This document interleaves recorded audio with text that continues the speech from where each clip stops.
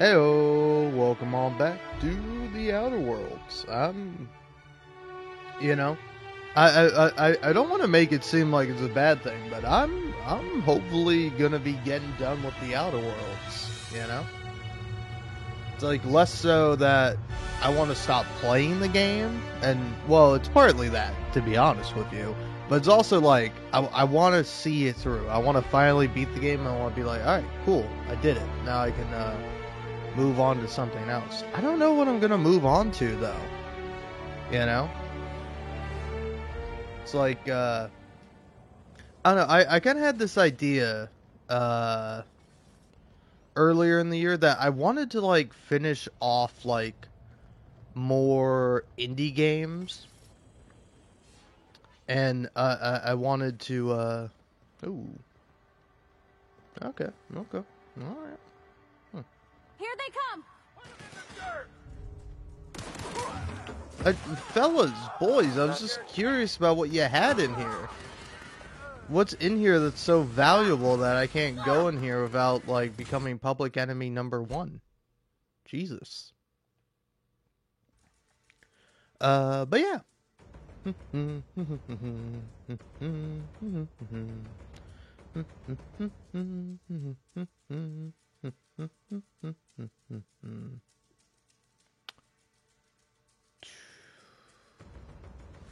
Oh yeah, I don't know. I would just happen to like to finish the game up, you know? Okay, I gotta confront Spencer, gotta do that. Oh yeah, I forgot to go talk to Betty. Let's go talk to Cassidy Mills.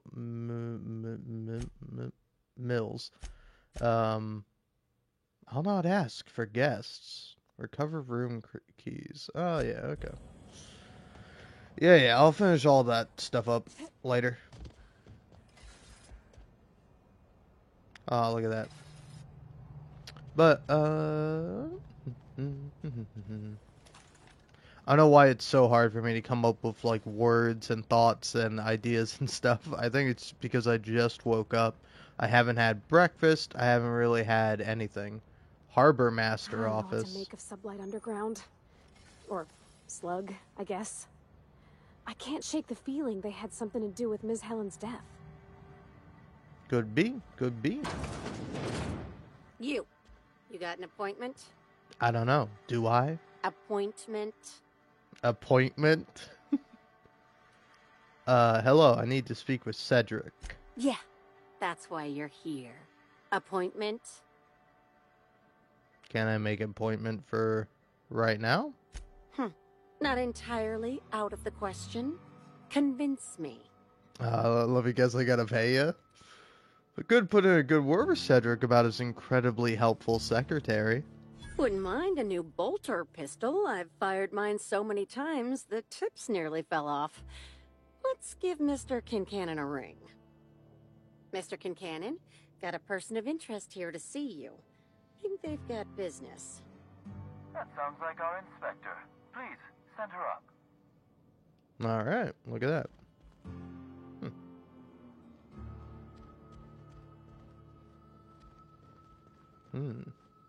Now I'm kind of curious what's in there. Why, if it isn't the inspector, I was hoping you'd swing by. Here for my alibi, I assume? No, not really. Yeah, what was up with the people outside? Another murder? Drunk Raptidons? Black Hole Birdie practicing his hacking in the middle of the street? Stop me if it's one of those, or I'll just keep guessing. I had to run in with some slug agents. Sounds as though you've already sorted it out yourself. Yeah. It was pretty obvious they weren't slug. One forgot to load his pistol. Did he really? My word, I hope you shot him. Clearly someone out there wants you thinking I sent my goons after you. But I can't fathom who would benefit from tarnishing my reputation like that. Can you? Yeah.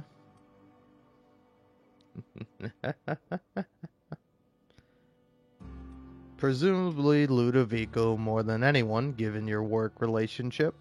You said it, not me. So, as you've deduced, I did not send anyone from Slug after you, nor is it likely they assigned themselves that task. Still, I am sorry for the trouble, Inspector. With that settled, I assume you'll want to know where I was the night of Helen's murder. Sure, why not? Let's see. That night, I was... torturing Elliot Nasser for information on missing cargo. That was a messy one. Didn't break until nearly noon the next day. Can you imagine? And where would I find Elliot Nasir to verify that? An excellent question. I had his body dropped off the edge of the land complex. I'm not sure what happened to it from there, scientifically speaking. Maybe it dissolved? Ultimately, though, it doesn't matter. You'd be a fool to believe me, regardless of what I told you. People lie, and I am, incriminatingly, people. So your alibi is that you were busy murdering someone? Which, as I said, you should not trust. If it helps, however, you might consider pursuing not my means, but my motive. Why in the name of the architect would I kill Halcyon Helen? She was making me a fortune.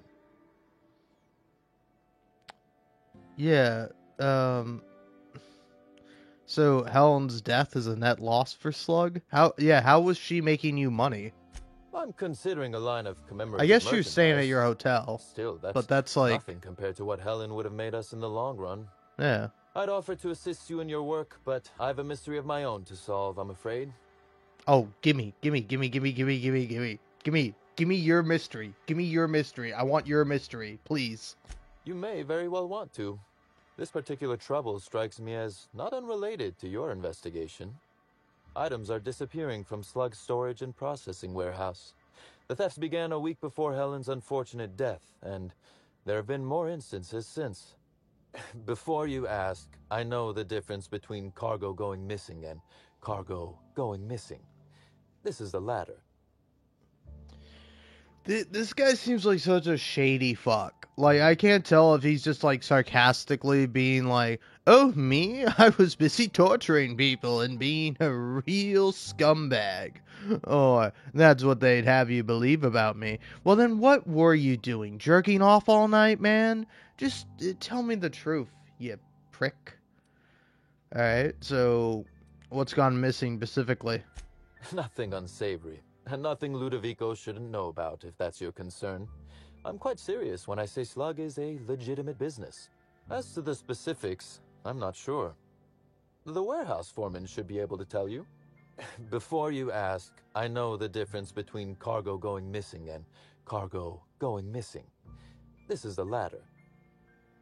Okay, well, what's the connection to Helen's murder? I'm not sure. I'm only confident there is one. That the theft began mere days before Helen's untimely demise is an extraordinary coincidence. I'm not a man who believes in happenstance, Inspector. I do not trust it. I guess I can't guarantee the theft isn't related to the murder. I certainly wouldn't take that bet. Regardless, this will be fun. You out in the field, chasing down leads. Me, scheming in my office, preparing to unspeakably mangle the perpetrator.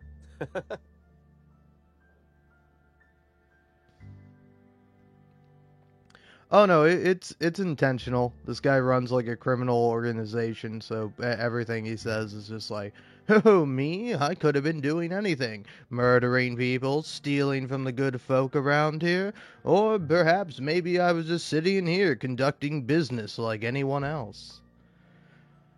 Alright.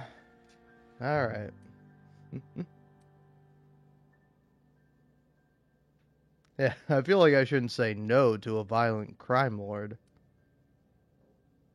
Yeah, I like to commit my own horrific bodily harm, thanks. Oh, I never subcontract out that type of work, Inspector. You'll want to speak with Ella Tinsley, the warehouse foreman. I've cleared her as a suspect myself, but should she refuse to cooperate, shoot her. No, I'm joking. If she won't cooperate, tell me and I will shoot her. And do feel free to search my office for clues while you're here. Don't hold back on my account. Alright, well, before I get started... Was there something else you wanted to discuss? I don't know, maybe. Did you know the constable's dead? Constable Keene? Now that is a damn shame. Am I right to think this wasn't a workplace accident? Yeah, definitely seemed to be murder. It seems murder is becoming an unsettling trend on Eridanos as of late. Thank you for informing me of Constable Keene's passing. When you find her killer, please be certain to make them suffer. Did you know the constable well? Would it surprise you to hear that, despite being on opposite sides of the law, we were friends? That her loss comes as a sudden blow. Maria was a decent soul, and law knows those are in short supply around here. A little square, perhaps, in her dedication to the rules, but good nonetheless. I'm also saddened to have lost an occasional drinking buddy. She was quite good at cards, you know.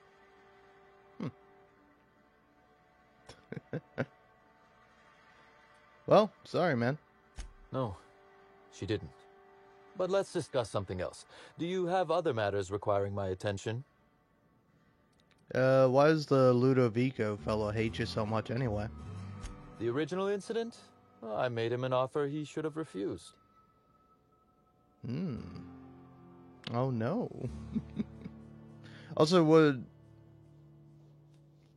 which other game are you referring to? Are you referring to like Avowed or The Outer Worlds 2, which isn't out yet? Oh no. Oh, no, not like that. Our combative relationship stems from paperwork, mundanely enough. Rizzo's contracted Sublight to construct the Eridanos atmospheric complex. Had Lou wanted Rizzo's to retain full control of Eridanos, he shouldn't have skimmed the revised contract I sent him. Lou's an administrator, for law's sake. I thought he would adore all the fine print I added. Is the whole game like this? Kinda. You know, I think most people would probably describe this game as like Diet Fallout. Although this is the DLC, Murder on Eridanos, so it's like the main DLC or the main game is a bit different. And there's also the other DLC, Perron Gorgon, which I feel like so far I'd like that one way more because it's like much shorter and much more focused and to the point with what it's doing. Where it's like this one, it's like a much bigger expansion and it's like a little less interesting so far. I don't know. There have been some really good parts to it. Oh yeah, this game is very tongue in cheek because like the whole premise of it is that you wake up one day and you find yourself on a colony that is run by like corporations, and so like every town you go to, everyone is like forced to work. If you don't work, it basically means you're dead. You get you know, you have to volunteer for voluntary overtime, and if you don't volunteer, then you get involuntary overtime. If you're not working, you get a fine. If you're thinking about not working, you get a fine. On top of the fine you get for not working. Yeah, how fine of a print are we talking anyway? Still technically visible to the human eye, but only just. You're quite good at this. It was all perfectly legal, too, which irked Lou to no end. My power grab, as Lou called it, planted the seed of hatred. And Lou, obsessed with what should have been, has made sure to water it daily with his bitterness and anger. Yeah, nurturing a grudge is an ugly thing. Maybe you could make peace with the guy. Alas, I can't. I am, first and foremost, the head of Slug, and it simply wouldn't be good for business. Slug's control of Eridanos is a crucial step in my long-term plans for Sublight. The board needs to see irrefutable proof we are a respectable, legitimate business. Yeah, why do you care so much about what the board thinks? Because one day soon, Sublight will obtain a seat on it. Meanwhile, our dear administrator is still laser-focused on old Slice, which can be a nuisance. He's grown increasingly desperate to catch Slug with our hand in the proverbial cookie jar as of late, convinced we're involved in less than legal business opportunities. Which, of course, you are. I wish I could wink, but it always looks like I have something caught in my eye. Well, excuse me.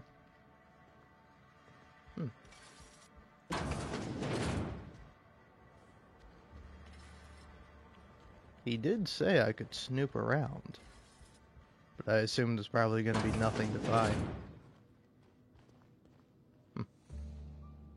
Damn, even his bathroom's clean. This guy's good.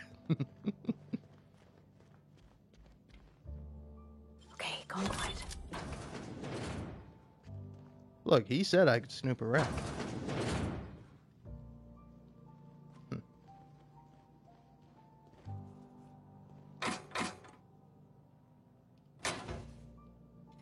And nothing here. I like how all the computers are turned off. You're lucky I don't know how to turn on computers.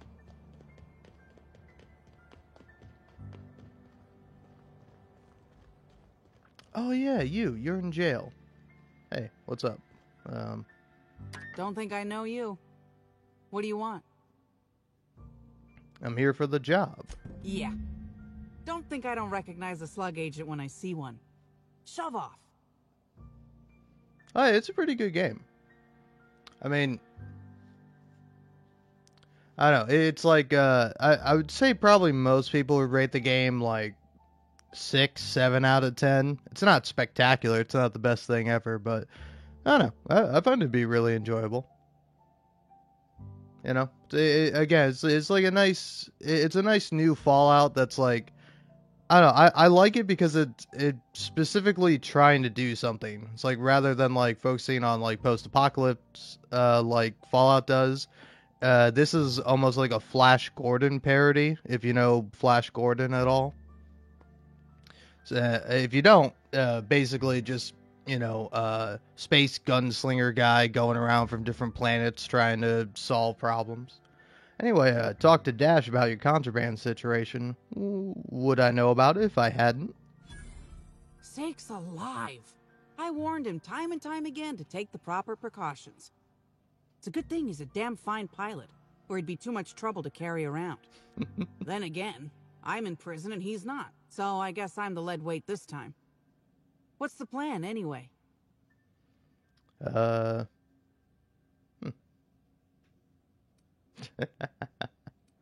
I'm your mark for an item retrieval. Tell me what you know and where I'm going. You're looking for cargo from our ship, the Rat King. Oh, hell Small yeah. package, wrapped in brown paper. It got moved to the shipping yard, but I'm not completely sure where. If you're not sure where it is, how am I supposed to find it?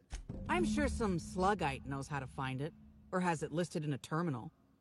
All else fails, you could just case the joint. Might end up with some extra loot for your troubles. Okay. Going to a place and take everything that isn't nailed down? I love doing that. That's a lot of containers. This just a distribution center, or you think they're planning something? Maybe. Some cool looking chips. But yeah, anytime anybody brings up a Rat King, I'm excited.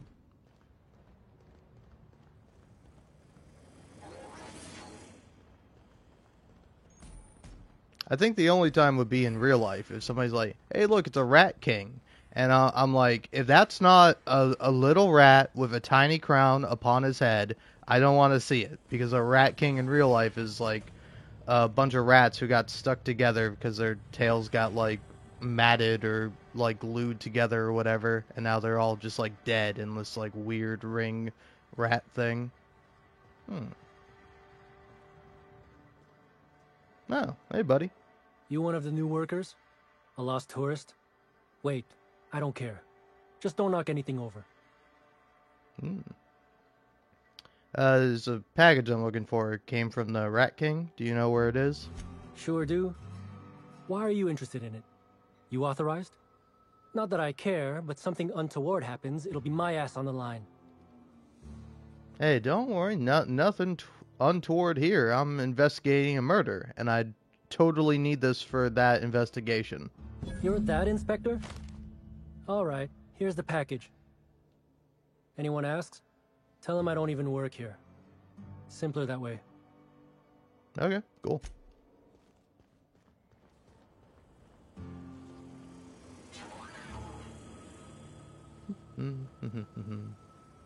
Buy a bunk. Ah, look at that. Rent unit waiver. Sublight Salvage and Shipping Underground is not responsible for any damage incurred by you while you rent this unit. Slug does not guarantee the condition of this unit or any amenities therein. Slug does not guarantee that this unit is vermin-free. The corpses of any vermin killed by the user, intentionally or otherwise, are the property of Slug. Removal of said corpses will be met with a fine of no less than 1,000 bits. By agreeing to rent this unit, you waive any rights to pursue Slug for legal damages.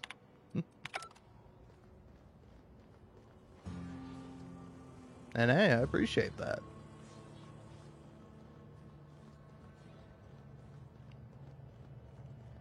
I don't know, it wouldn't... Whenever I was working, I would say really the only job that I was, like, just allowed to listen to stuff, while I worked was when I, did, stalking for a grocery store. But I listened to podcasts because I was like, I'm not using my cellular data. And plus, like, I worked the night shift, so it's a little rare. I'm sure I could have found a live stream to listen to while I worked, but...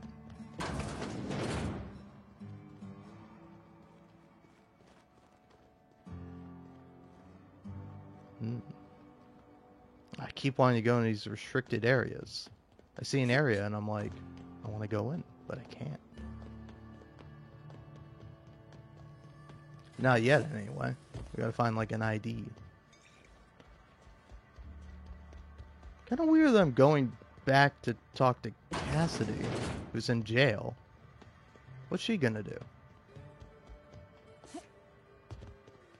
Howdy there. You're back, I see. Hope the law hasn't caught on to what you're doing. Law meaning authorities, that is, not the forces running the universe. Ah, that's cool.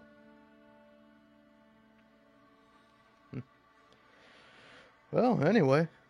Oh, yeah. What did you do to get arrested anyway, Cassidy? This is gonna sound a little stupid, but I got a thing about mechanicals. Don't like the way they move or the sounds they make. Gives me the creeps. I was drinking with Dash in the cantina when a funny-looking one trotted up beside us. Seemed like it was some kind of monster, so I started yelling, banging on it. Don't know what happened next, but I think it involved another mechanical. I passed right out then, and when I woke back up, I was here. Not the most graceful thing I've ever done. Fair. I can definitely say that. Oh.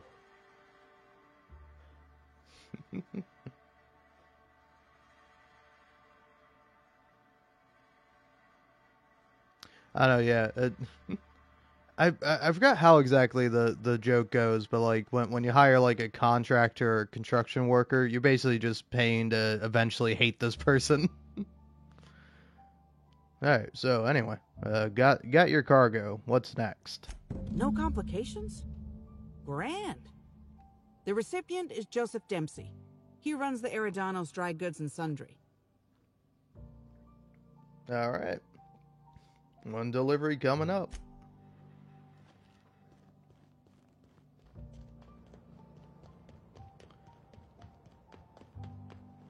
So, here, this guy. Hey, Joseph. Welcome back. The Eridanos Dry Goods and Sundry is just as standard and unremarkable as when you left it. Got a shipment of something for you. A shipment, you say? The only shipment I'm expecting is 100 pounds of salt tuna a week from now. And I certainly don't expect it to be brought by an inspector. This isn't a standard delivery. These are quality goods, if you catch my meaning. I learn about secret codes in my off time.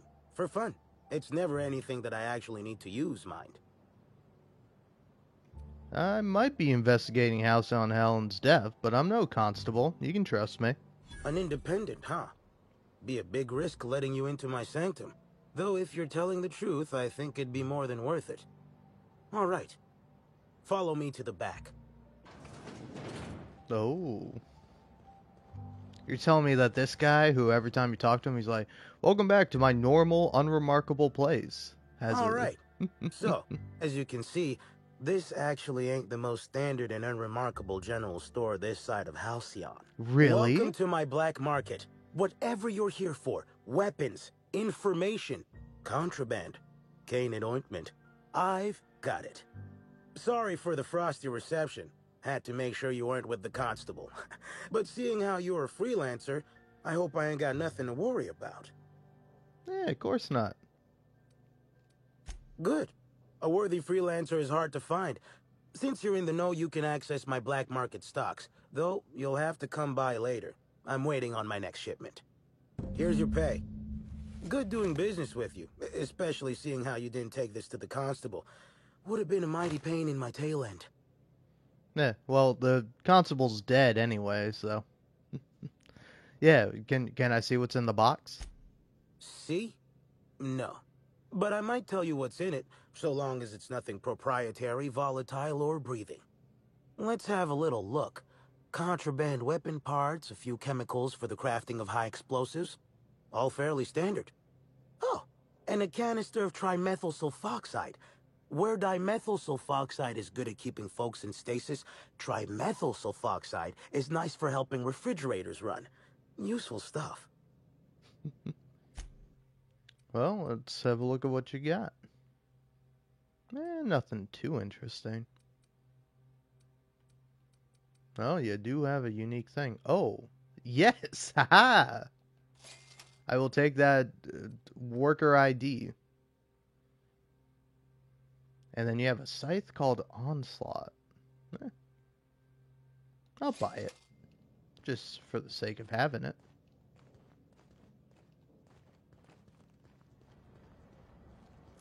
Alright, what's next on my things to do? Oh, yeah. You know what? I'm gonna go get my revenge on some people.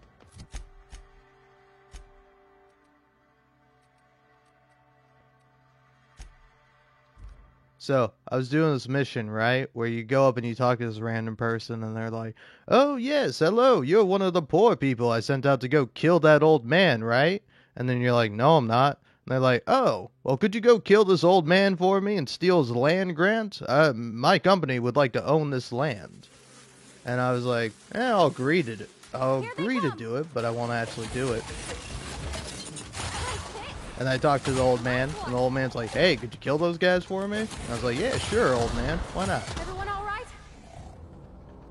And then I tried to kill them, and then they killed me. So let's see if this is any different. Well, that's it. I'm all out of sissy bits. Now what? Now you can eat fish sticks like the rest of us. Fish sticks? No thanks. I'd rather go hungry. Oh, wait. I forgot I brought Force Pockets. Why did you bring Force Pockets? We don't have a microwave. I'm sure I can just hold them over the fire. What's the worst that could happen? You return. I hope you bring news. Yeah, I don't think I ever asked. What's your problem with this old man? You mean you don't know the story? This atmospheric complex was first annexed by Rizzo's.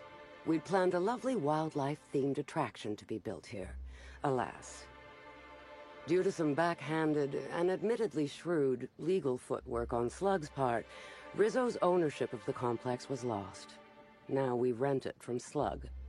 I seek only to have what was stolen returned to us. Well, I talked to Cyrus. It's time you left the reserve. In a body bag. Oh, you void-damned sprat fuck. To arms, everybody. The old man's trying to scratch us off. Look out!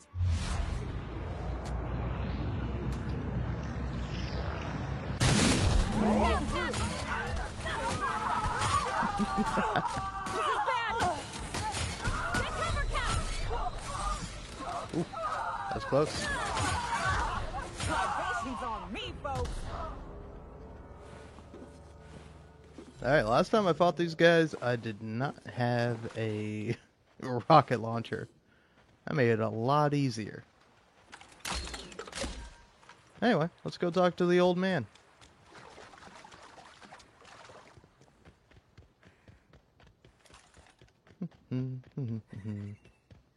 It's going to be a little bit of a journey.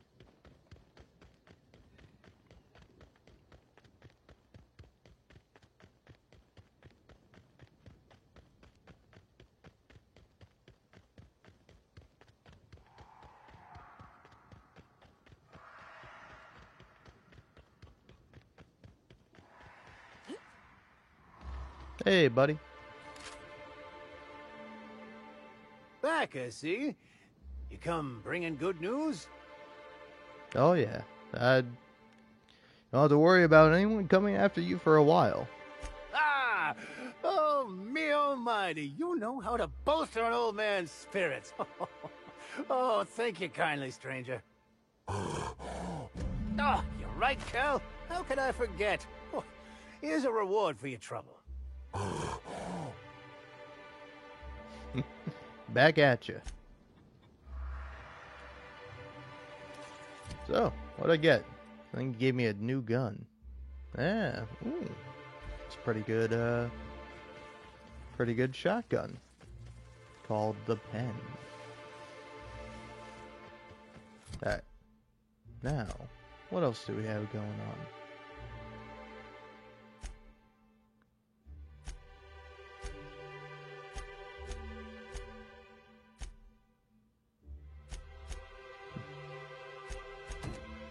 Okay.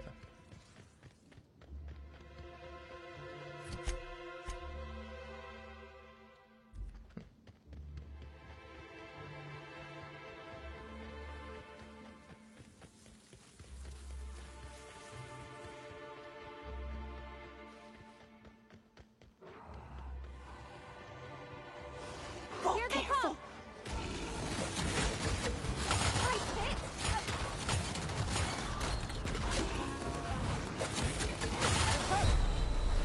I'm gonna die.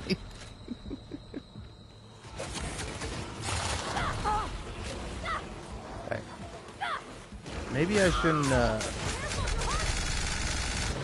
use the rocket launcher to shoot at things that are very, very close to me. Everyone all right? Thank the Lord. Dissidents don't belong in Byzantium. Who's that? I hear some rich guy.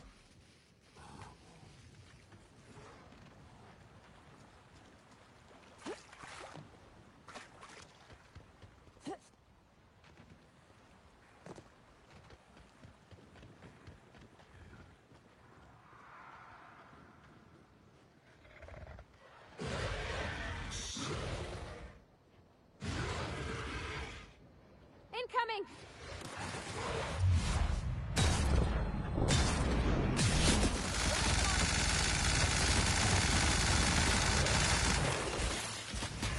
Oh,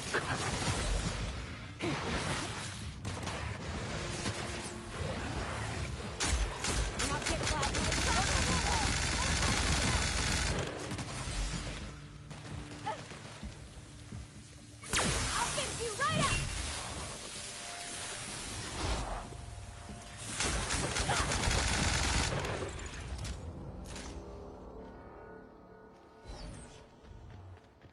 Okay. Okie dokie.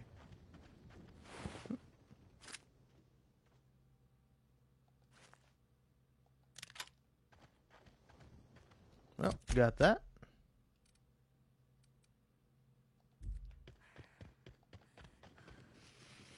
Now, this is the next one.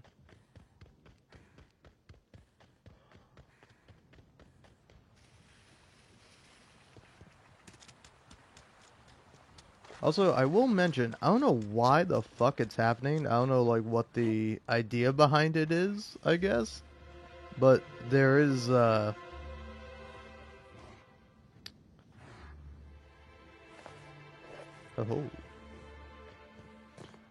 There is, like, a, what?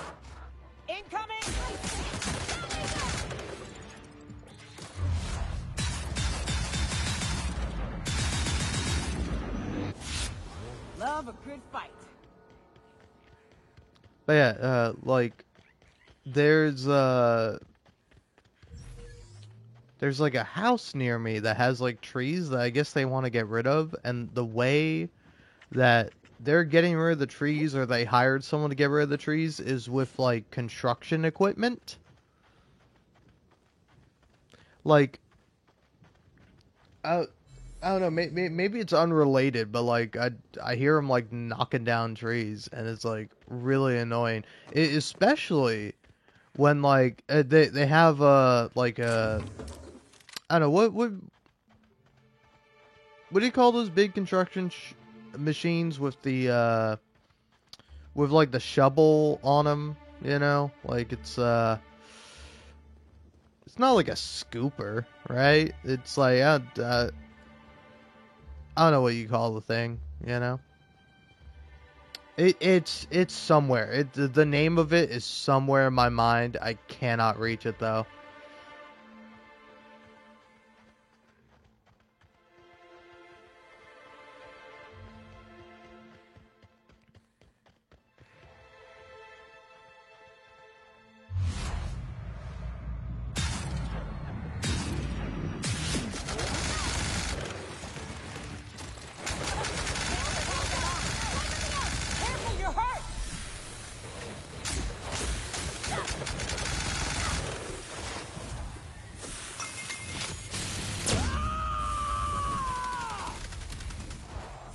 Dreads, you say?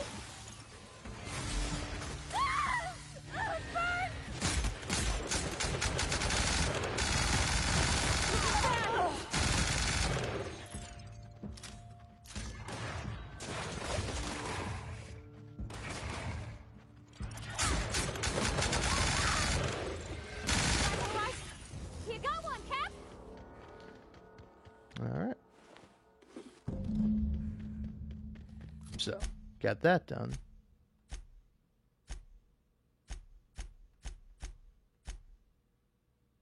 Then, yeah, okay.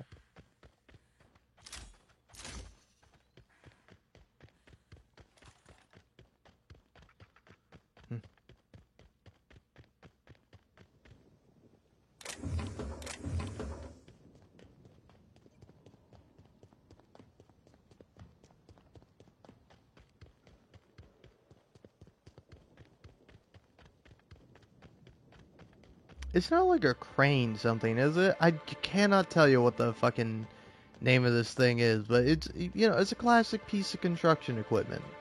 It's like yellow, got the big, like, long arm thing with like a scoop or like a shovel or like a dig on it, you know?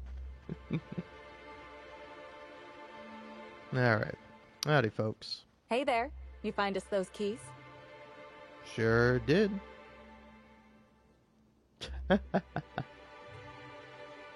That's all of them. You're a lifesaver and a half, Inspector. Lawrence, you got the bits? Let's see, which pocket did I... Oh, they're in my hand. Here you are, Inspector. We'll make sure to put in a good word with our friends, too. I can't wait to put this behind us. What are you gonna do now?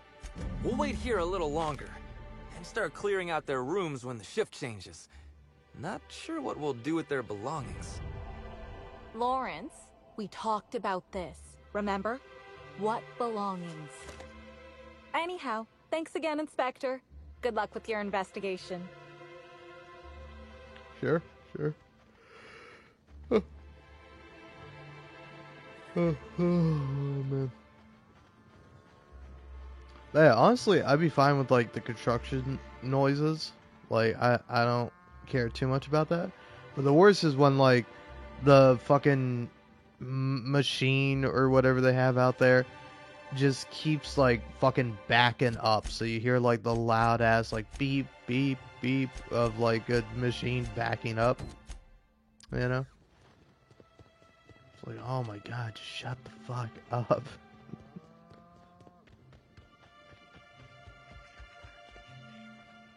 Like, sure, is it a little sad to hear, like, trees falling down? Yeah, always, every time. But, like, It's way less annoying than hearing a constant beeping, man. Hey, I almost can't believe it. Betty found her way back. Here I was thinking I'd never see her again. Yeah. One malfunctioning mechanical as promised. She was trying to milk canids. Oh, Betty, you big goof. What were you thinking in that little metal noggin of yours? You nearly worried me to death. And ain't you just the most reliable freelancer in the colony? Let me just take a look at Betty here and we'll talk about payment. Yep, that's right. Her parameters for movement and target acquisition are a mess. I'll bring her back to the garage and get her sorted out. Since Betty's back safe and sound, I'll be sure to let my coworkers know that you're a good one. Here's some money for your effort. Least I can do to show my thanks. Sure.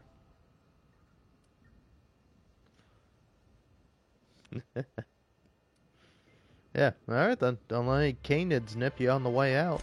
I won't.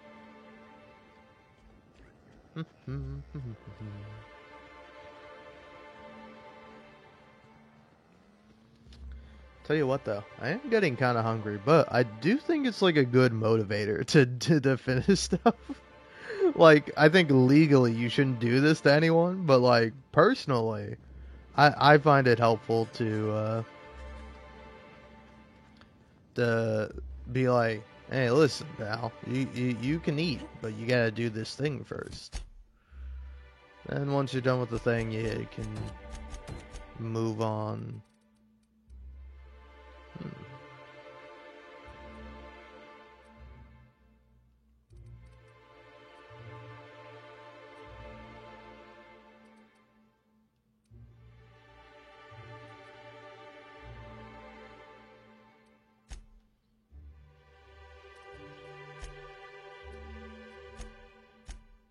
Man, Jesus, the map is so bad.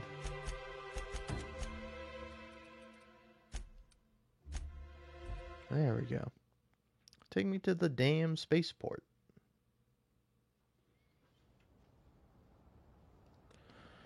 Okay.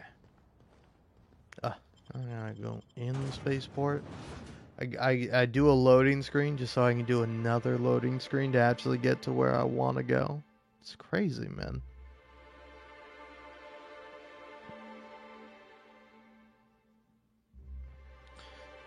Also, I don't know. This might just be a me problem, but I hope you don't mind if I complain about it. But I hate every single fucking song on TikTok. Like every single one I hear, irregardless of like how good it is, or even if I like the song or the artist, I just get so annoyed every time because it's just like I hate hearing the same thing over and over again. Unless it's like music, it's like a good track. Like here's the thing with this game is that it's got like good music, but like the music like never like wears on me. I never hear it to the point where every time I hear the music, I'm like, oh man, this music again. But it's like for every fucking sound on TikTok, I feel that way, man. Like there's that one song that's like, you're crazy.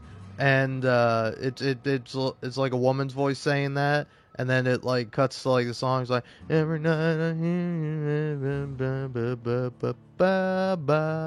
you, you know, it's like almost good, but it sucks, man. Or it's like the other one is like no shade to people doing this trend, but like people doing the doing. I don't know what it is. I don't know what it stems from, but it stems from like the devil couldn't get to me, so God did whatever. So it's like God made this like bad thing happen to me or something. The first one I saw, I think maybe was like the devil couldn't get to me, so God like made my brother's death like a subject of true crime, so now I can't even like escape it.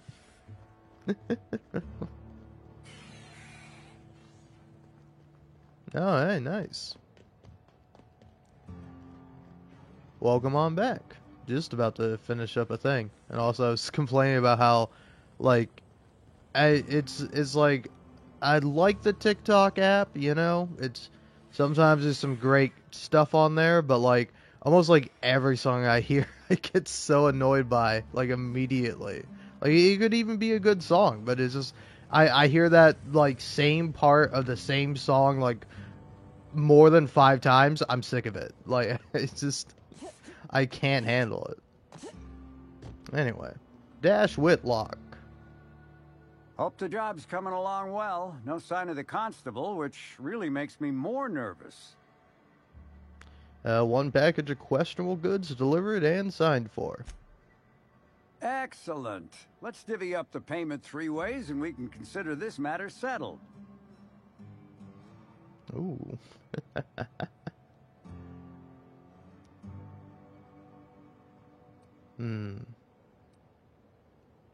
3 ways? I did all the work while you and yours sat around. You're lucky to get anything. Fine, here you go. I'm a nice guy. Thank the law. Should be just enough to get Cass out of her damn cell. I guess breaking even is better than leaving with your partner in the clink. You might not be Hawthorne, but you can sure resolve a problem like he could. Maybe better. Thanks again for all your help. Yeah, sure. Alright, now let's go ahead and see about this investigation. I gotta question Ella Tinsley about the mission cargo, and then take a look around Cedric's office, which I doubt I'll find anything there, but who knows? I gotta go in here. I think. I hope I have to go in here. If not, then I'm just doing a loading screen for nothing. Which is fine, but I don't know, it's really funny playing like older games where it's like, oh yeah, loading screens. Hi there.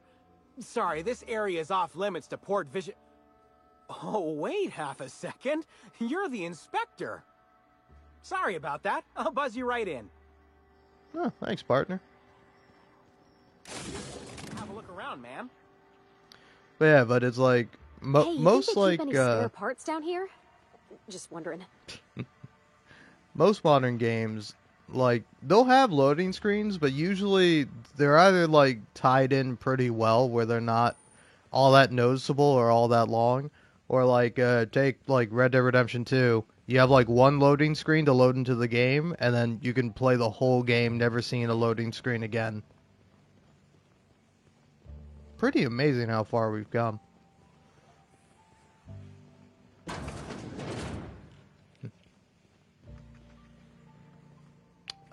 Where am I even?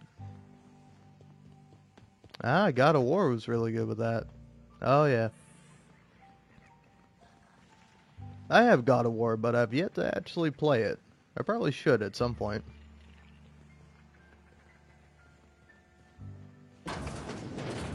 I think I will once I finish up Alan Wake 2.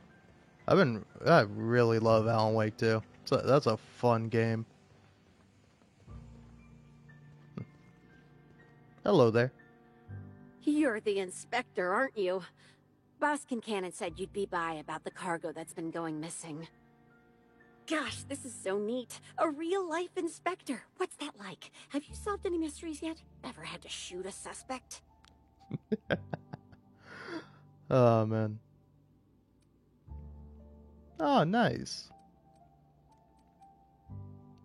I know, I will say a really funny thing about this game is that, like, a significant amount of people in it have, like, Midwest accents. Which is funny, too, because, I've been watching, Fargo, the TV show. Pretty good. Just finished up, season 2. And honestly, I love the ending for the end of the 2nd season. I don't want to spoil it, but it's just... it's like, I don't know, one of the main characters ends up in a really, like, funny situation. So, let's see. How about to take down a few perps, yeah? Perps! Just like a real inspector. Right, so the missing cargo. How can I help your investigation? What's the culprit been stealing? That's the weird part. There's no pattern, far as I can tell. The thefts don't make sense. I'm guessing robot. I ask you, who would steal a handful of Spacer's Choice Sabers, so dull they can barely cut mud, but leave the spectrum black? Ugh. Who'd be desperate enough to want to steal a Spacer's Choice Saber? Full stop.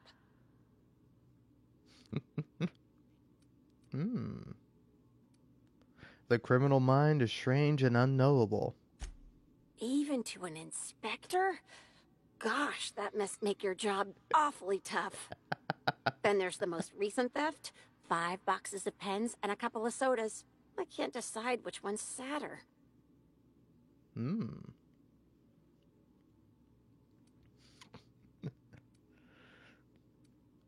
Maybe our perp is desperately low on ink. I wish they hadn't stolen the blue pens. We can never keep enough of those in stock. Who has access to the cargo? Everyone here at Freight Storage and Processing, for a start.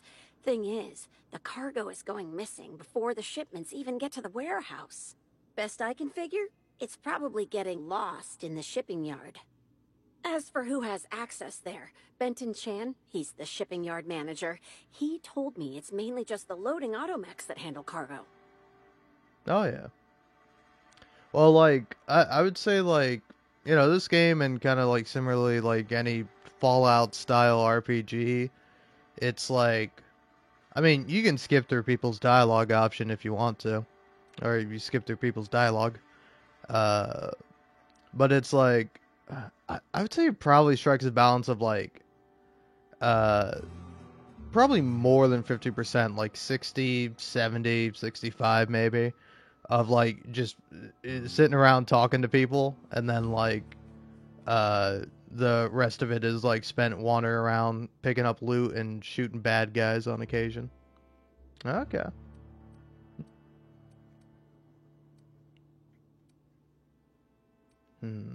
What to say? Yeah, honestly, I'm guessing it's the automechs doing this. All right, robot got faulty programming. Makes perfect sense to me. Could be. Those things'll break if you so much as look at them funny. That's Benton's area, but don't bother asking him for help.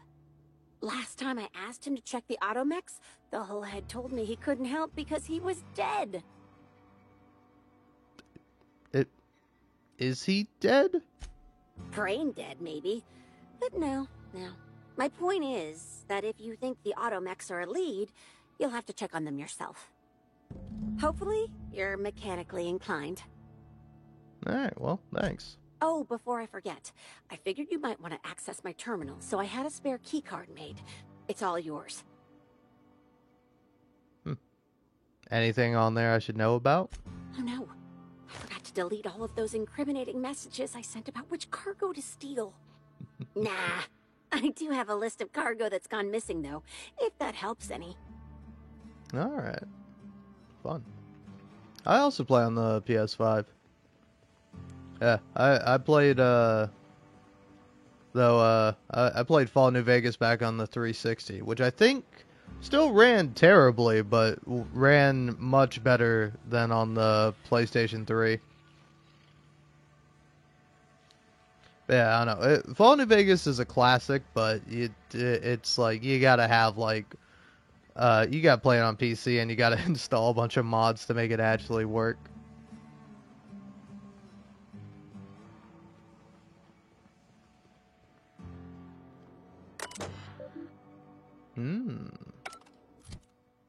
I can almost hack the terminal. Good thing I have... Nope. Yeah, I have this. And this. Which I think gives me enough hack to hack the terminal. Ben, soda? I'll never understand where you get the energy to care about this shit, Tinsley.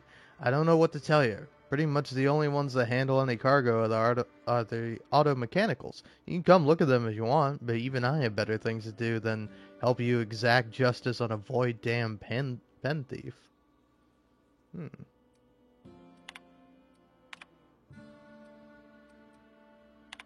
Let's see. So, missing cargo list.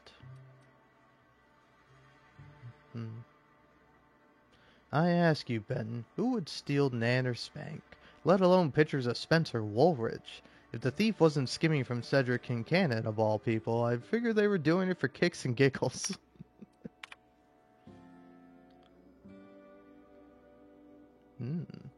Ella, tell whoever snuck over to the shipping yard and messed with the loading automechs to go to hell, will you? Those things break down enough as it is, and I'll be damned if I'm going to haul cargo around myself. Okay, but you have to admit, it's a little funny to see an automech dance. Not my fault they're so damn easy to hack. Seriously, a Primal could do it.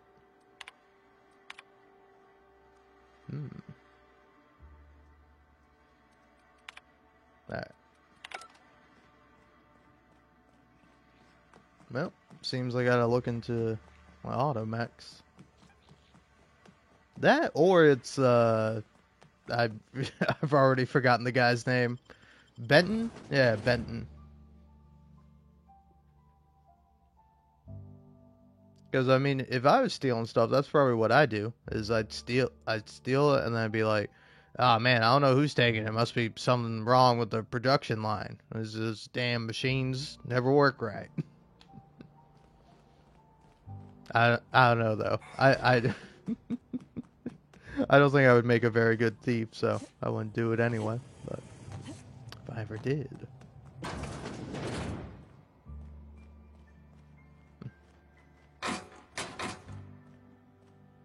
What's this?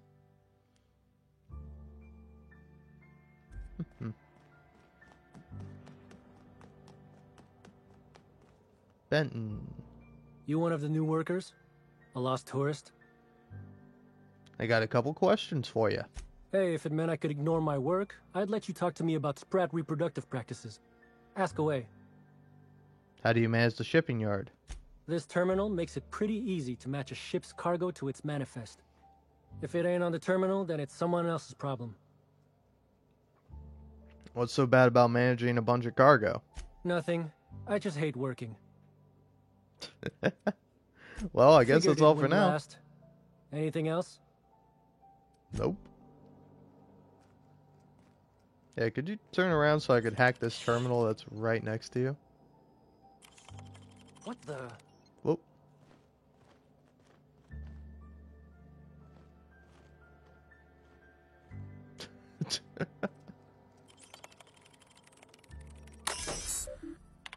Alright, that worked out surprisingly well.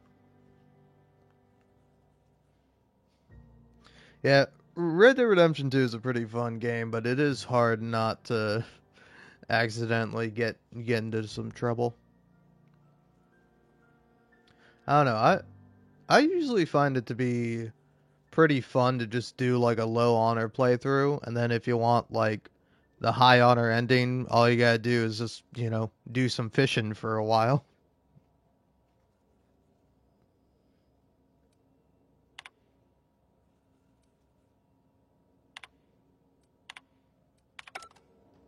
Alright, I was hoping that would have some clues. It had nothing. So, let's see. Let's put on my fancy clothes and...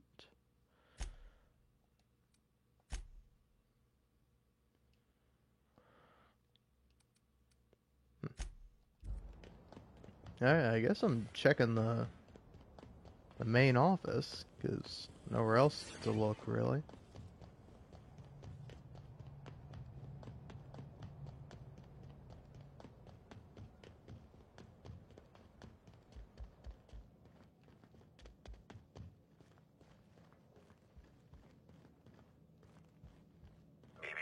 Timeline discrepancy detected nearby.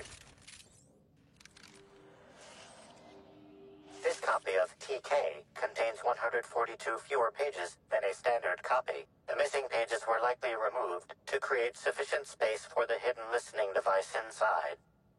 Ah, short-range transmission capabilities. The receiver must be somewhere nearby. You figured that out just by looking at it? Huh. We ought to talk shop one of these days. Inspector, please consider speaking into the device in order to trace the transmission and reveal the receiver's location. Moo. Poor woolly cow impression transmitted. Transmission analysis complete. While the precise location of the receiver could not be pinpointed, it has been narrowed down to a smaller, approximate range. Alright, how long has this been here? Analysis inconclusive. However, there is a minor accumulation of dust particles present on the book's uppermost surface. The area within a 0.5 meter radius of the book possesses a dust coating comprised of at least twice the number of particles. Ah, not very dusty then. Must have been placed fairly recently. That is highly likely, Inspector. What's that you found? No, wait, don't tell me. Let's save it for the big reveal once you've solved the case. Alright.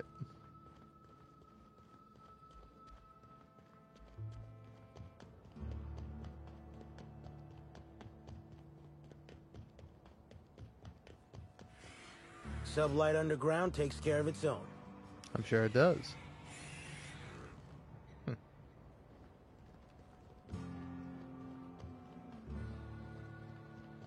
Gotta go down this way. Well, I can only assume. Ah, here, maybe? No? Other one? Timeline discrepancy detected nearby. What you got for me, little robot? Transmission endpoint discovered. The receiver in this book matches the transmitter to the listening device found in Cedric's office. It's somewhat grime-covered. Any clues as to who put it here? Due to the high level of foot traffic in this area, this unit is unable to determine who placed the device. So, how long has this been on the ground? Based on the accumulated mix of sludge and detritus, the receiver has been present since approximately a week before Helen's death. Alright.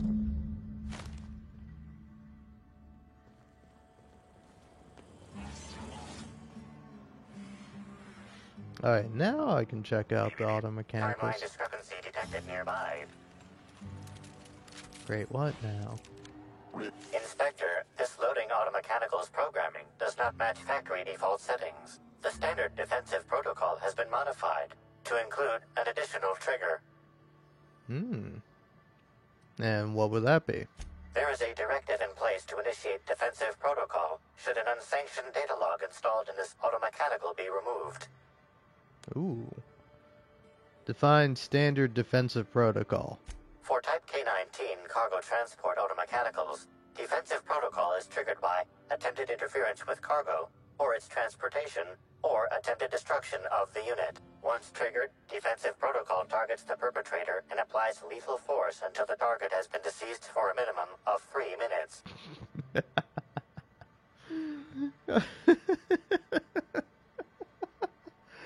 I mean, I guess you'd rather be safe than sorry, but it's just, it's so funny to like have a robot kill someone and then like 3 minutes after you've been killed, it's still shooting at you. It's like whenever you get killed in like Dark Souls or something like that, and then the enemy keeps attacking you even though you're dead. It's like, Jesus, I'm dead already. Relax.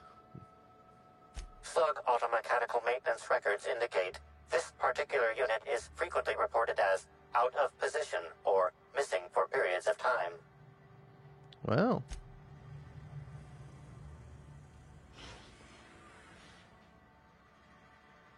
Loading auto-mechanical unit K-14 is fully operational at 99% power. Please designate the cargo to be transported and its destination. How can this auto-mechanical assist you? Well, let's take a look at your access panel. Access panel is open. Please be sure to close the access panel when you are done. Let's view the most recently added data log. Ejecting data log 17C. Alert. Failsafe protocol triggered. Kill mode initiated. Preparing to end user. Wait. I have questions. Understood. This unit is programmed to facilitate user queries. Kill mode, pause. User termination, to follow. What's on the data log you just ejected?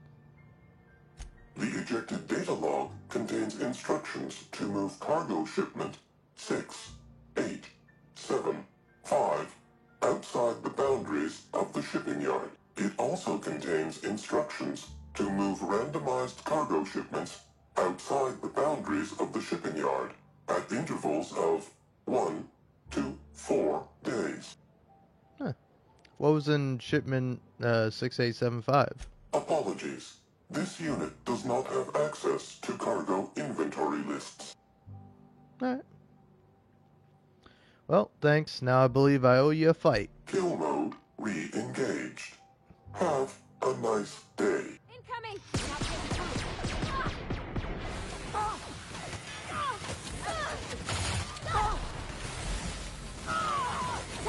Hey, why are the other ones attacking me? I thought it'd be just one. Well, you win some, you lose some.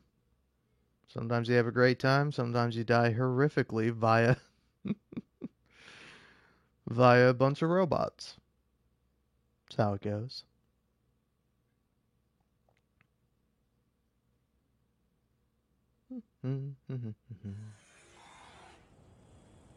Now, let's see if I can't get my engineering up a little higher.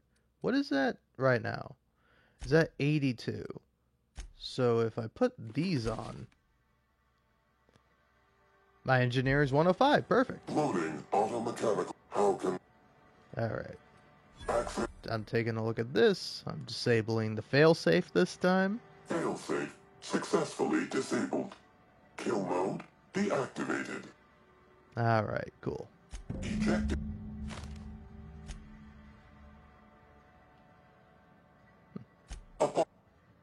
Unit entering standby mode. Have a nice day. Alright, you too, buddy. You too.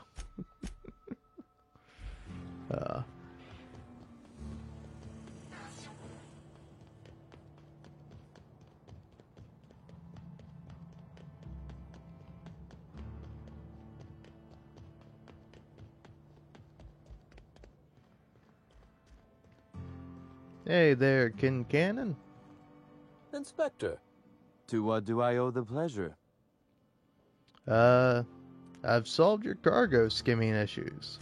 Ooh, I love this part. The big reveal. So tell me, what happened? You've got a serious security problem. What makes you say that? Somebody bypassed the loading mech security system and rewired them to skim random goods. Damn, you're good. Hacking the Automechs. So that was our skimmer's game. But why? Everything that was stolen has seemed random. I certainly see no pattern. The theft was random, except for a single shipment. So, our culprit had something specific they wished to acquire, and used the random theft as a smokescreen. I must say, Inspector, you've done excellent work on this case. Then that just leaves how the culprit knew where their true target would be, or indeed, that Slug would soon possess it.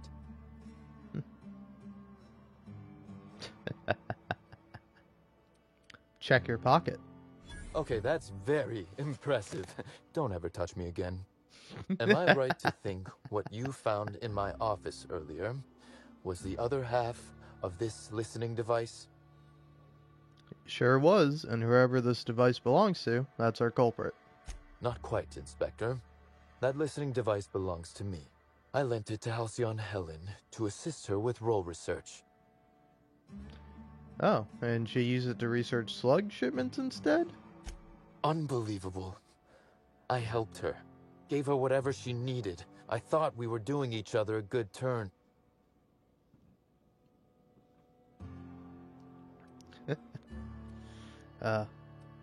No good deed unpunished, eh, Cedric?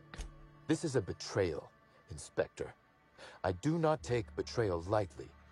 Helen should consider herself very lucky indeed that she is already among the dead. and that some other bastard beat me to putting her in the ground. Alright, man. Dangerous talk for a man under investigation for Helen's murder. Halcyon Helen is already dead. If I'd known Helen was stealing from me, I may very well have killed her, or had her killed. Alas, I did not. Well, I suppose not. Again, I appreciate your assistance with this matter, and with the larger mystery at hand. I wish you luck with your investigation, though I doubt you'll need it. You'll find Helen's murderer. I'm confident of that. Now, if you'll excuse me, I must find a way to excise my anger that minimally damages my business empire. I expect it will involve shooting quite a lot of guns. Alright, well, best of luck with that, partner.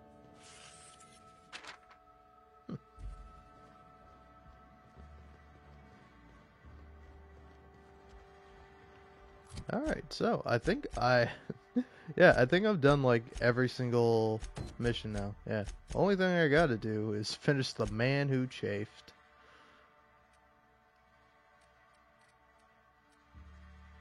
I will say they did a terrible job designing the map.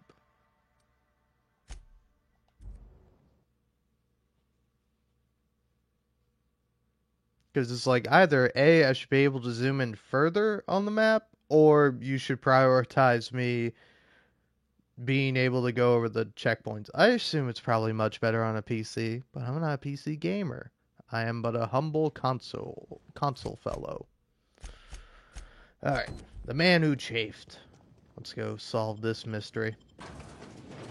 Which I'm sure I'll go talk to him and I'll be like, oh me, I was just simply trying to, you know, pull a little prank.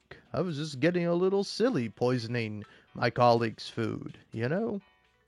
It's just a little joke. It's a little ha-ha.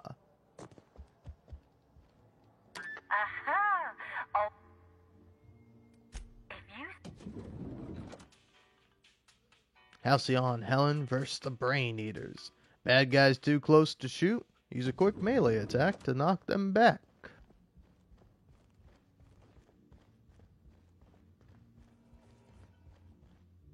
Please, can't you see my heart is bursting at the seams? I absolutely must go out. A quote from the Sisty Cutlet. I voiced a Sisty pig aware that it was going to be slaughtered. Ask me anything at all. I might even give you a straight answer. What a roll. So, I've learned a thing or two about your activities in the hotel. Oh, have you now? Please do go on. Don't leave me in suspense. I have security footage of you tampering with Helen's last meal. Tampering? No, no, no. I just happened to be passing through the kitchen and saw a dish that looked good. If being hungry is a crime, you better indict 3/4 of Halcyon.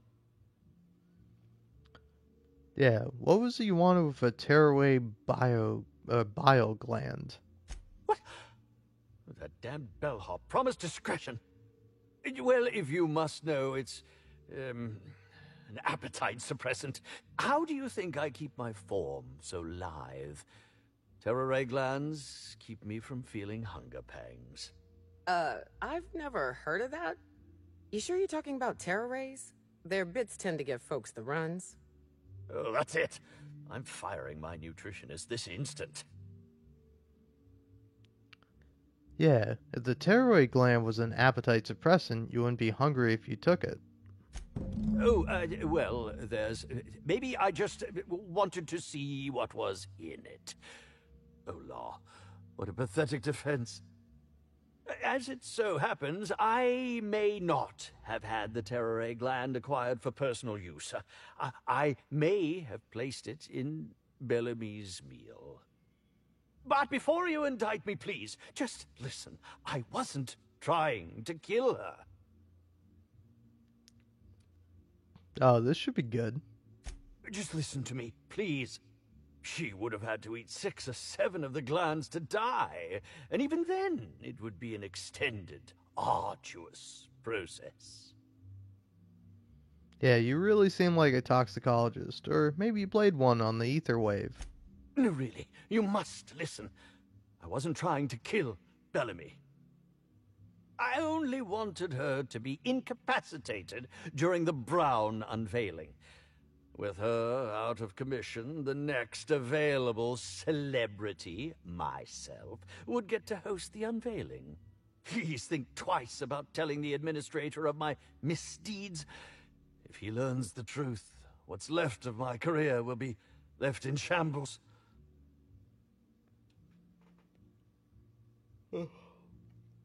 What would you want me to say instead? Tell him it was a poisonous mushroom, or a bite from some poisonous insect. An accident. I promise I shall make up for my actions. Pay to erect a statue in Helen's honor, or perhaps even dedicate a performance to her memory. I'll keep you in suspense. It's more fun that way. My law, if you aren't a sadist. If I have a coronary before you make your decision, I will do my utmost to haunt you. That's fun.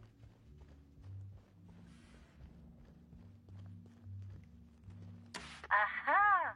Always so nice to hear you, Inspector. I'll get you to your floor on the double. Next stop, the finest seat in the house.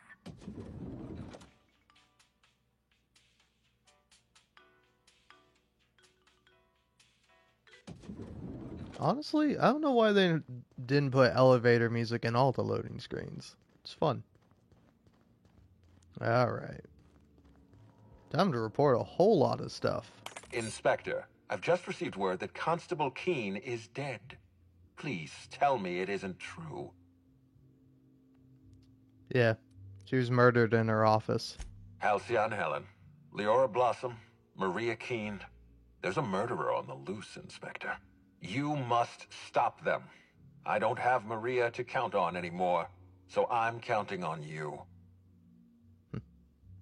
Whoever murdered her used the Needler.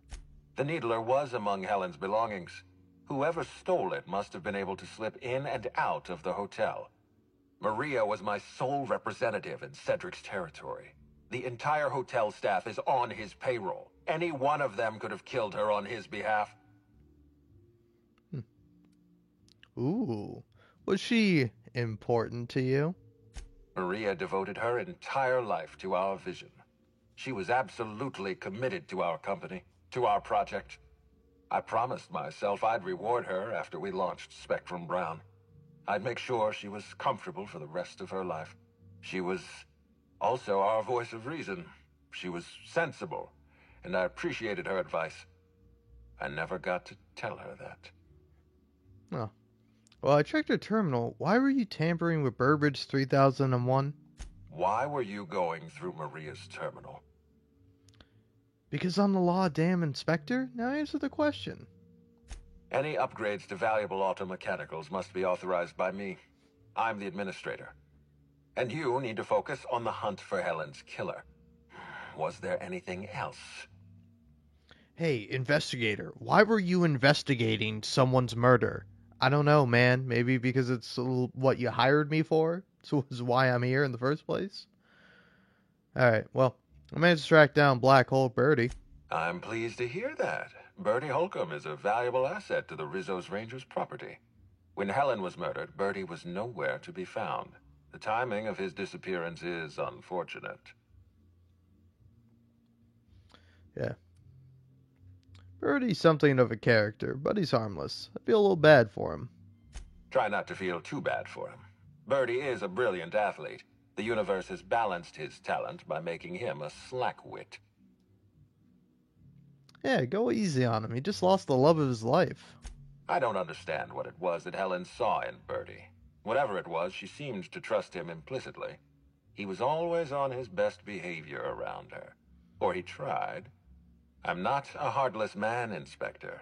I know that losing Helen must have shaken Birdie to his core. Be plain with me, Inspector. Do you believe Black Hole Birdie killed Helen? I really don't. I'm relieved to hear that. I happen to be something of a fan of the hack attack. I'd hate to see him processed for murder, but we need to be absolutely sure. I'd like you to continue your investigation. Notify me as soon as you're ready to make a formal accusation. By the way, Birdie agreed to stay at the Grand Colonial. I appreciate that. I'd rather keep Birdie within the public eye than let him languish in a bar at the docks. I'll make my report of your investigation into Birdie. Do you have anything else for me? Well, yeah, I've completed my investigation into Helen's poisoning. Excellent. I trust you have a name for our poisoner.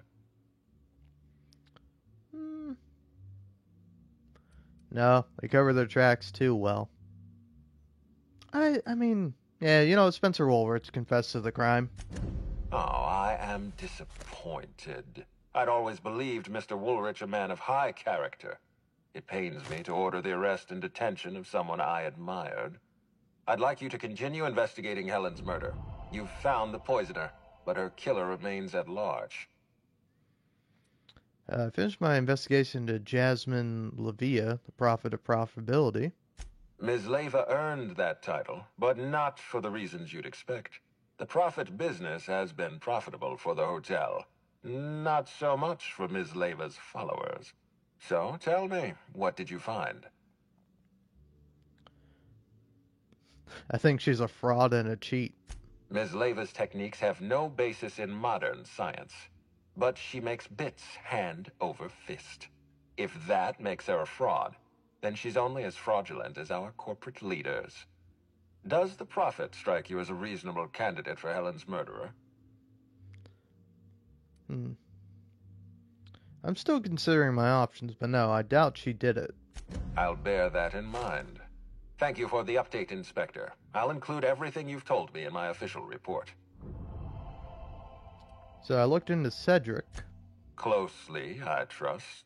Tell me what you found. Cedric's a slippery guy. I didn't find much to build a case. That doesn't surprise me. Cedric practically stole his way to Eridanos. He'll do everything in his power to keep you off his trail. With that in mind, do you think Cedric was responsible for Helen's death?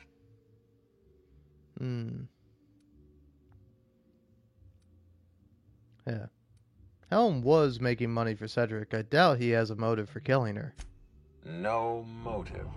That's disappointing, because it's exactly the conclusion he'd want us to make. Unfortunately, even I don't have the authority to detain Cedric. His line of work is dangerous, though. There's always a chance for an accident. Well, sorry to disappoint you, Ludovico. He's alive and well. Well, I'm glad to hear that. I've already lost Dr. Blossom and Constable Keene, but at least Cedric's alive. The universe is a just place. So wait, am I supposed to know who killed Halcyon Helen? Because I don't. Is there any more investigating I can do?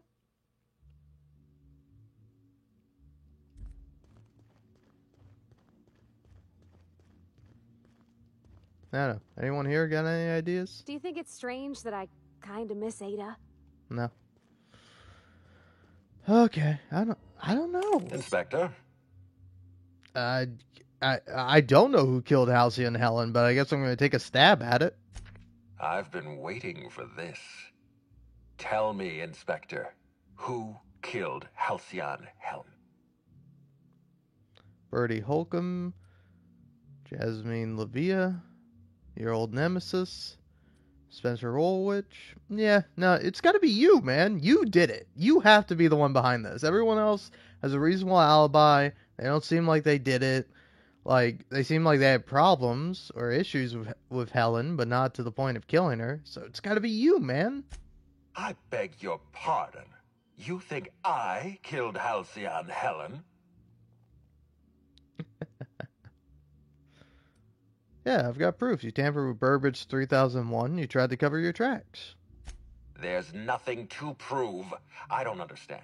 Are you trying to make a mockery of justice, or are you really this incompetent? I expect you to deliver the name of Helen's killer. I expect you to deliver results, Inspector. And if you can't withstand the pressure, then I expect you to resign. We're done. Your services are no longer necessary.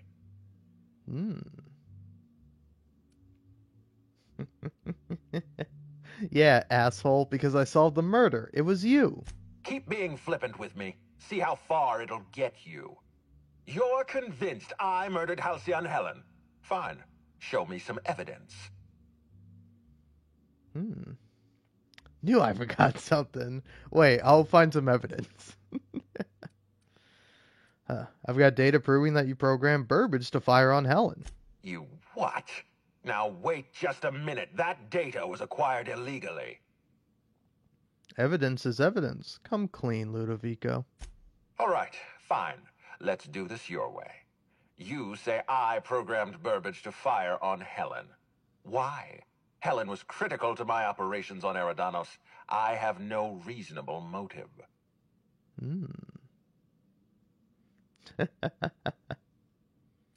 Well, can't lie my way through this, but I give you 3. You're suspicious, you're obsessive, and you're an asshole. Oh, come on. Those aren't motives. If you can't give me a good reason why I'd murder Helen, then you have nothing on me but some faulty data. You're horrible, Ludovico. We've got nothing more to say to each other. For once, we're in agreement. Wait, don't move a muscle. Someone's just tripped my alarm. And my security defenses. And killed my patrols.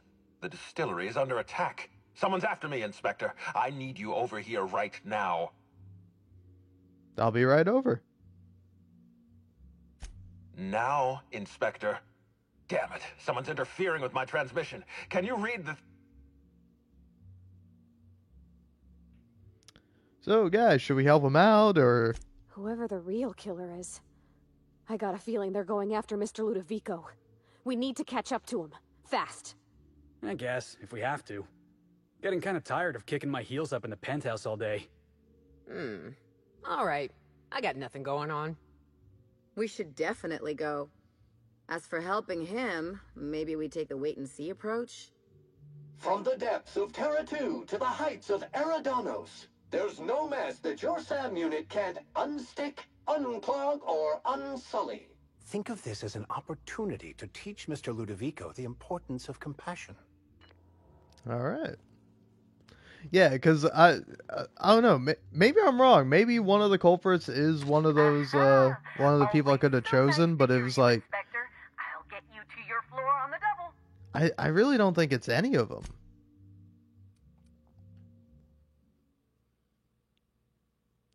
Like, Ludovico was like the only one there, but I assume now whoever's going to kill him is going to show up. I don't know. My only thought is that maybe it is Helen. Maybe Helen like faked her death, and now she's like going after him for whatever reason. All right. So, we gotta head over there. That's where his office is? Huh.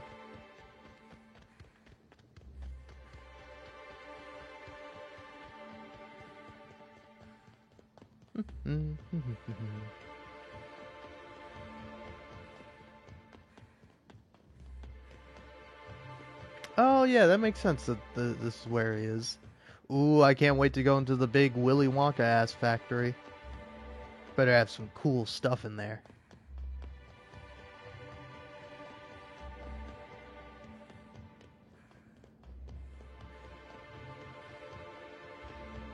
Nope.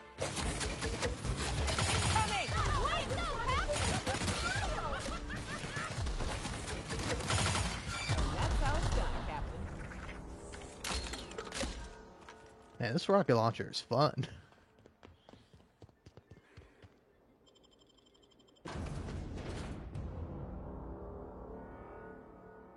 Workplace malice is moral bankruptcy.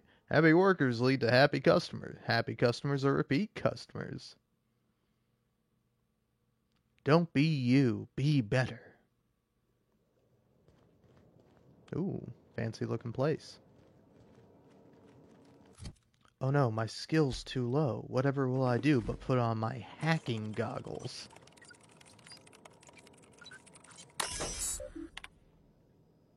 Help no longer needed. Don't require or inquire within.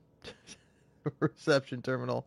Help me, help me, help me, help me, help me, help me, help me, help me, help me, help me, help me, help me. Happy, happy, happy, happy, happy. Happy workers lead to happy customers. Alright. Also, fun fact, you missed out on it, but there are, oh yeah. The goggles I have here give me +5 hack. But my top hat gives me extra persuasion.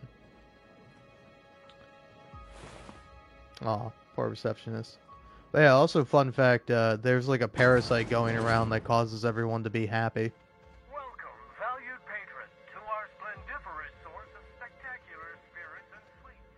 Rizzo's is committed to bringing joy and happiness to our Ooh, look at that. Feel free to browse the various displays in front of you to learn about our humble facility and the wonderful products we provide. You know, they say joy and happiness. It's really more like a dull complacency.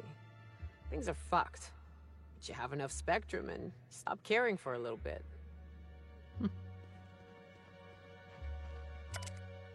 It all starts here at the orchards. Our purple berries are harvested at peak edibility.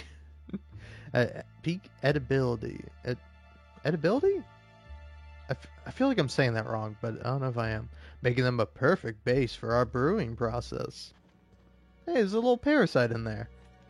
I see you, little guy. Our fine distilling process has been honed by years of experience. Not only efficient, but highly effective at bringing out the most powerful flavors from our ingredients. After the beverages are ready, we bottle them up and ship them out straight to the thirstiest mouse in the colony. Well, look at that. Fancy. Spectrum Brown, a bold and full-bodied spirit with earthy notes and an indescribable savory flavor, dissolving into a hint of brine, culminating in a bitter yet satisfying cocoa-adjacent aftertaste. It'll leave you smiling for days. If you're interested in trying this unique flavor sensation, proceed to the door to your right and follow the path to the tasting room. Ah. Take it that's where I'm going. Did you know that this facility doesn't just distill alcohol? We distill fuel right out of the atmosphere. That special flavor presented in every bottle of Rizzo Spectrum vodka also gives our fuel its unique kick. That we use the same canisters to brew our beverages and start our raw fuel? Yeah, it's not a problem at all. Beyond this door, we hope to make some of your wildest dreams a reality as we give you a peek into the heart of our distillery. You can see it all for yourself, clear as crystal. Please refrain from sharing our secrets with unauthorized solicitors. Let's just keep this special experience between us. Ooh. I see you've stumbled upon a little peek into our distillery. These tanks are hard at work brewing the wonderful Rizzo's beverages you know. With exciting new flavors like Rizzo's Spectrum Brown. This ain't a distillery. This is just boiling alcohol. Where's the mash? What's collecting the distillate? Something ain't right here. Are you telling me that this place is all just a big facade? Behind the scenes, I bet you're pretty thirsty. Well, not to worry. We have every flavor of Spectrum available to delight your palate. Please note that tour guests are limited to a maximum of 3 different Rizzo's flavor samples. All beverages must be consumed on the premises.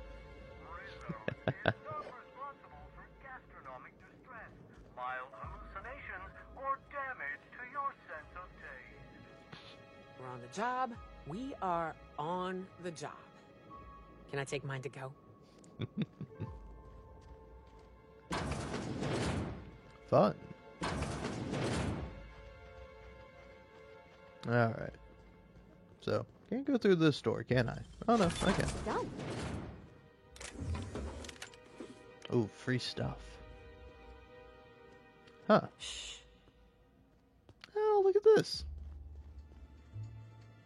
Oh. A new unreleased flavor. It's mine. All mine. This is interesting. Examine. This looks like a prop used during filming that took place on set. Not much of a weapon. It's too fragile to even pistol whip someone.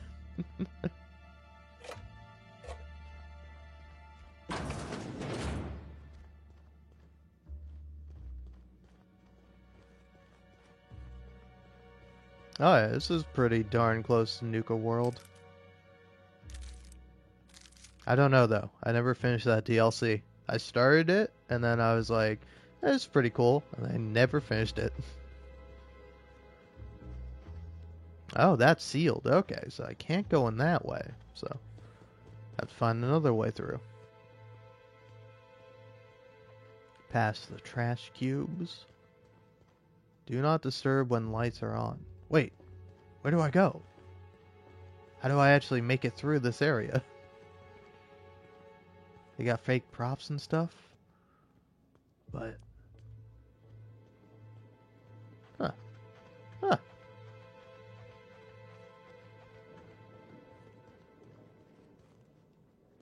Am I missing something? Maybe I gotta do something on here? Nope.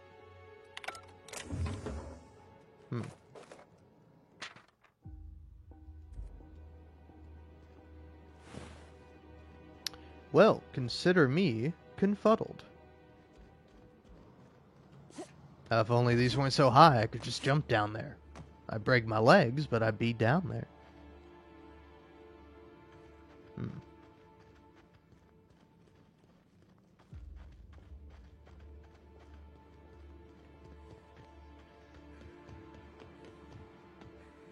Man, I'm gonna feel like a right idiot when I do figure out what it is I'm supposed to actually do.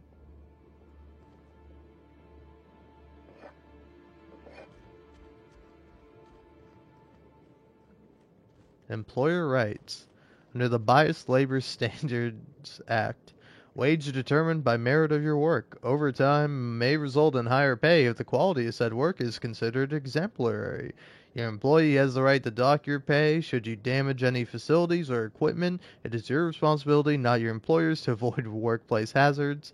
Halcyon Department of Labor. It's kind of funny, just have it like behind the bar. Okay, yeah, maybe I'm actually supposed to go at it from like a different way.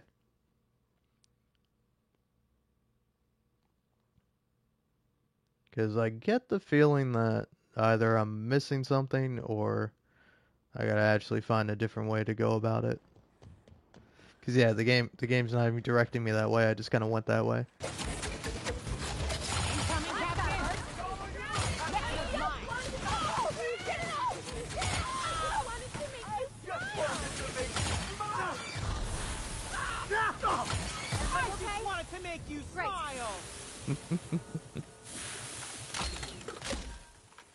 It's a little sad that whenever you kill these guys, the last thing they say is, I just wanted to make you smile. Kind of sweet. Now here we go. Come hell or high water, I'm gonna figure out who the killer is. Then I'm gonna kill him and take their gun.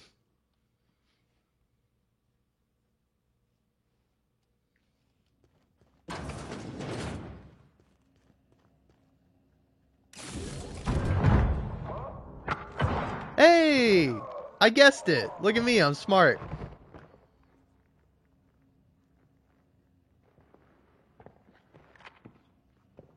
It's you. I had a feeling you'd catch up to me sooner or later, Inspector. I was just hoping you'd find me standing over the Administrator's corpse. What in law's name? Halcyon Helen, how are you still alive? Oh, is that Ludovico I hear? Perfect. I'm so glad he's still in the building. Would you mind letting him know I'm about to blow his whole operation to flinders? Yeah, sure. I saw this coming from a mile away. Coming from anyone else, I might have scoffed. But you? I can believe you saw through my charade, Inspector.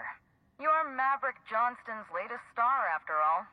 Johnston may be a tedious hack, but he has an eye for talent. I've heard about you and your ship, Hawthorne. You're one of the few competent people left in this colony. That makes us two of a kind. The corpse in the ballroom. I'm guessing she's a body double? She was much more to me than a body double.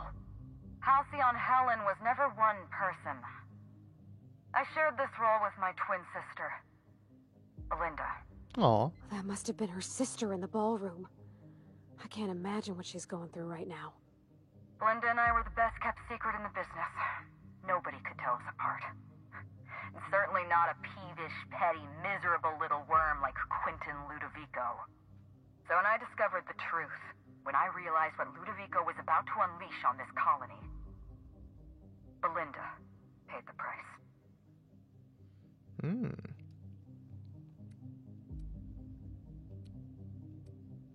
I'm sorry about Belinda. So am I. I'm sorry I wasn't there for her. I'm sorry I couldn't protect her. Killing the administrator won't bring her back. But it'll feel good. I have no regrets. I did exactly what I had to do. I'd do it again. If it means defending Halcyon's future, I'd do it in a heartbeat. Tell the truth, Ludovico. There's nothing safe about Spectrum Brown. You want to infest this entire colony with those disgusting parasites. They're not parasites. These creatures are symbiotic life forms. They belong to the highest order of life form, capable of living in perfect harmony with humanity. The symbiotes evoke a feeling of joy in their host, a bliss so pure, so profound as to render the most exquisite recreational substance obsolete. Oh, don't you see, Inspector? I want to bring joy back to Halcyon. I want this colony to smile again. Yeah, are you also infected, man? Because either you're crazy or you're infected. Yeah, they're not symbiotes. I've seen the way the infected behave. A host only turns violent if they're carrying too many symbiotes, or if they see you as a threat. In its natural state, the relationship between symbiote and host is perfectly harmless. Listen to me. I never wanted to take a life, but I had no choice. I couldn't let anyone destroy this colony's only chance at real happiness. But what about Helen? What about all the innocent people she's killed? No one I crossed off was innocent. Yeah, I believe that. Yeah, that was you in the labs. You killed Dr. Blossom. Have you met Dr. Blossom? She was practically a reptile. A cold-blooded psychopath who toyed with human lives in the name of scientific advancement. Leora Blossom wasn't a person. She was a weapon in Ludovico's arsenal. You call it murder? I call it disarming my enemy. Yeah, just how many people have you killed, Helen? Ludovico murdered my sister, Inspector. He killed Belinda with his own hands. Dr. Leora Blossom, Maria Keene, that flackwit of a mascot, they were standing between me and Ludovico, so I did what I had to do. I went through them. Yeah. What did the mascot ever do to you? The mascot was a spy working for Ludovico. He was ordered to keep an eye on Belinda and I, and report back to his master. You're being paranoid. I barely knew the fellow. Don't try to deny it. Anywhere Belinda and I went, that mascot was there, just watching us with those cold, dead eyes. And Constable Keene, was that you too? She was on Ludovico's side. When she realized I was alive, she refused to stay silent. I gave Maria a chance. I told her about Belinda. I asked for her help, but she turned me down. She was honor-bound to report me to Ludovico. Maria had a duty to her company, and I had a duty to Belinda. We both did what we had to. But in the end, I was the faster shot. Well, I've heard enough. You know what you need to do. Help me avenge Belinda. Help me put a stop to this. Don't listen to her. Listen to me. Throw in with Helen and you destroy Halcyon's only chance at real happiness. Think of the future, Inspector. A lifetime of bliss and joy for every colonist in Halcyon. We can make that happen. Look, man, you keep saying that, but I'm with Helen. You're out of your fucking mind. Like,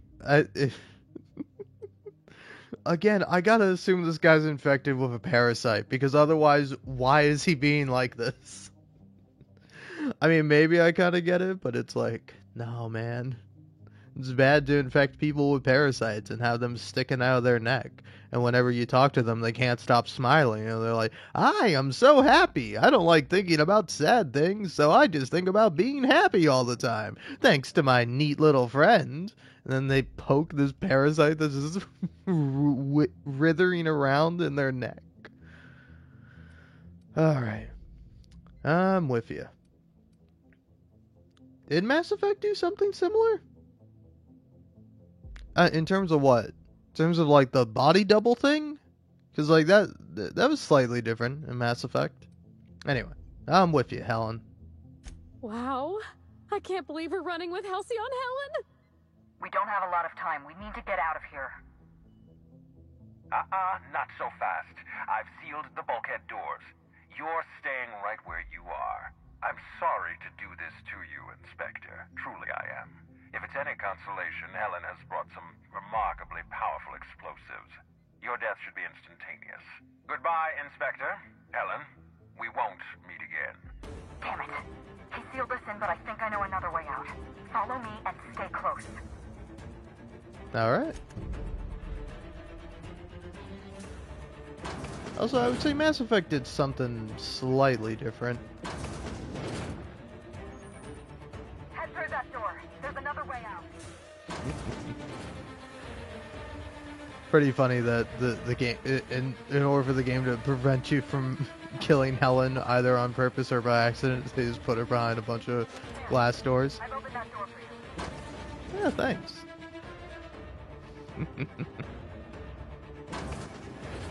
Ooh, fancy. Ah. Try. I mean, this switch. Yeah.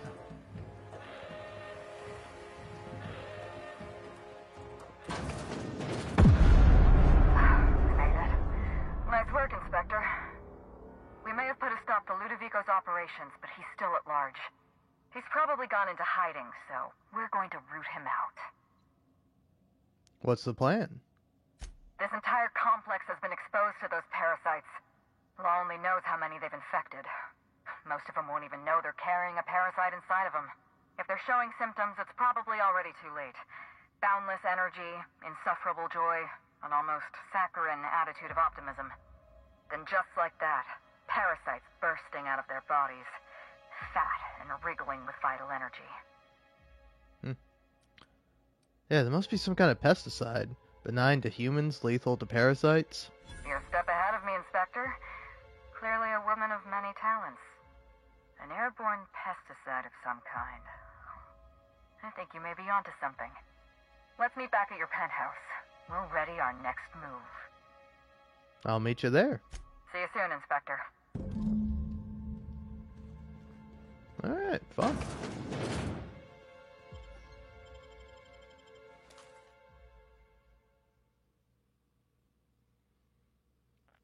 I don't know, I will say it's kind of funny. I called the twist both times in the DLCs. To be fair, they're not like super hard to figure out, but it's like, I don't know. Just makes a bit of sense.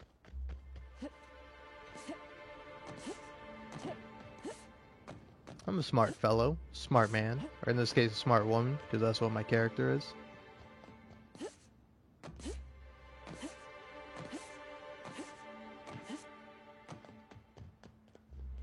Yeah, I know it. You know, honestly, it's kind of funny that you bring up Mass Effect, because I don't know, I really like Mass Effect. I like the first one a lot. The third one, I'm not crazy about.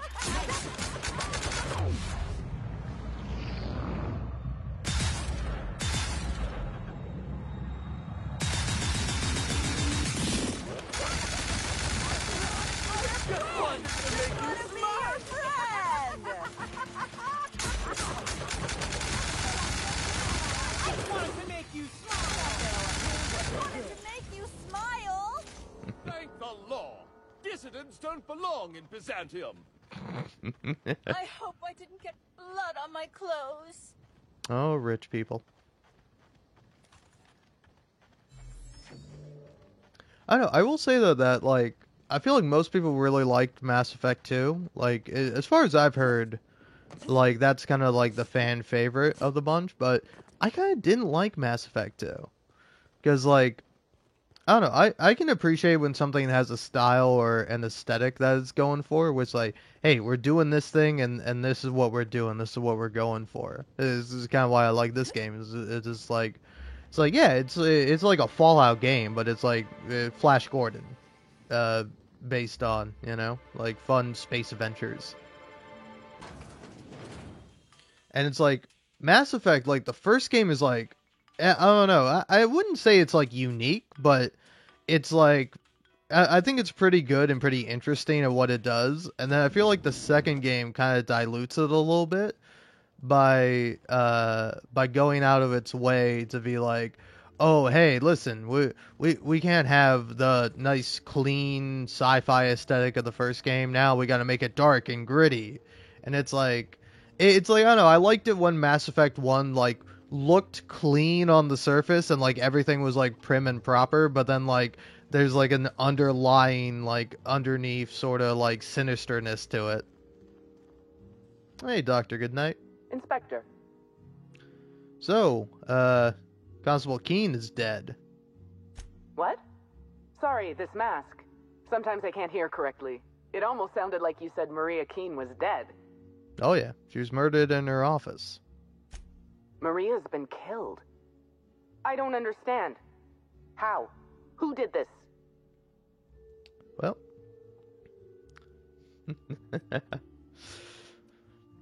Whoever did it was carrying the Needler. Helen's signature weapon.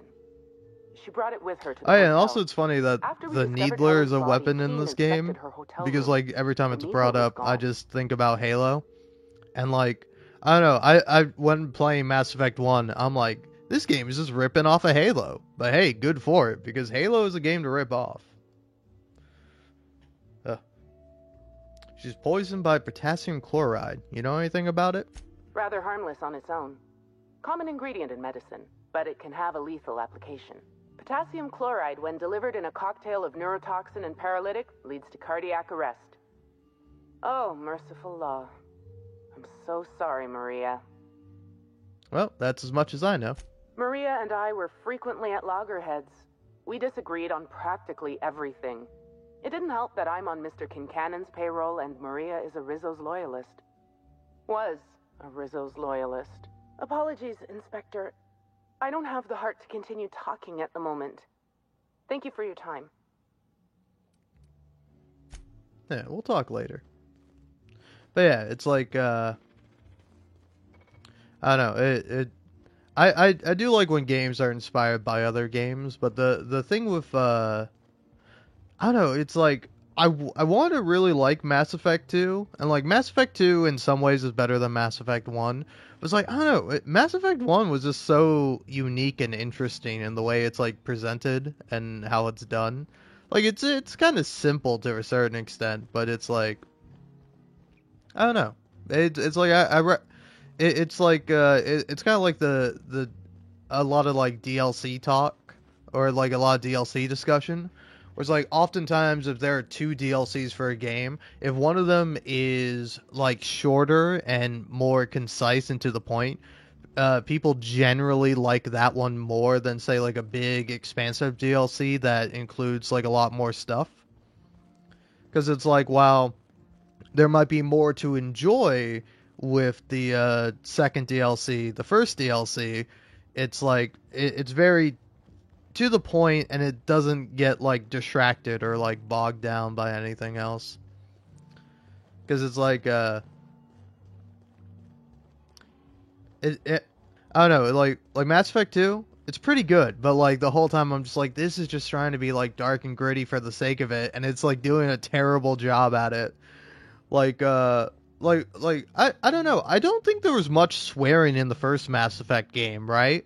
Like I'm sure characters said damn, but there wasn't like I don't know. It's like not very often you hear a character like go, oh fuck.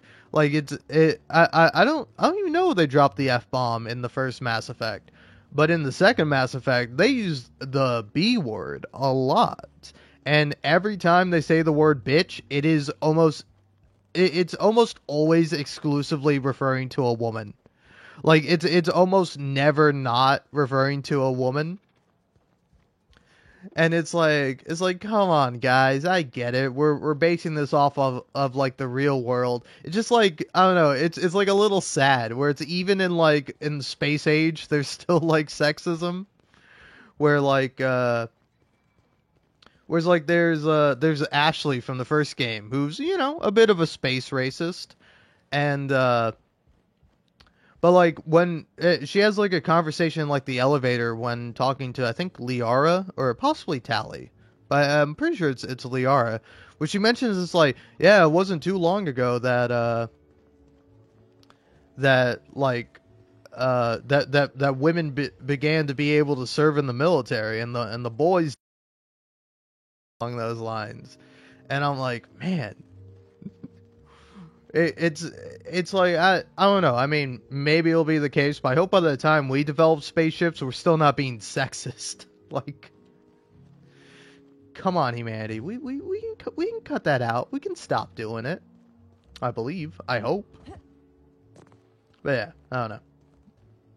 Sorry, just random thoughts about Mass Effect, but I quite like the Mass Effect series. I don't know, like Mass Effect 3 was like the worst one by far, but it still had some good moments. But like, here's the question. I think both the DLCs for the Outer Worlds are pretty good. Like they fit the tone pretty well. Like this one is a murder mystery, and then the other one is like a detective kind of romp where you're like a PI essentially trying to like figure out like what happened on this asteroid. Why did the company abandon it? Who's behind this? Who's trying to sabotage you? Trying to bring these things to light. It's like it's pretty interesting. And then like the Mass Effect 3 DLC, like the big DLC for that game, the Citadel. It's like it's like almost good. It's like I want to like it, but like it to me it felt very hollow. Of like here's this game that is like very serious. At least Mass Effect takes itself seriously.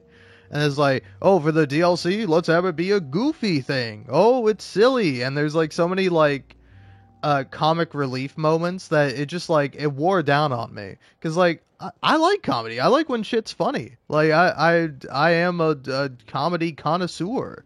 But like it did not fit, and it did not work for Mass Effect to like have all these like serious like space soldiers. Like it's like, oh, let's have them all be silly and let's have like a big party. I didn't mind the big party. That was probably my favorite part of it. But yeah, it was like trying too hard to be funny, and it's just like, here's the thing, if it tried too hard to be funny and it was, I'd be fine with it. I'd be like, oh, okay.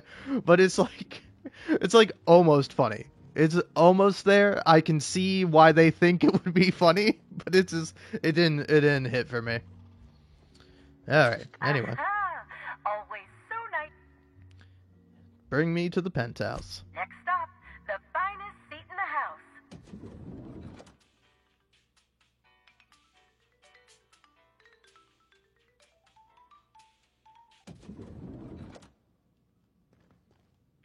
I didn't necessarily mind the condo in and of itself. Like, it's like, I don't know, it is funny that you get it, and it's just, oh damn, I'm forgetting his name. Keith David's character. What's his name again in Mass Effect? God, I do not remember. Really? Anderson. Oh man. Yeah, it did definitely come out of nowhere, but it's like, I don't know, I think it's sort of presented as like, oh hey, here's a place for like Shepard to stay. Here's like a home away from home, but like, I almost kind of don't like that, you know? It's like I like that like Shepard like lives on his or her ship, you know? Where it's like whereas like that's like her home, but it's like I kind of get that they wanted to have like a actual like, you know, an actual like space, like an apartment or a condo or whatever, where it's like, oh yeah, here's where like people usually hang out. It's like you could have just had it on the ship, but they would have had to like either change or expand the ship a little bit or do something like that. I don't know. Anyway, let's go talk to Halcyon Helen, i.e. Ruth Bellamy. It's strange. When you walk through that door, I half expected to see Belinda. Belinda and I practically shared a life. Losing her feels like losing a limb. She's conspicuous by her absence.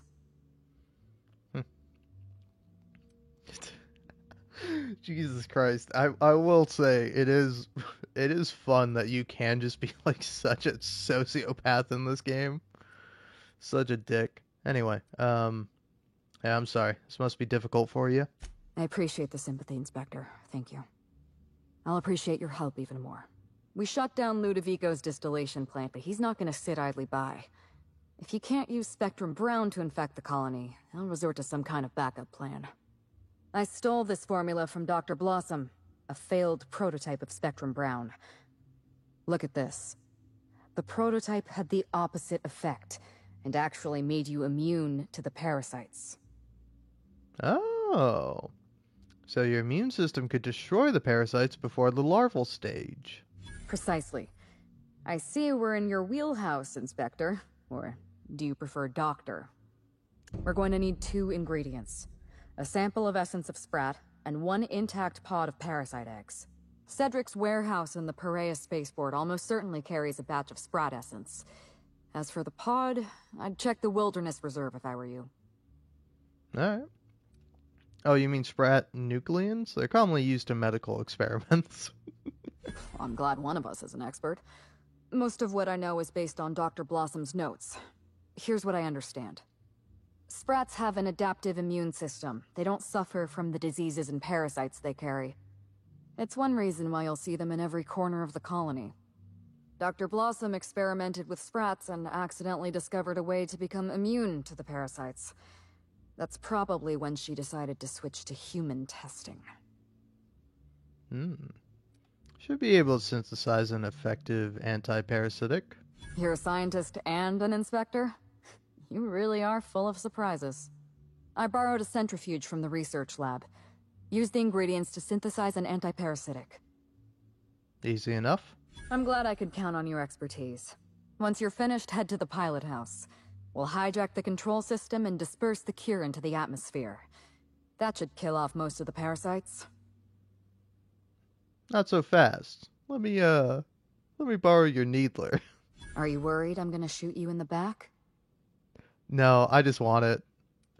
Yeah, I'm already doing all the work. I deserve to feel like an Aether Wave hero. You're right. You do deserve the spotlight. Here. You take good care of my needler, and it'll take good care of you.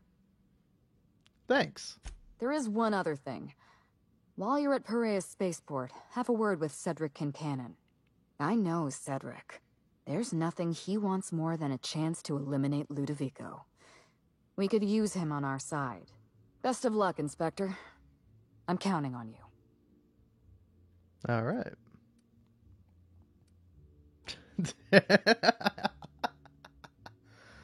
Oh, man.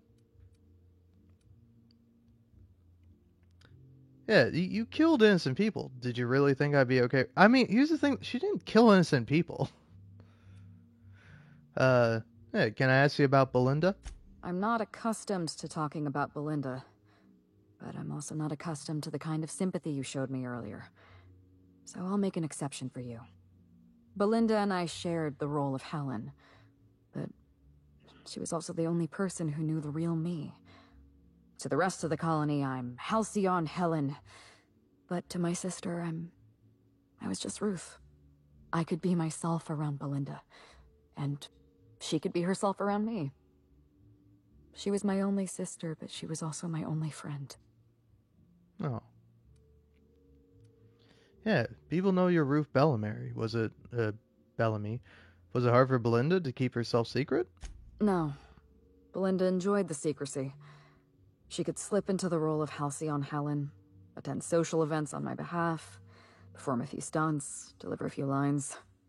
And then, when she grew tired of all the people and all the attention, all she had to do was slip out of the role and be my sister again.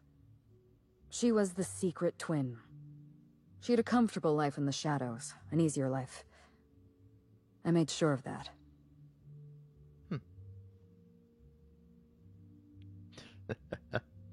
She's important to you. If I were you, I'd want revenge too. What I want is my sister back, but I'll settle for killing Ludovico. So nobody else knew you had a twin sister? Parents, naturally. An agent, a couple of directors. None of them had any reason to reveal the truth. To them, Helen was a brand. Revealing our secret meant damaging that brand. Damaging that brand meant losing money. Nobody in this colony wants to lose money. Belinda and I saw Helen as an act of theatric sleight of hand. We enjoyed the deception, the challenge. We wanted to see how far we could go. I'd say you went pretty far. You two became Halcyon's best paid stars. And if I hadn't underestimated Ludovico, you and I probably wouldn't be talking about Belinda in the past tense. We wouldn't be talking about her at all. It should have been me in that ballroom. Belinda died because I was careless. Never mind that. If you've got something else to ask me, now's the time. Nah. I'm glad I could satisfy your curiosity. Nah, see ya.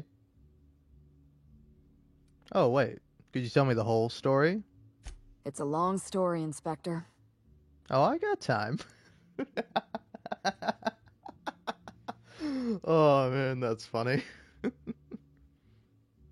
You know, I will say, though, just briefly, because I was thinking about it, I think for the Mass Effect 3 DLC, they should have, like, introduced a new planet and, like, a new alien race, you know?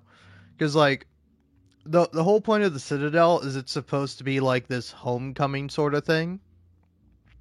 But then I think they kind of, like, spoil it by being like, oh, here's a wacky evil clone of you. Like, it's literally like a joke. Where it's like, oh, the Shepard has an evil clone and you gotta defeat them. It's just like, I don't know, I would have much preferred, like, actually, like, doing, like, a diplomatic mission or, like, trying to do Mass Effect shit. It's like, the whole premise of Mass Effect is it's kind of like Star Trek-esque, except they're not too shameful about killing people. They're not too shameful about killing people in Star Trek either, but like usually they're like that's like a last resort option. Meanwhile, if you're playing as like Renegade Shepard in the Mass Effect series, you can't just be like, oh, this planet of aliens, I'm gonna kill them all. Which is a bit sad, because I like the aliens. The aliens are fun. Anyway, I've got time. It was supposed to be just another marketing job. Rizzo's wanted Halcyon Helen to be the face of Spectrum Brown.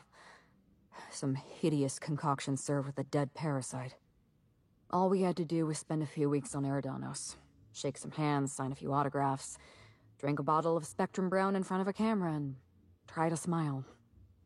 Belinda didn't want to go, but I wanted a change of scenery. In any case, we couldn't possibly say no. Why didn't Belinda want to go? Belinda always hated endorsement deals. They felt cheap to her, inauthentic. She always believed her first priority was to our fans, and not the company that bought us out. What happened when you got to Eridanos? Or, yeah, what made her change her mind? Nothing. She took the job when I did. Belinda was an idealist, and Her ideals died with her. Belinda and I arrived on Eridanos and played our usual game of trading places. We were practically flawless. Even Ludovico didn't know about us. Belinda was unhappy for the first few days, but then she met Bertie Holcomb. Bertie treated her like a human being and not just an Aetherwave icon. They were just about perfect. I see now. Okay. Yeah, because that's something I was thinking about. I was like, were you both dating Bertie Holcomb, or was it like just one of you? I see now. Yeah, I met the guy. He really did care about her. Bertie had a temper, and that worried me. But in the end, he was a decent enough fellow. Bertie wasn't the person I should have kept an eye on. It was Ludovico. I had a feeling Ludovico was hiding something. Belinda stayed busy socializing with the celebrities around the complex. That gave me some time to do a little digging. Yeah, I heard you insisted on a tour of the labs. I saw everything. The test subjects, the parasites. Spectrum Brown was never safe to drink. Those harmless, dead parasites at the bottom of every bottle. They were just dormant. They would have sold out in a month. This colony loves novelty. They'll eat up any new product we toss their way. A new cereal, a new Spectrum flavor. Ludovico knows that. From Emerald Vale to Byzantium. A parasite in every brain and a grin on every face. Every last one of us trapped behind a mask of joy. That's what Ludovico wants. Yeah. Ludovico realized what you were up to. He thought you exposed his plans. I was careless. I was risking Belinda's life every step of the way, and I never even realized. Don't blame yourself. I wish it were that easy. Still, thank you. Was there something else you wanted to talk about? Nope. See you later.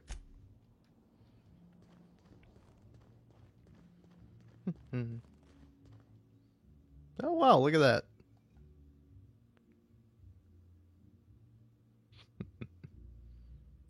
That's pretty funny.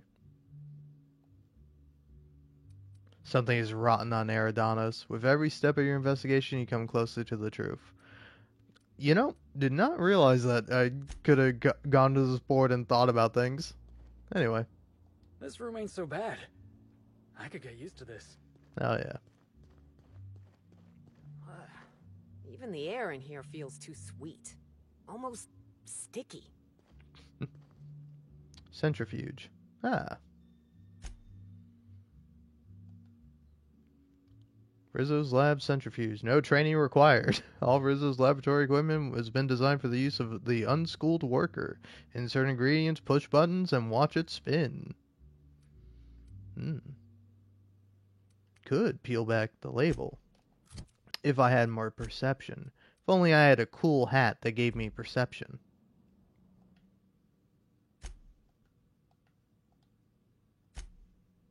You see another smaller label under that one. It reads, Discontinued Model Spatial Choice Proprietary Technology. That's funny. Just finding just stealing like a piece of equipment and then... Always so nice to hear you, Inspector. I'll get you to... Yeah. Get me out of here. Alright, lots to do. Oh, I haven't even checked out my new fancy gun. I'm probably going to give it to one of my friends, but, you know, I gotta see it. Swear to God, if it doesn't have pink needles poking out of it, I'm going to be upset. Nah. But yeah, let's see it. Yeah, look at that. Ooh.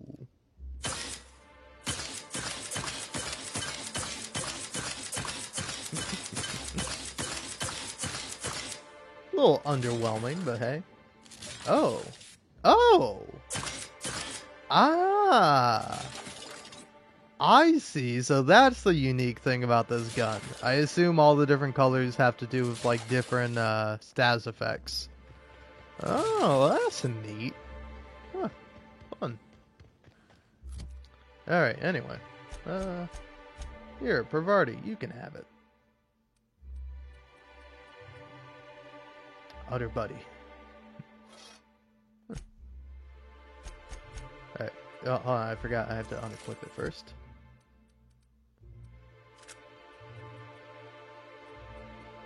And let's see. What was I using beforehand? Yeah, I was using that.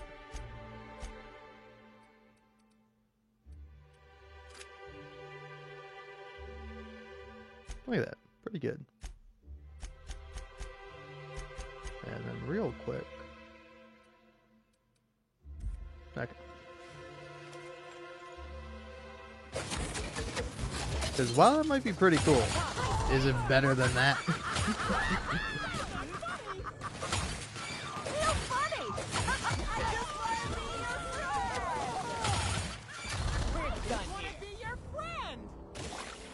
Alright.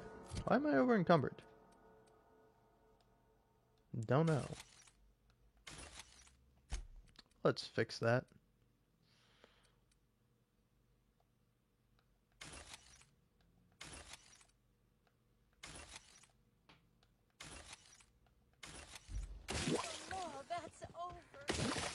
Alright. Sure, I can find someone to sell stuff to.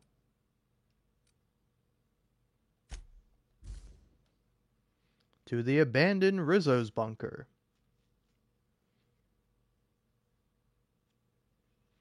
Rizzo's. Whoa, whoa, whoa. It's Rizzo's. Oh, yeah, okay.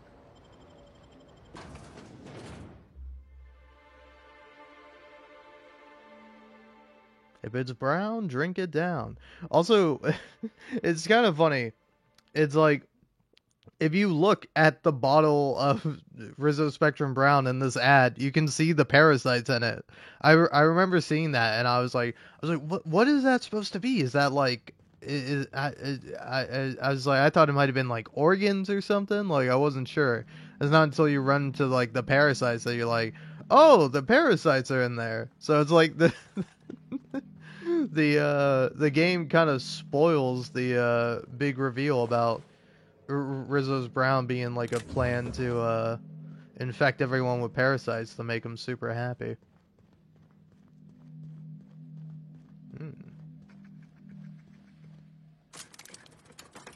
I take it I gotta go down the elevator.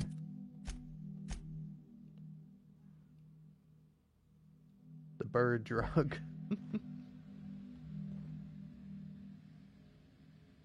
It is pretty gross. I don't know if it'll come up, but we might run into some people who actively are infected by the parasites, but not to the point where they just instantly try to kill you. And it's tell you what, it's not pleasant to look at.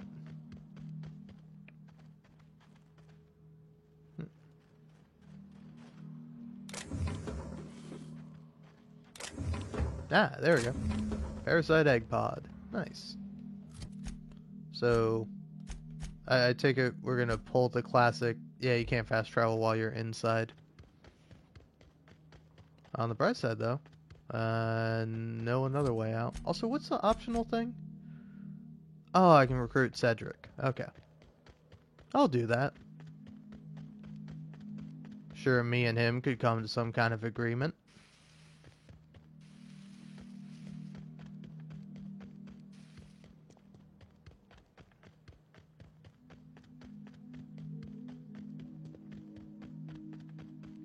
Freedom.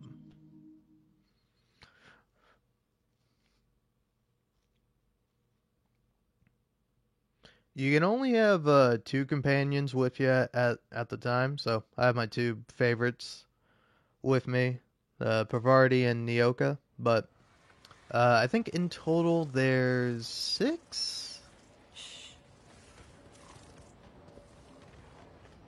Listen, Giant Bug, if you don't want to die, I suggest you just don't worry about little old me. I don't have to kill you, but I can.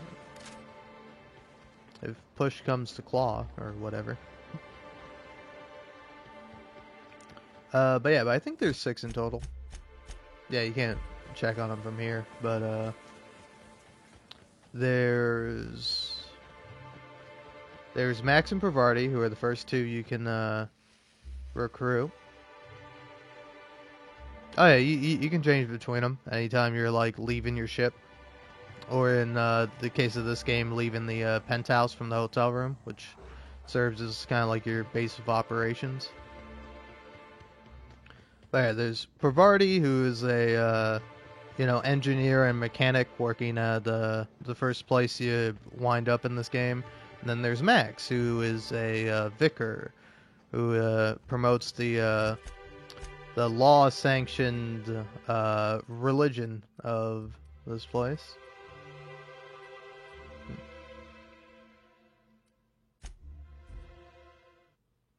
Yeah, where do I go find the other thing? Because I know Kincannon is here, but... Okay, they're both in the same place.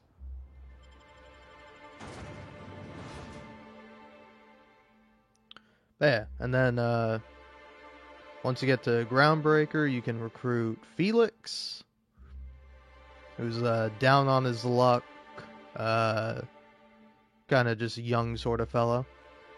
And you can recruit Nyoka on Monarch, and then I forget what you recruit Ellie. Oh yeah, Ellie's also at Groundbreaker. Oh, I think, yep, everyone here is infected by parasites.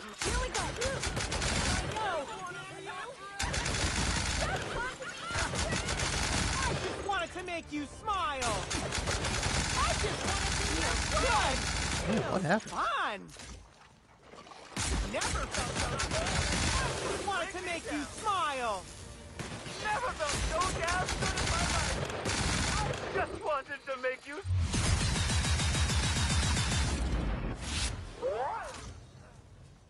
Oh yeah, and there's no VATS in this game, but there is bullet time essentially.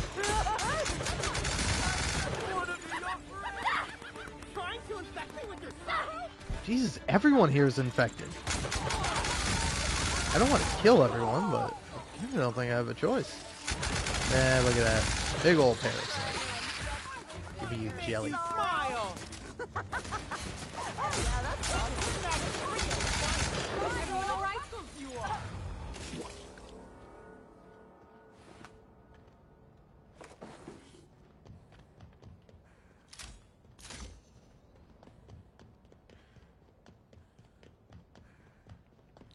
Yes, I take it they're probably not here anymore. They're probably in hiding.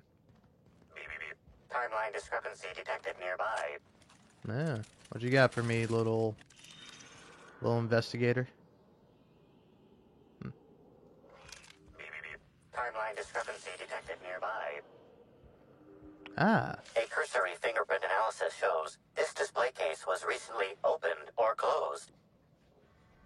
That gun on the bottom looks special. Has it been customized? Confirmed. The grip has been modified for a specific wielder, most likely the rifle's owner. Additionally, the plasma rifle sights appear to have been realigned to better accommodate a shooter with slight myopia in one eye. The fingerprints belong to Cedric Kincannon.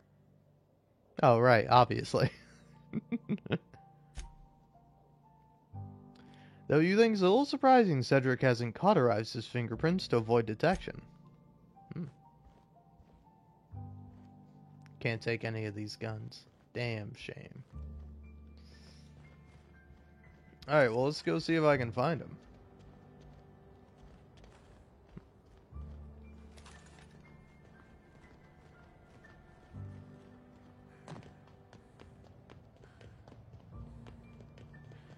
This port seems real busy. I wonder if they're trying to compete with the Groundbreaker.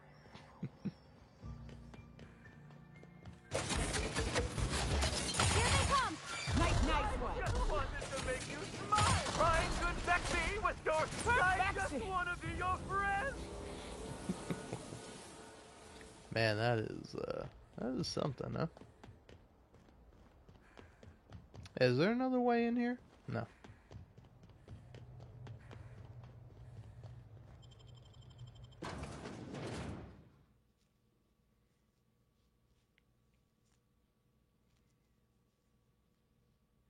Don't be you, be better. Oh. Hey, partner. Law, how'd you get in here alive? You are alive, yeah? And not one of them? No, you look clean. Good. You'd better get inside with the others. Okay, yeah, are you infected, man? I spilled mock apple juice on my pants, okay? It's apple juice, not, you know... Yeah, I believe you, man. I believe you.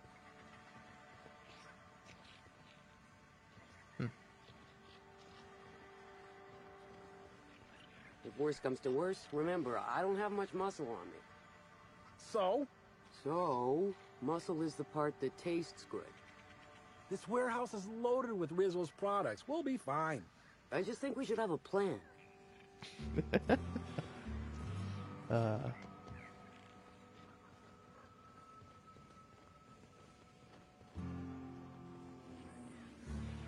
Oh, well.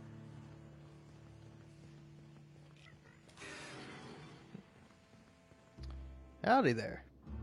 Hey, Inspector! You're alive! That's terrific. Yeah, how you holding up? Can't complain. Still slug-free. That is, I'm still slug, obviously, but I haven't been slugged. You know what I mean. Yeah. I need, Essence of Sprat. You have any in storage? You need... what? Why? It's for an anti-parasitic I'm working on. No kidding. I should have known you'd be on top of things. That must be what's on my desk. We just got it in. Couldn't find it on any of our shipping orders, and none of us could figure out what in law's name it was. You're welcome to it. Just so you know, it's got a bit of a weird smell. I'm sure. Stay safe. You too, Inspector.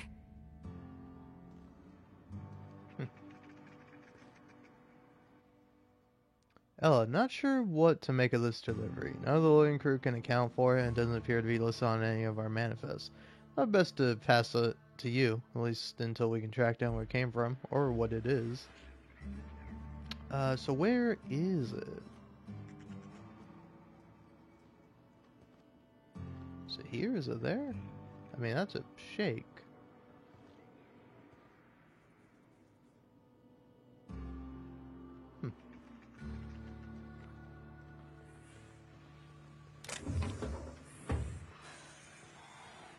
Sorry, I'm confused. You said the thing was on your desk, but I don't see it. Oh, that's it. Ugh, Essence of Sprat? Why would anybody keep a vial of... Never mind, I don't want to know. Alright. Well, let's go see if I can rescue Cedric, wherever he is.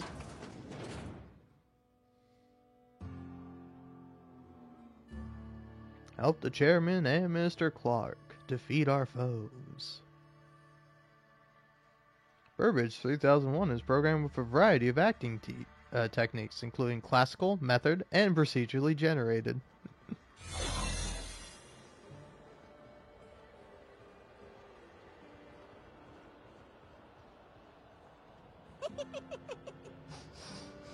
Don't mind me, Mr. Giggles.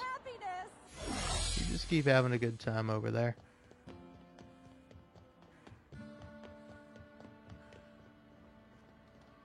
Huh. So yeah, where is Cedric?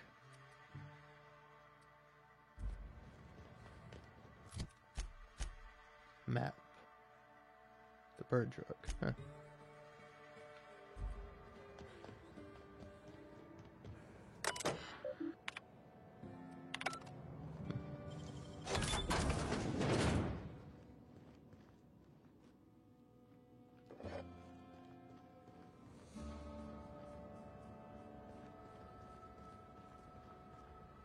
Me?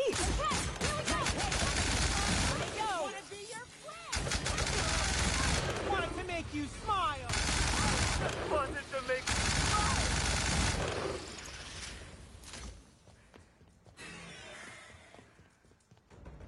I'll show you happiness. Don't mess with us. Want to be your friend?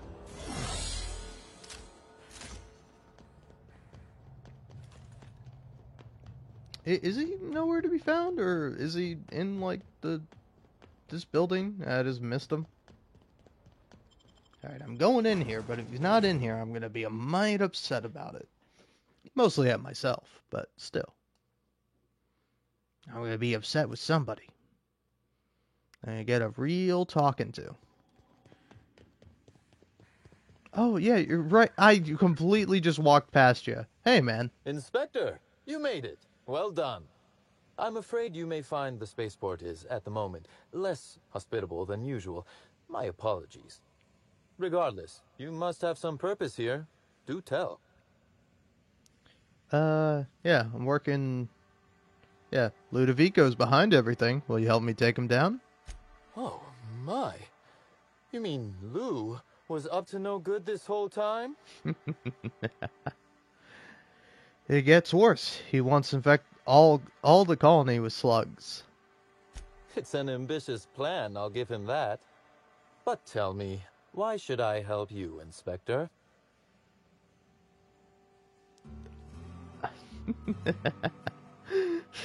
Because I'm the Sprat fucking inspector, damn it.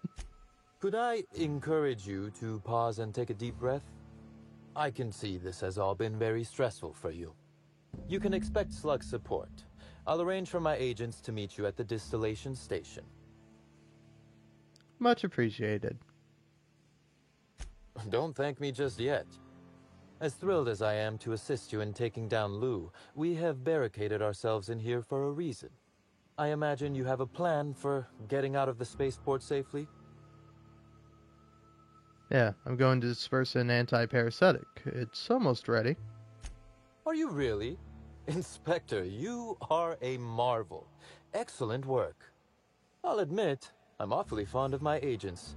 To see them restored will be a great weight off my soul. Thank you. Yeah, I definitely didn't kill them all. I'm working with Helen to create an anti-parasitic. With Helen? You don't say. Yeah. It's a longer story than we have time for. Yeah, did you know she was alive? You flatter me, but no, of course not. Knowing implies certainty. I merely suspected. This anti-parasitic, it would restore my people to their original, non-infected selves? Safely? I believe I owe you my thanks then, both personally and on behalf of Slug. Yeah, sure. Anytime. Yeah, it's awfully lucky Slug had just received the item I needed. Quite the coincidence. It would seem luck is on your side. Let's hope so. I still have to dispense the cure. Suspiciously lucky, even. And given it would spell trouble for all of us if that luck of yours were to expire, I really shouldn't delay you any further. Unless there was something else you needed. Nah, I'm good. Well, yeah, what happened here? How did everyone get infected? Whew, whatever it was, it happened quickly. Like a wave sweeping across the shore. We were overrun. Survivors are still trickling in. We've put out a call to Slug agents not at the docks to keep their distance. With the warehouse's stores, Slug could hold out here for weeks, easily. Possibly months. Huh. Well, that's all for now. Whoa! Look at that big old Sprat. Poor woman who used to always talk to that Sprat got infected. What a guy. She's one of them now. Yeah, Sprat of unusual size. Why is this hidden away? Gambling ain't illegal, right? If it is, that's a stupid law. Pick up all in. Nice. Well, let's take a look at all in. Whoa. Alright. Seems pretty good.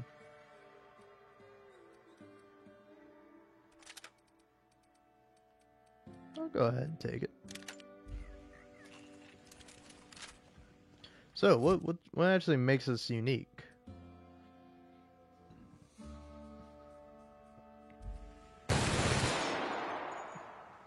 I don't know. Guess I'll find out. Either way, I'm all in.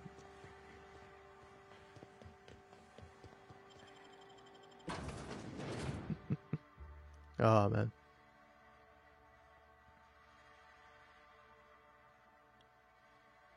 I remember a time when me and all my friends were playing Texas Hold'em on on Red Dead Online, and we all just kept going all in. like no matter what, it's just like, I think I'm going all in. It was fun. Yeah, do I even need to do that?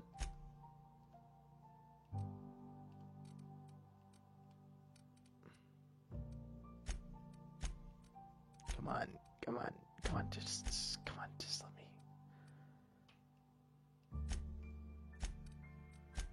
let me get the, fine. Fine, I'll walk.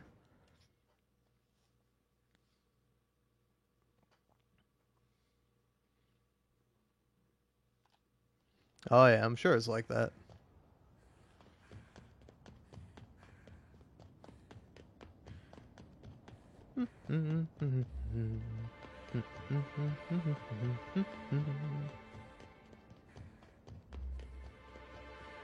It's a big ass fucking hotel.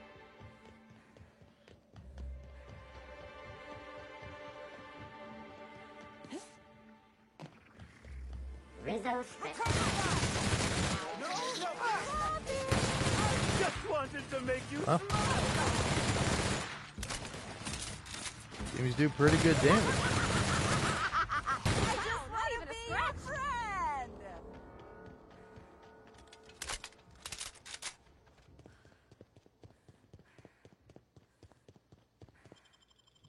Alright, to the Grand Colonial Hotel.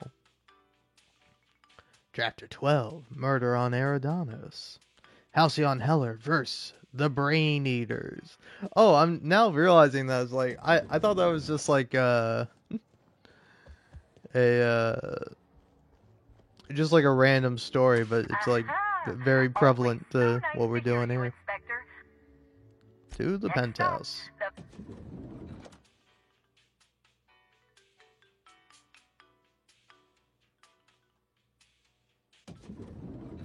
Alright. Let's mix this. Ooh. Hold on, can I increase my science? I don't know if I can. I don't know if I really have many science-related things. My science is pretty high though, right? Yeah, it's at 100, so. Science is a tech skill, so I just need something that increases my tech skills. There we go. Calibrate the device, then pour in your ingredients. This is a rudimentary device used by unskilled workers, but you managed to make a few necessary changes. Separates Sprat essence into basic components. As expected, Sprat nuclein immediately reacts to the parasite eggs. And then what? Your anti-parasitic is complete. Your own special design on the formula guarantees a near total elimination of any parasites present in a host, improves their digestion, and sweetens their breath. Well done. Nice.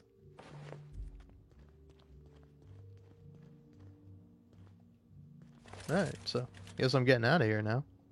That should do the trick. Take the antiparasitic to the pilot house. We're gonna hijack the atmospheric controls. Cool. Yeah, you know, I guess you killed innocent people. Do you really think I'd be okay with that? Yes, Inspector. I did. Leora Blossom and Maria Keene were on Ludovico's side. They chose to stand between me and my sister's killer. I had to cross them off. Alright. Well, what exactly happened between you and Constable Keene? Would you believe me if I said I gave the constable a chance? I spoke to her in her office. I told her everything. Belinda, Ludovico, the parasites, all of it. Maria said I was guilty of corporate sabotage, and that she had a duty to report me. She told me how sorry she was, and I told her the same thing. And then I shot her. Maria was defending my sister's killer. If someone murdered one of your crew in cold blood, what would you do? Yeah.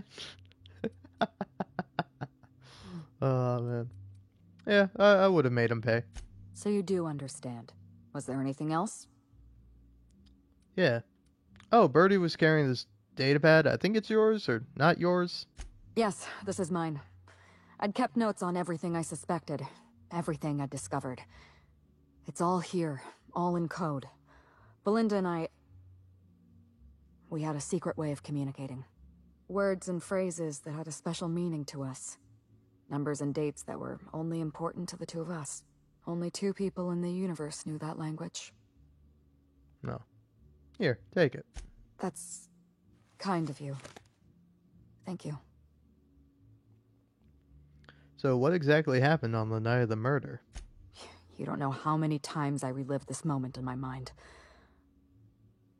I discovered what Ludovico was up to when I toured the orchards. I threatened to expose his plan. Ludovico decided to eliminate me. He programmed Burbage 3001 to fire on his command and disabled the security cameras in the ballroom. Only, he didn't know about Belinda. I'm sure he thought it was my skull he caved in with a bottle of Spectrum Brown. Burbage covered his blow with a plasma shot, and then Ludovico wiped his memory. Ah. Yeah, then he hired me to pin the murder on someone else. I don't think he expected you to be so competent. In the end, hiring you may have been his undoing. I went after Leora Blossom, and you were just 1 step behind me. I programmed an automech to steal some explosives from Cedric, but you weren't far behind. You were always hot on my heels, 1 step behind and catching up. I realized I'd have to throw in with you or eliminate you. You would have lost that fight. I like your confidence. Take that with you when you hunt down Ludovico. Alright, see ya.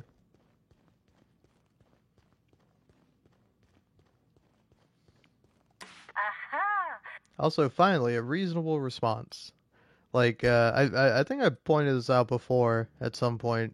I think in this DLC or like the other one, but like it's always funny whenever like a character in a game like threatens you, where it's just like, oh, it's a good thing you didn't make an enemy out of me because I would have killed you instantly. And it's like, buddy, I got time powers. All right, if you did kill me, you know what I would do? I would go back in time and then I would kill you.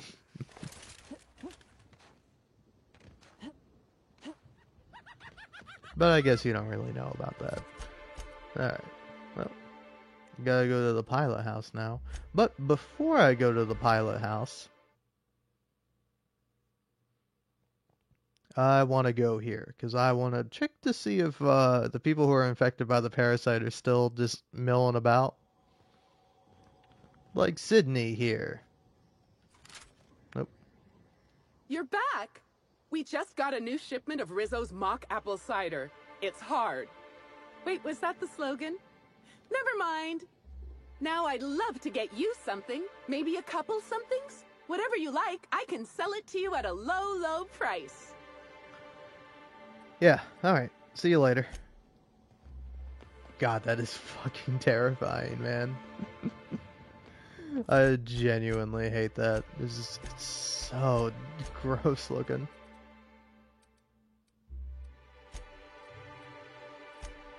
Oh, but there you go. I don't know why they made it so hard. Like, let me just zoom in on the map more. Why'd you make the map so small? Take him down! Oh, wow, that's a lot of people.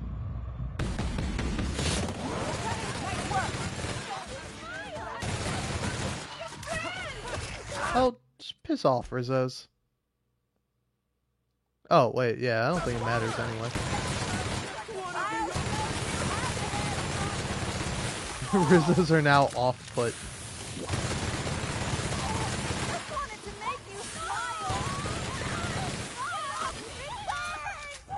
That's the last of them. Fine, whatever. Load a save, I feel bad. I don't want Rizzos to hate me, in spite of them being an evil corporation that's trying to infect everyone with parasites. you know, not all of them suck, and maybe they could still pay me after this. Maybe they'd be like, hey, thanks for, you know, not letting this crazy, insane guy infect everyone with, parasites that would have turned everyone dead eventually. Hey, is there like a more reasonable fast travel point? Not really. Come on. Come on. Come on.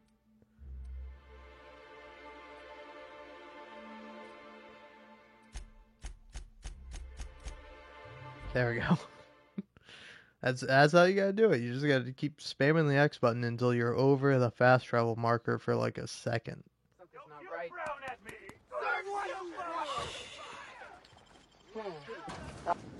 You know, why even bother fighting them? Just go inside. Oh man, that's really funny.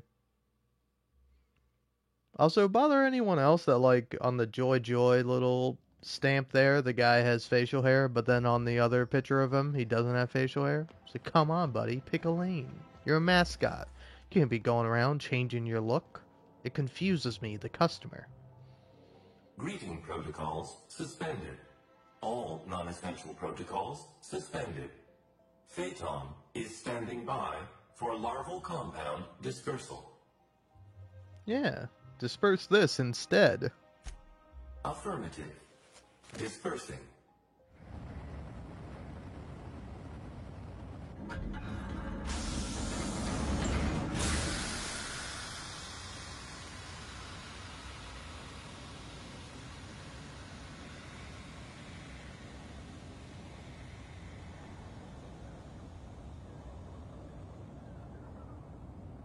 Well, hey, if it's green, that means it's clean. Distillation station. What have you done? What in law's name have you done? You hijacked our atmosphere. Are you trying to kill us all? No. You're trying to kill my symbiotes. I'm not going to let you destroy everything I've built. I can still fix this. I can undo the damage you've done. End of transmission. Alright. Now Rizzo's is off put. Which I say fair. But fuck you, Rizzo's. I just saved your whole colony. Saved you from a PR disaster nightmare. And this is the thanks I get? You're off put by me? I mean, most people are that way normally, so I just don't see how it is. Alright. Map. Gotta go there, apparently. Which is not far. I don't think.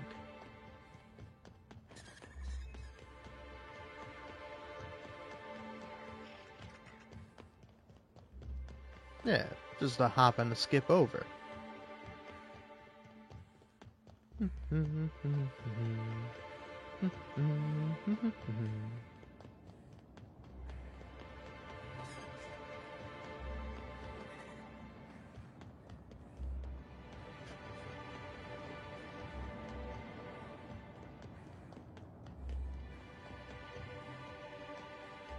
Oh man, after this I'm gonna have the best lunch.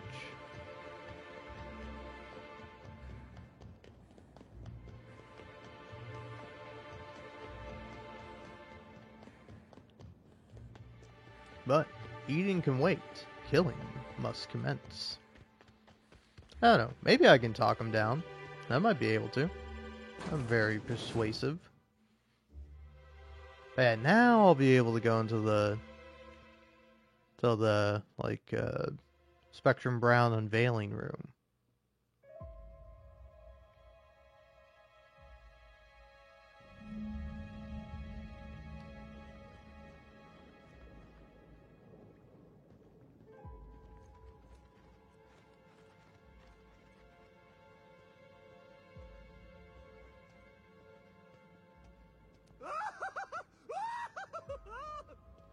That's alright, it's alright. Did I hear something?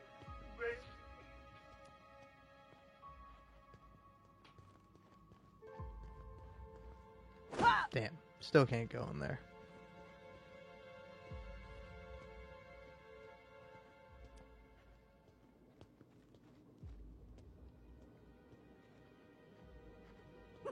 Well, sorry, fellas.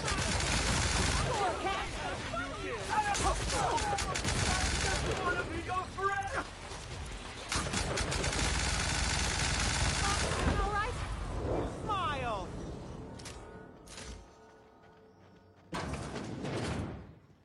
Smile. You're on camera.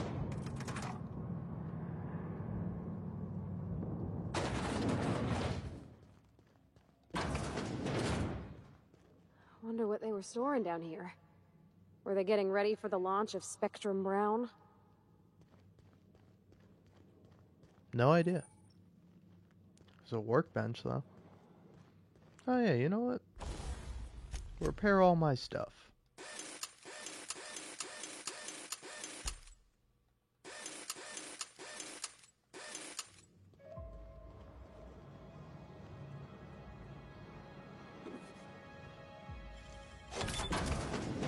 This locked door can't keep me out. This place really could use a decent engineer. Could also use a decent bit of pest control. Put on my hacking goggles once again. Increase pressure levels. Pressure levels increase. Please watch for pipe leakage.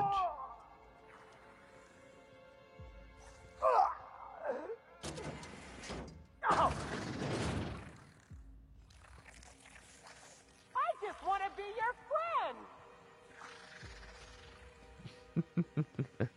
friend. Well, sorry, pal. If you want to be my friend, you have to not burn to death. Make you smile.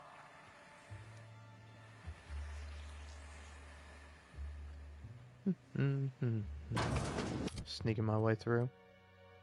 How am I going to sneak through without my top hat? The top hat is essential for sneaking. Oh, man. I'm not gonna lie though, if I saw someone sneaking around and I caught them because they were wearing a top hat, I don't know, I might just let them go at that point, right? Here they come. This is like, what a funny thing to do.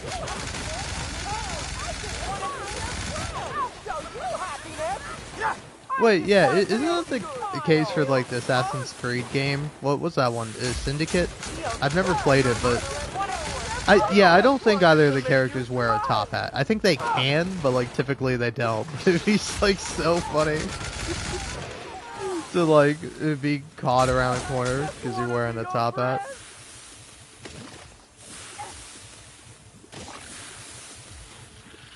Everyone all right? Nah. Good shot.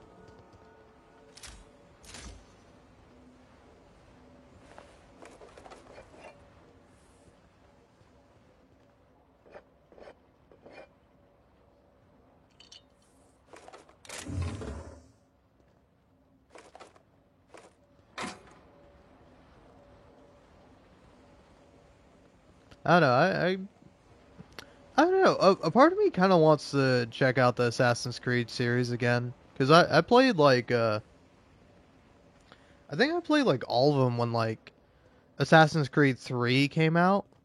Like I like heard or It's like a long fall. Don't look down, Cap. oh well. But yeah, but like when Assassin's Creed 3 came out, like I saw trailers for it and I'm like, oh, that looks super cool. And then when I went to go buy it at GameStop, they were like, oh, hey, we have the other two games. And I was like, yeah, sure, I'll play those.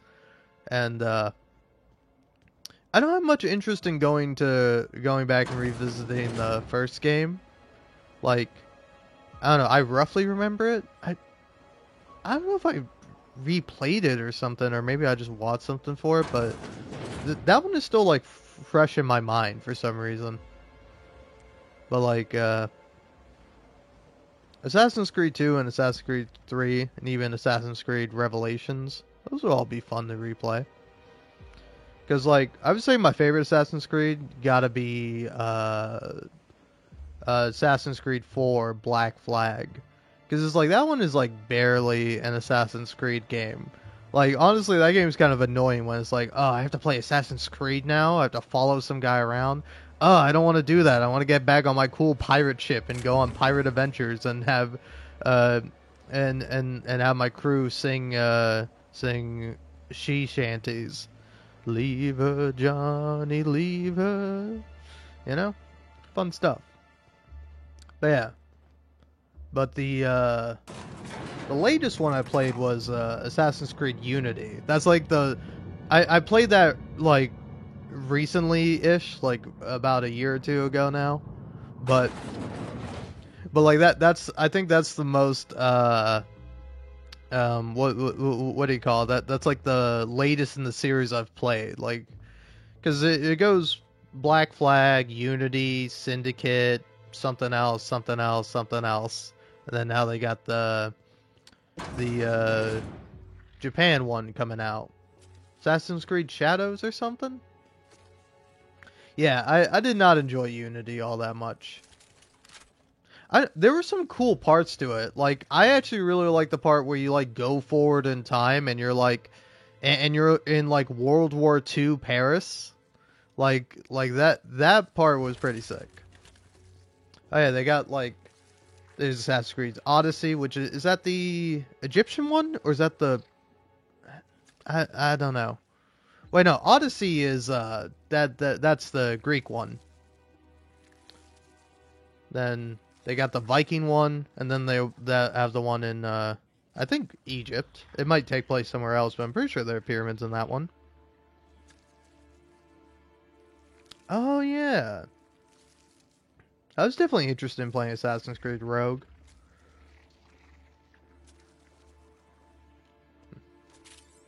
Well, I think it's time we took care of these parasites.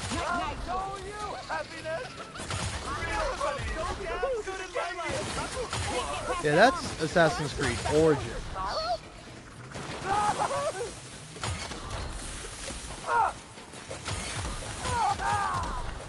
I just wanted to make you smile! Oh, never! I just wanted to make you smile! I don't know, I will say, that is kind of the problem with, like, Ubisoft games, is that if you've played one in the series, you've played them all. Like Far Cry 1 and 2 are different because they're much older, but it's like, if you played, like, either Far Cry 3, Far Cry 4, or Far Cry 5, like, they're all the same game. Far Cry 6, too. They just take place in different settings. It's like, Far Cry is a pretty good game. It's like, you have to make it like 3 times. Actually 7 or 4. Yeah.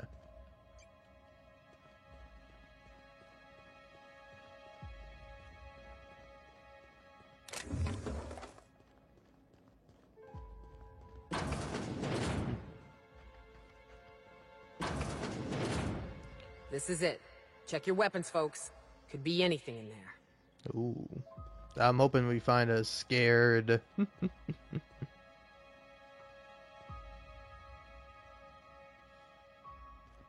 scared sort of fellow.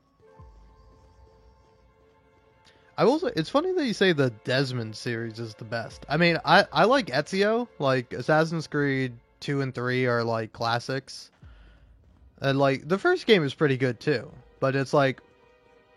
I don't know, after playing, like, the later games, it just, like... Assassin's Creed, like, 1 to 3 definitely gets better over time. But I would say, like, Desmond is, like, the worst part of that series. Is that, like, for the most part, he's, like, a pretty boring character. He has that one funny line where he, like, he sees, like, a statue of, like, Altair. And I don't know if that's in the second or third game, where he's like, "What's the matter with you, Altair?" And then, like, one of his, like, friends goes, "That's racist." And he just turns around and is like, "You're racist." It's a pretty good bit.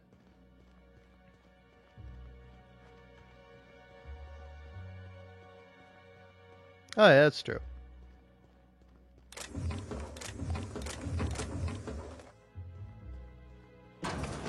Oh, cutscene time. Yes, I know you're hungry. Be patient. I'll feed you soon enough. Just a guest. The one I told you about. The inspector. Welcome. We were just talking about you. We? There's someone behind you or something. Oh, man. You really need to lay out the Spectrum Brown, Lou. You've gone round the bend. I assure you, I am in full control of my faculties. I know what you've done. Hijacked Phaeton.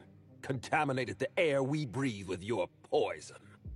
You think you've saved this colony? All you've done is robbed Halcyon of its last chance at real happiness. And you've angered my queen. Oh, man. Am I the only one tired of listening to this guy? Ooh. I know you're about to start a monologue. I don't care. Yeah. I'm not here to listen to your crackpot rambling. I'm here to avenge Belinda. Spoken like a true hero of the Aether Waves. Very noble. Here's what's going to happen. I'm going to feed you to the Queen, and then I'm going to find a way to repair the damage you've done.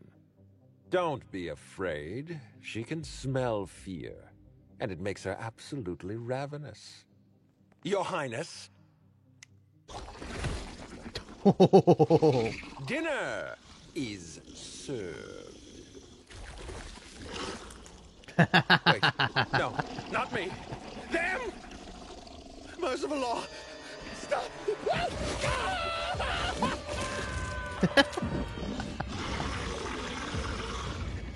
Classic. Here they come. Holy shit.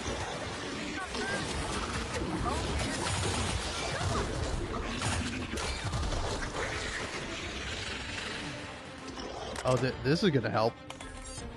Activate machinery cluster B. Here they come. Ah, okay. Should've waited.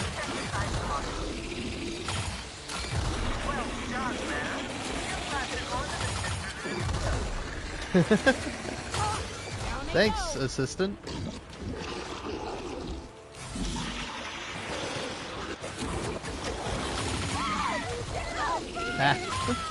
You expected me to dodge, but I just stood still, and you missed. Okay, that time you hit me.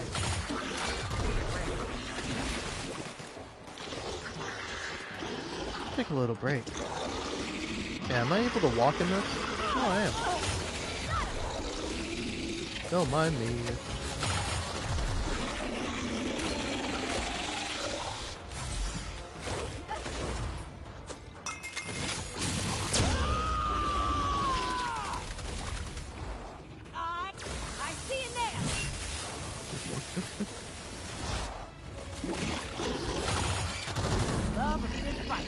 Nice. Oh. Hey, look at that. Ooh. Nova Burst. Nice new gun.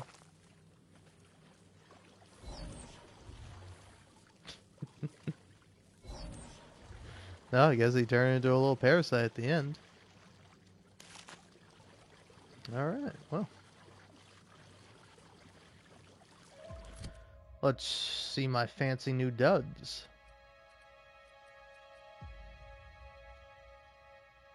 I like this more.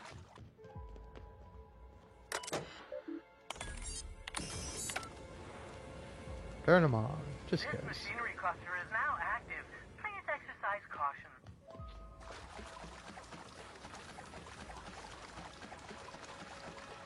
Well, that was a fun little boss fight. Made pretty easy thanks to the fact that I have a rocket launcher, but still. Pretty fun. Oh, hey buddy. You made it. I guess happy customers really are repeat customers. Here, I had something I wanted to give you. This is a golden ticket. Good for one free tour of the Purpleberry Orchards. This is my way of showing you that I appreciate you just for being alive. I got a golden ticket. I got a golden ticket. Thanks, Harwell. Harwell? Harwell.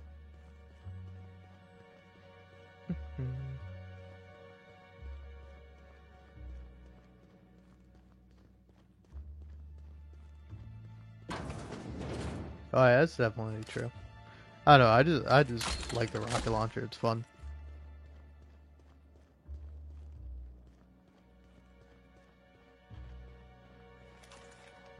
I know. I just think it's always fun whenever you get like the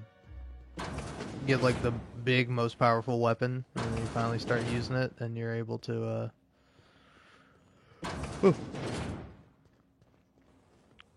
and you're able to just stop anything that stands in your way. Like one of my favorite weapons of all time, not even in just Fallout New Vegas, but the anti-material rifle in Fallout New Vegas was awesome. Especially when you got explosive ammo for it, you could just like snipe anything and instantly kill it. Sorry fellas, I don't want to kill you, but you are preventing me from fast traveling. Nice work! I just want to be your friend! That's the last of them. All right.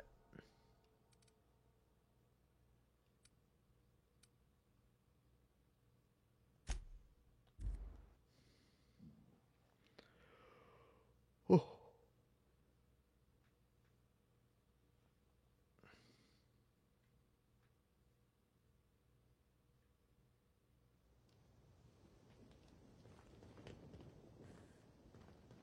Oh, Halcyon Helen. I must have dreamed up 100 different ways to kill Ludovico. I'll be honest, eaten alive by the Queen of the Brain Slugs wasn't on that list. How you feeling? I imagine this moment would be a little more cathartic. But Belinda's still gone, and I don't feel all that different. Oh.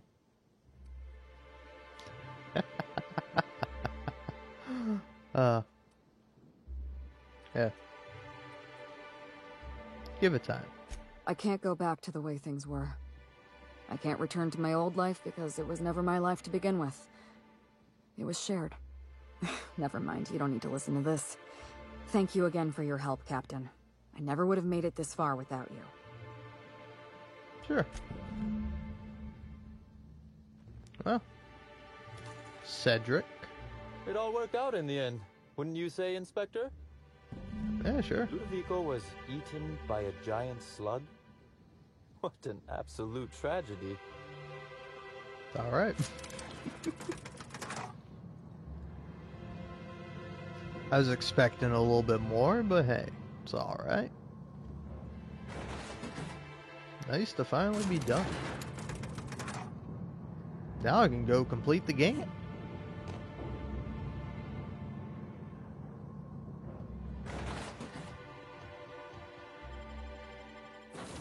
Do the unreliable.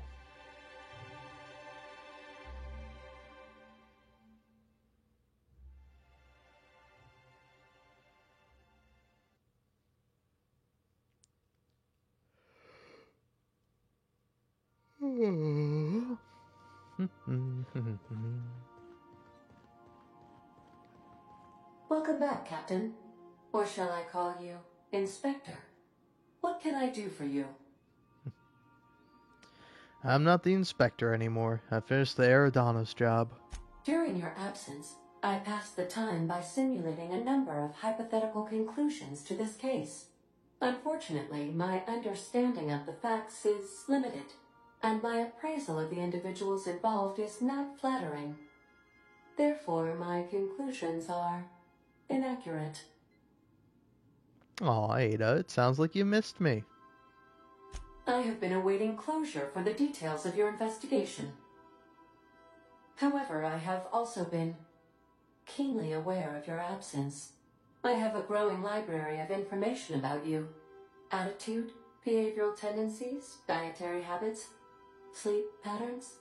Cataloging human behavior is essential to maintaining my simulation protocols. Will you satisfy my curiosity subroutines and tell me who killed Halcyon Helen? Yeah. Oh, and you first. What's your theory? My simulations have yielded several possible causes of death. Halcyon Helen may have been killed by one or all of the following: asphyxiating on Rizzo's Spectrum Brown, grappling with a primal while inebriated, killed by an overzealous fan, death by automechanical, or profound loneliness. How close were my estimations? Closer than you think. Excellent. I'm pleased to discover my ability to predict human behavior is accurate. This information is valuable to me. I will update my behavior simulation protocol accordingly. Thank you, Captain. No problem. How can I be of assistance? See you soon, Captain. Alright. Well, yeah, there's quite literally nothing else left. You know, I think I've had enough of Eridanos for one lifetime. I'm starting to miss our ship. See, anyone else have any comments? Felix. I can't believe we took down that slug parasite queen thing. Yeah, hey, Okay, thanks I for don't know tuning what it in. was, but I Appreciate it. really hope they were cameras. Best of luck. Best of luck at work.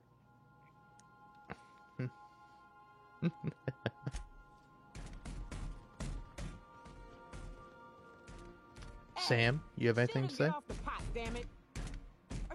Dust accumulation analysis. 2.5. Yeah.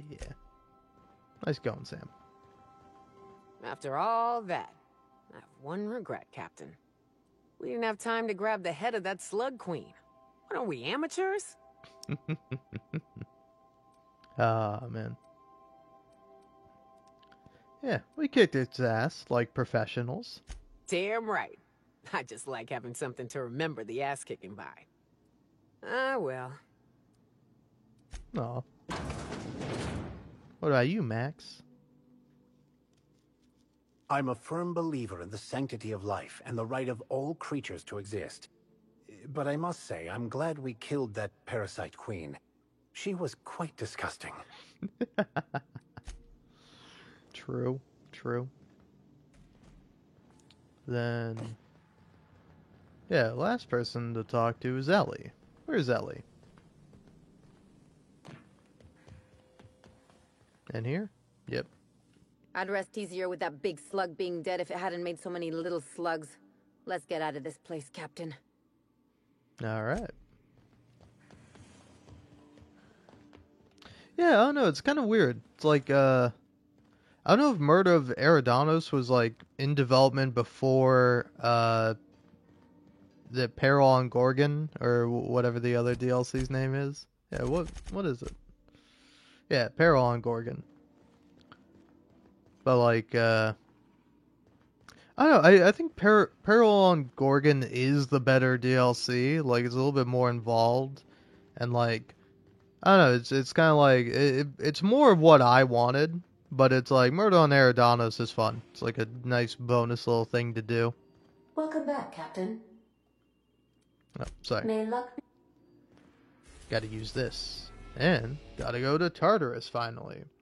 You're about to assault the labyrinth on Tartarus and determine the fate of the Halcyon colony. Saves made after this point can only finish the main story on Tartarus. Side quests and download content, DLC, such as Peril on Gorgon or Murder on Eridanos, will be unavailable for any saves made beyond this point. If there's anything you want to do before you enter the prison, do it now, before you cross the point of no return. Would you like to continue? Nah, I'll come back. Because really, honestly, before I do anything, I kind of want to grab a drink and a bite to eat.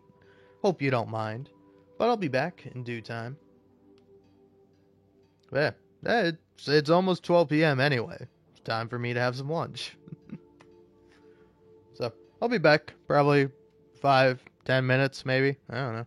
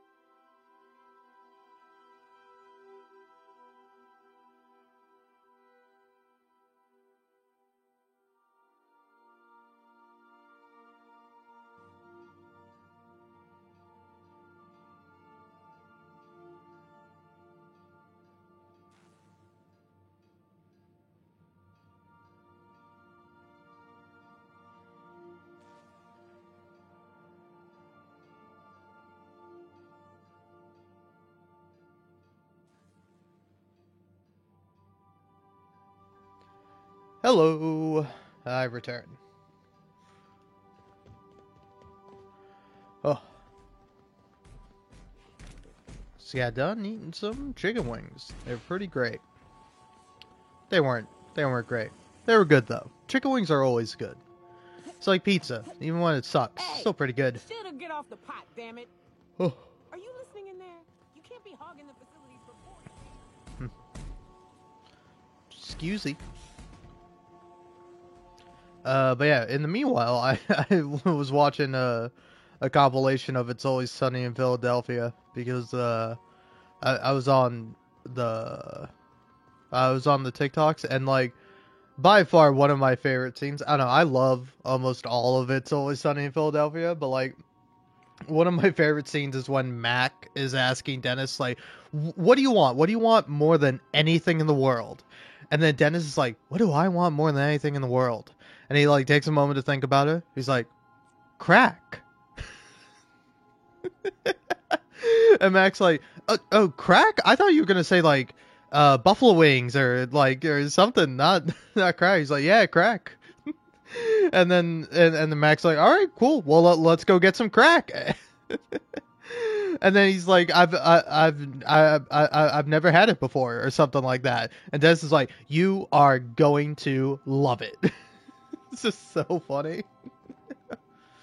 Oh man. All right. Anyway, to Tartarus. Yes. Make a new save.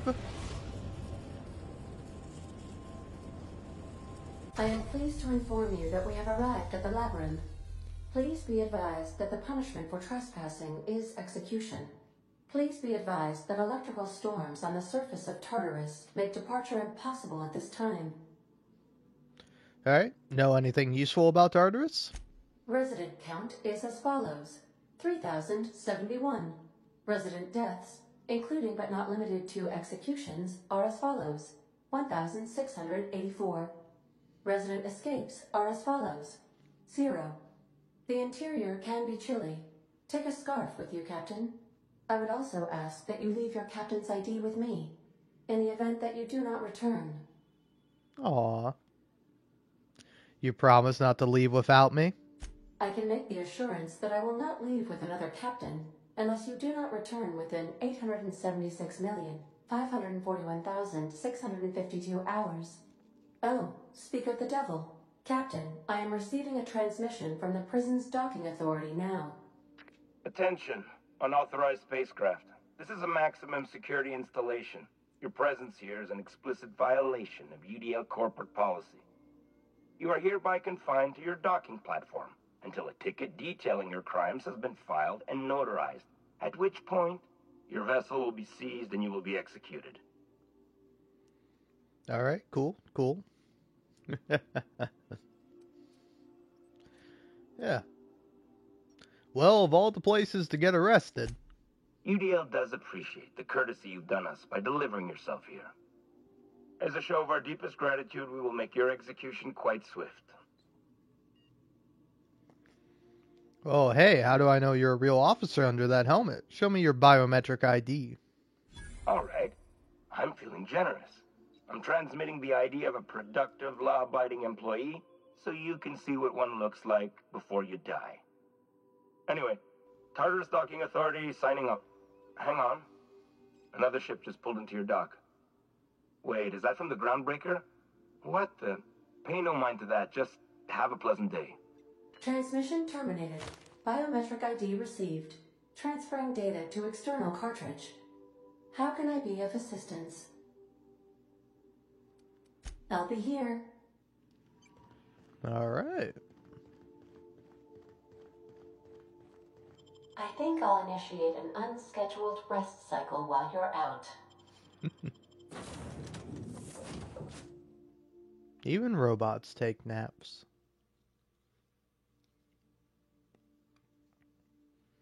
I will say, this is a cool looking place.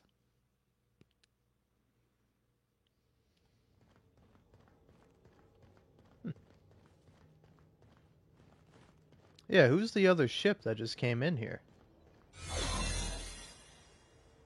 Oh yeah, look at that lightning. The captain patented right by us once. The board will never own Groundbreaker. Not while I read. Come on, Marquez.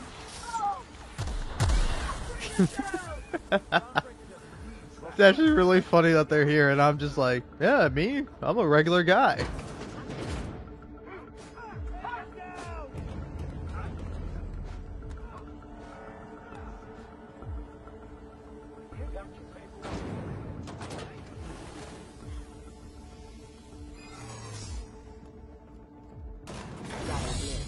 I'm not too keen on walking into a prison.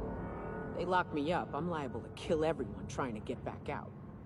This might be the loneliest place in the whole system. I'm sure it's not that lonely. You got plenty of other prisoners to keep you company. And don't worry, Nyoka, we're gonna kill everyone in here. Except for maybe the prisoners. Let's look around. There's gotta be a few ways through here.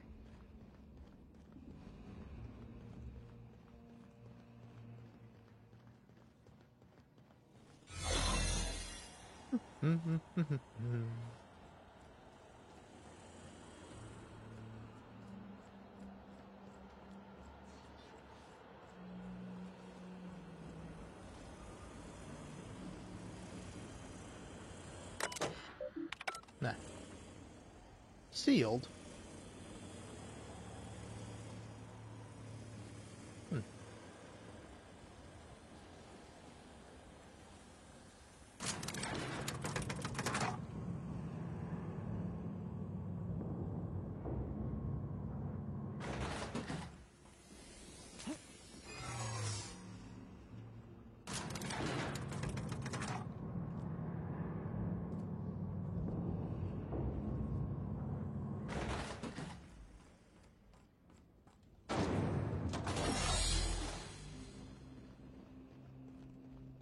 Alright, look at that. Should probably sell some stuff before I get moving on. Probably also should have put away all these unique weapons. But, oh well.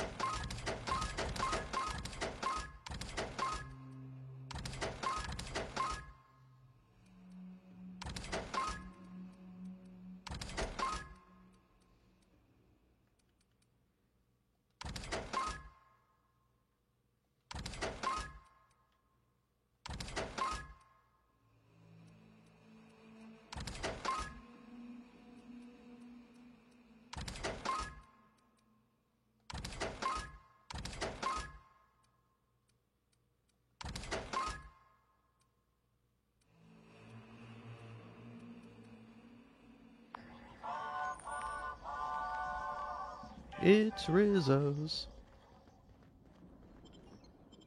To the pit.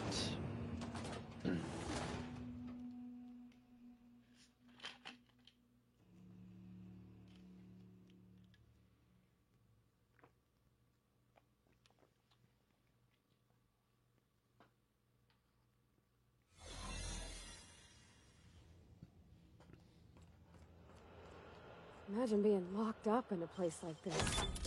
Just the weight of all that stone and steel. Ugh, it's making me sick. Stores manifest. In. Dimethyl sulfoxide canisters. Out. Straitjackets, riot batons. Out. Ballistics vests. In. Hibernation chamber. Out. Indoctrination pamphlets. In. Forced pacification system refills. In. Hibernation chamber. In. Material stores and shipping containers. Okay. And analysis from engineers Rodfield, Crane, and Geist. Structural changes needed to accommodate hibernation chambers in the LBR-NTH facility. Oh, the Labyrinth. Beginning with the requirement that every chamber receive a constant supply of, at minimum, 34 kilowatts, and that occupants of these chambers be injected with a steady supply of UDL's patented Vito hibernation fluid, and this run-on sentence carries on for 12 pages before finally concluding. And thus, in order to maintain structural integrity throughout the area designated the pit, we recommend that chambers are installed in cylindrical fashion around a supportive structure dug into the crust of Tartarus to a maximum depth of... Its conclusion extends for another 2 pages. Oh, man.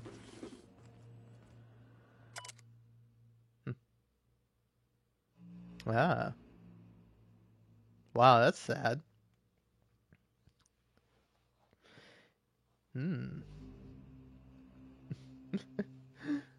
Poor guy, he just got put in solitary confinement for just a random selection. Alright.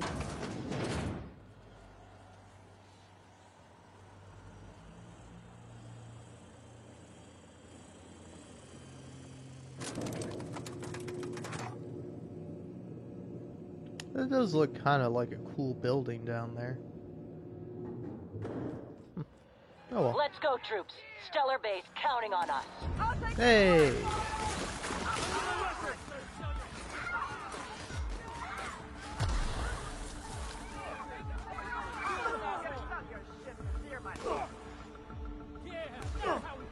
I like that all your friends show up to help you kill all these guys.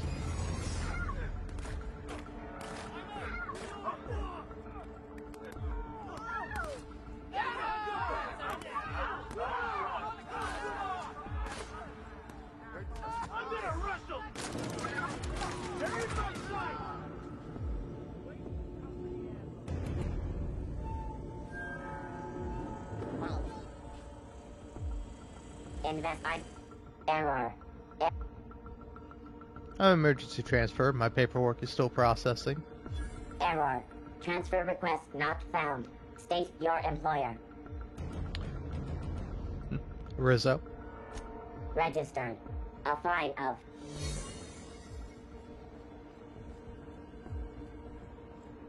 I mean, I gotta know what's in here. It looks too cool for me not to go inside of.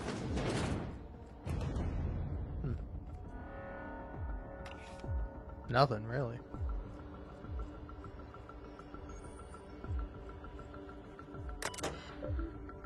Deliver pacification gas. Okay. Continue. Hey.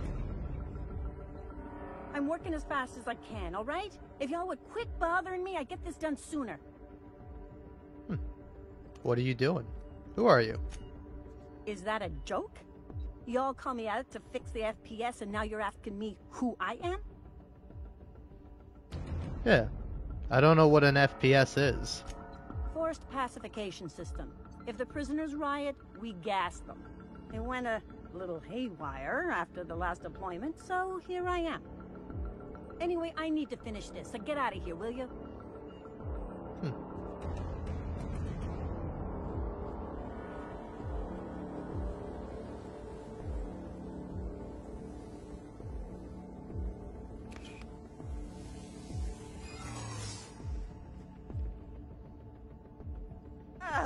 What? Hey, this terminal's asking me for a passcode. Do you know it? Of course. Why? I need to use it, and I'm going to stand here and annoy you until you give it to me. Oh, for law's sake. Fine. Just don't go shooting up the place with gas, alright? The password is tartar sauce. One word. All lowercase. Have at it. Thanks.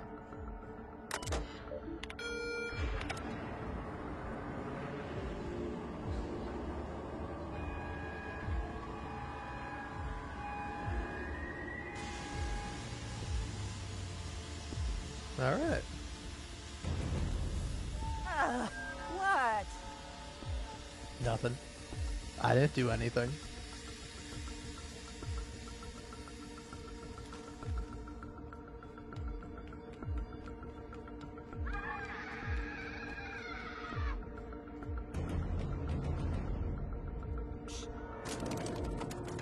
Haha. Sucker.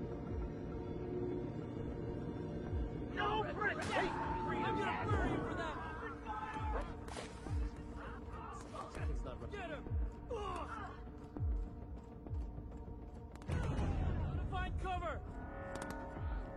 Take him down! To the iconoclast, asshole!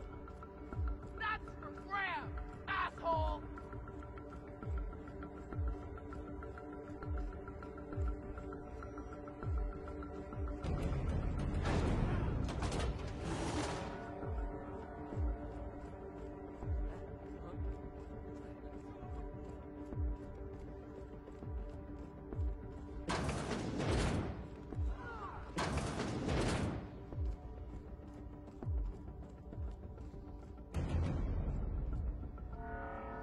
was that?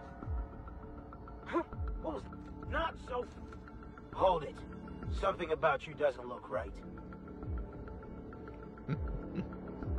You got a problem with the way I look? That's not what I'm saying. Sure sounded like it. Whoa, forget I asked.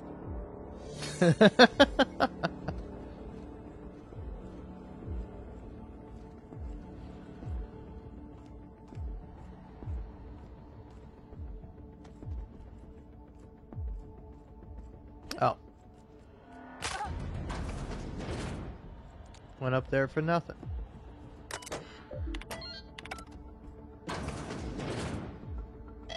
Well, look who it is. I'll be damned. I was prepping the studio for our announcement, and here you are as a bonus. I had heard you'd taken a mechanic under your wing. What's the matter, girl? Couldn't find actual employment? The captain's treated me right. Better than any of you bored folk ever have. I'm exactly where I want to be. Ah, I knew I smelled Monarch when you lot walked in. The stench of sulfur, depression, and desperate bravado is unmistakable. Keep talking, you'll be smelling iron. Ain't nobody so important I won't put a bullet in him. When you go off and get yourself shot, try to avoid taking one to the face. I'll want it recognizable to show to my citizens. So, Chairman Rockwell, I presume. My word! You've correctly identified the most recognizable man in the colony. Remarkable. It's a wonder what Phineas saw in you. Then again, he's an insane person. Thankfully, he's our insane person now. A proper company man. Please, Phineas would rather die than cooperate. Yes, he is an extraordinarily obstinate fellow, isn't he?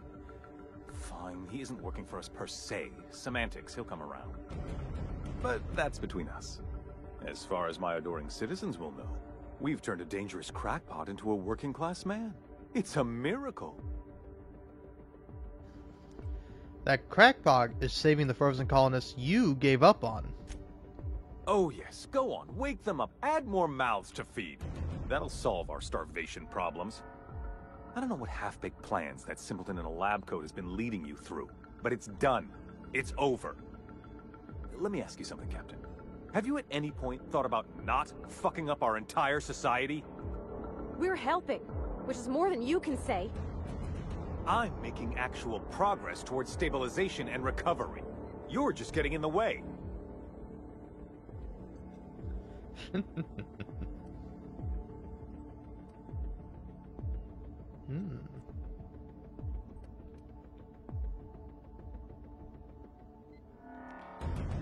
Yeah. You know, I wouldn't have to if you'd been more cooperative about all this. Oh, right. This coming from the psychopathic outlaw. Yes, I'll try to be more open-minded about your path of wanton dissent. We don't need your help. With your resources and some of the folks on the Hope, we could do a lot. I'll admit, there's no shortage of talent in the scientists and engineers there.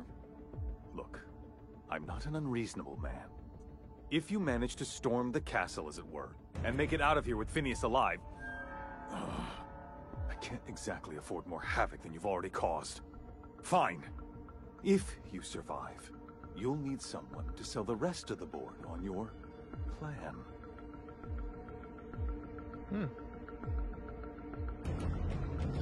You're damn right you will. Otherwise, I'm coming for you next.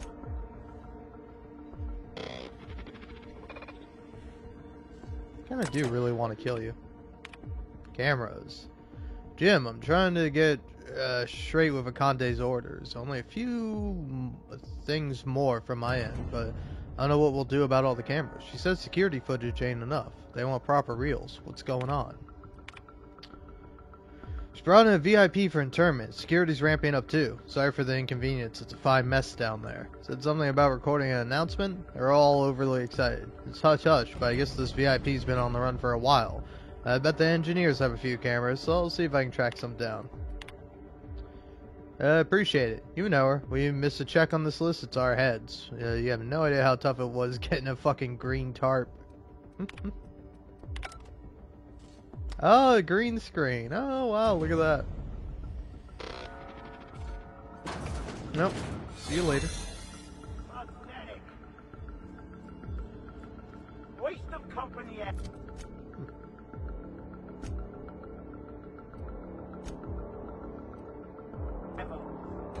Soldier? Soldiers.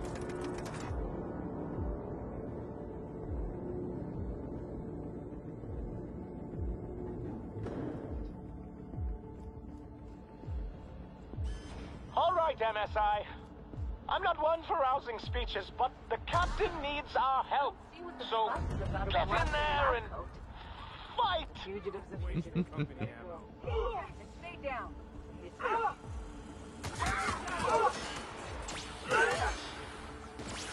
Yeah, get him, folks. This is nice. Calm before the storm and all that. Yeah. Whatever comes of this, I'm just real glad to know you all. Aww.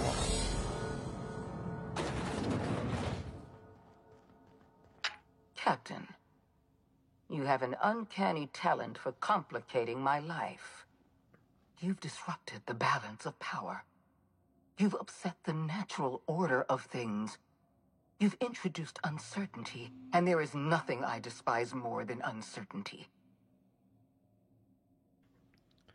Yeah. It's over, Sophia. Stand down. I'm afraid I can't do that. To your credit, Captain, you are one of the colony's finest specialists.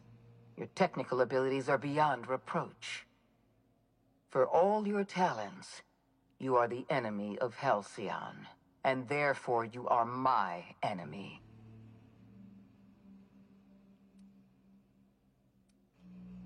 Yeah, I'm here for Phineas. Let him go.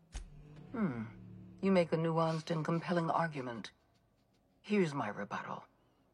No. Dr. Wells is being held in my custody. His cooperation will prove invaluable, even if I have to beat it out of him. All that's left to do is put down this riot, arrest you, and then get on with the bloody business of saving this colony. Yeah, listen. Alright? Let's talk about this. Fair enough. I'm giving you exactly one chance to parley with me. You don't want to die on Tartarus. I'm giving you a chance to walk away. Interesting that you think I'm going to die here. I believe I'm more than capable of taking you on.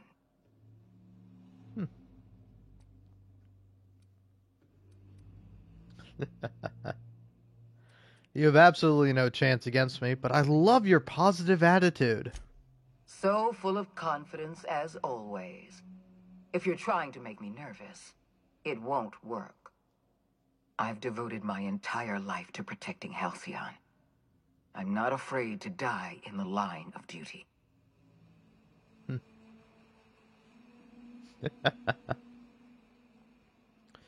Yeah, Halcyon is collapsing. If protecting this colony was your duty, you failed. Don't you think I know that?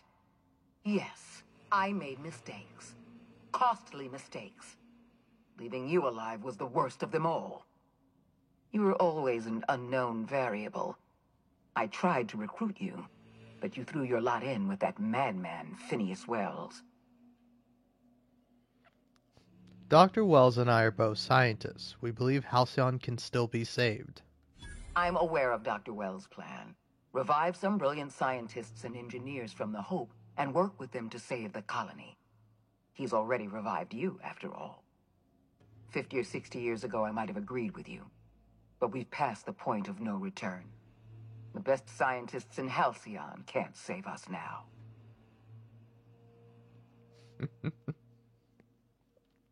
It's going to take a miracle to save Halcyon, but we can do it if we work together. I appreciate your confidence, Captain. But so long as you're allied with Dr. Wells, we can never work together. I haven't given up on the program yet. You've caused some complications, but I can improvise. I can fix this. I haven't lost control of the labyrinth yet. Our security system is still operational. I can still put a stop to you.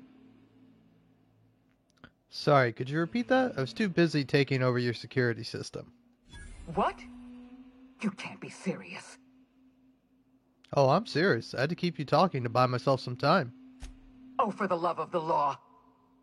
All right. Fine. I can see when I've been beaten. Congratulations, Captain. You've outplayed me. I accept your terms and will return Dr. Wells to your care. Thank you. Glad we could settle this without violence. I just hope you've made the right decision. The fate of the colony is in your hands now. I bid you farewell, Captain. All right, cool.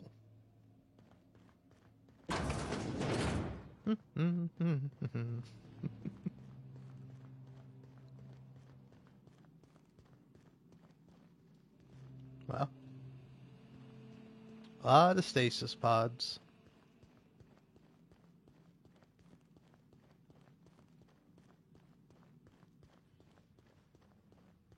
Fancy.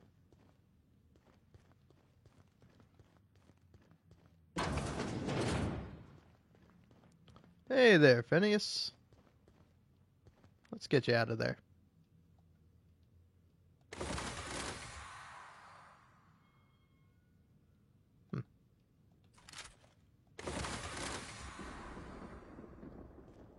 Huh.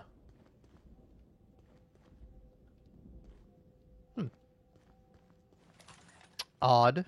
Strange. A mite disconcerting.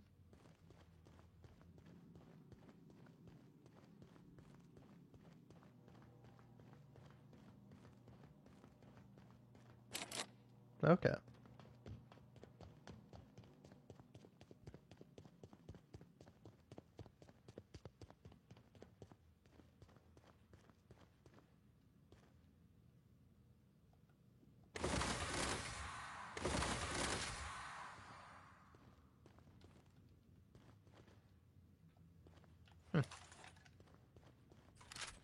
I am confuddled. Ah, there we go.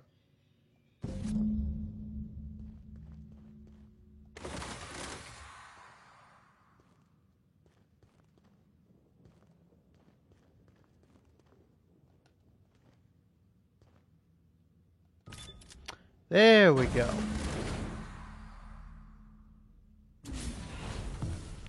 You don't know how glad I am to see you. You must have said something to get under Akande's skin. She's gone, and I don't think she's coming back. And you lunatic, you broke into the board's own fortress just to rescue one doddering old man. You are absolutely out of your mind, and I can't begin to thank you enough. Aww. Again, the board never stood a chance against me. Ah, all in a day's work for you, huh? You've broken the board's stranglehold on this colony, and you saved my life. But there's still so much we have yet to accomplish. You and I are going to have to work harder than ever to save Halcyon.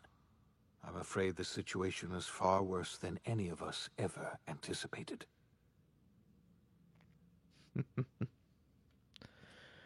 I don't like the sound of that at all. Earth has gone dark. We haven't received a single message in 3 years. There's been no communication, no signals, nothing. 2 years ago, the Earth's Directorate's frigate disappeared on their way back to Earth. We don't know what they discovered when they arrived, or if they arrived at all. So we've got to make do on our own. Seems to me that'll make us stronger in the end anyhow. You're quite right. We've got no choice but to make do on our own. You mean we're all alone out here? Really alone? I'm afraid so, Miss Holcomb. Halcyon is the only home we have left. Returning to Earth is no longer an option. We're in serious trouble, my friend. Do you know what this means for Halcyon? We can't rely on Earth for support anymore. We've been cut loose. We're entirely on our own. We have a lot of work ahead of us. We best get started. Yes, we do. You've done a marvelous thing. You've succeeded where anyone else would have failed, including me. We must begin the revival process immediately, starting with the Hope's brightest minds, and then we're going to fix this damn colony, one problem at a time. We're going to need a leader, and I can't imagine a better person for the job than you. What do you say, old friend? Will you help us? Oh.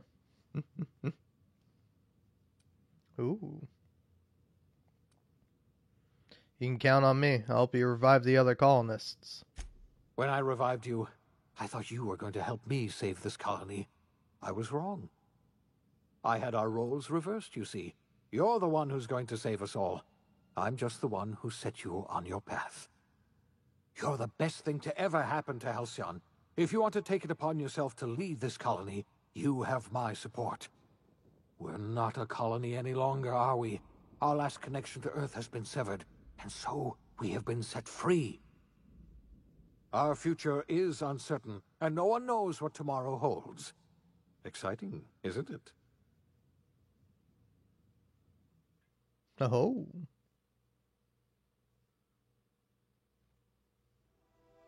The OSI teaches that everything in the universe happens according to the grand plan. But the stranger that arrived in Halcyon was an unplanned variable. From the moment he landed in Emerald Vale, his actions altered the course of history. The events on Tartarus brought about the end of the Board's authority. But the Board's mistakes would haunt the colony for decades to come. The damage they left behind would require the work of a generation to repair. Dr. Phineas Wells began reviving a handful of the Hope's colonists. Engineers, scientists, technicians, and intellectuals. They were among the brightest minds the Earth had ever sent out into the stars. The Hope scientists and engineers woke up in a colony descending headlong into total collapse. With no way to return to Earth, they had no choice but to band together and devote themselves to the cause of saving Halcyon. The people of Halcyon were nothing if not hardy. In the absence of the Board's authority, many of the colony's settlements banded together with a single purpose in mind: survival. Life was especially hard in the years to come. Some towns dissolved by attrition and starvation, but most of them found a way to carry on. In the years to come, Halcyon was forced to reckon with its newfound freedom. The Board was gone, and for better or worse, the colony was responsible for its own destiny. Between MSI's worker-centric policies and the iconoclast's manpower, Sanjar and Zora were able to rally many of the Terra 2 townships to their cause. MSI's workforce swelled, and the iconoclasts enjoyed a significant surge in their ranks. The Board was too distracted by infighting and internal politics to stop MSI from becoming a powerful corporation and a refuge for townships that might have fallen through the cracks. Consumed by paranoia, Lilia Hagen took Sublight Salvage in a controversial direction, openly accusing Board officials of an extraterrestrial conspiracy. One day, an accident at the Groundbreaker's docking bay silenced her forever. Time would tell if her replacement could keep the Sublight family together. Adelaide McDevitt replaced Reed Thompson as the leader of Edgewater. She and her followers transformed Edgewater in their image. Anyone loyal to Reed was pressured into leaving town, and those who stayed behind adapted to her way of life. Adelaide transformed the old cannery into a new garden. The nearby Edgewater Cemetery provided a convenient source of fertilizer. As for Reed Thompson, it was said that he lasted exactly 2 days outside the walls of Edgewater. Years later, a marauder was found in possession of his hat. Under the leadership of Junlei Tennyson, the Groundbreaker held firm against corporate influence. The ship's mechanical stability gave Junlei the time to educate a promising generation of engineers schooled in her family's traditions. The future of the Groundbreaker looks promising. The rediscovery of the Hope and the abandonment of the lifetime employment program forced Byzantium to come to terms with some uncomfortable realities about the state of Halcyon. While Byzantines were reluctant to surrender the luxuries they'd grown accustomed to, the board's diminished authority gave them little choice in the matter.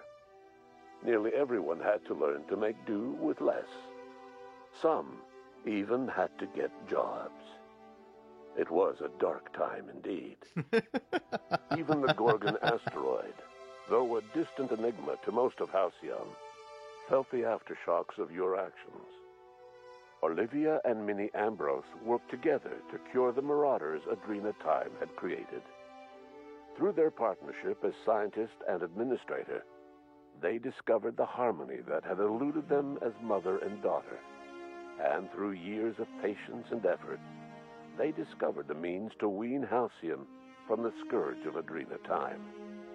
Their work eventually allowed Wells and his scientists to treat many of Halcyon's marauders. As their addiction waned, the colonists who had lived for so long under the thrall of Adrena Time returned to their communities and loved ones, and joined in the effort to save Halcyon. In spite of everything, the Gorgon asteroid remained a sobering reminder of the potential for progress and disaster in humanity's most ambitious efforts. The Rizzo's company in Halcyon dissolved after the collapse of the board. Needless to say, the launch of Spectrum Brown was indefinitely delayed.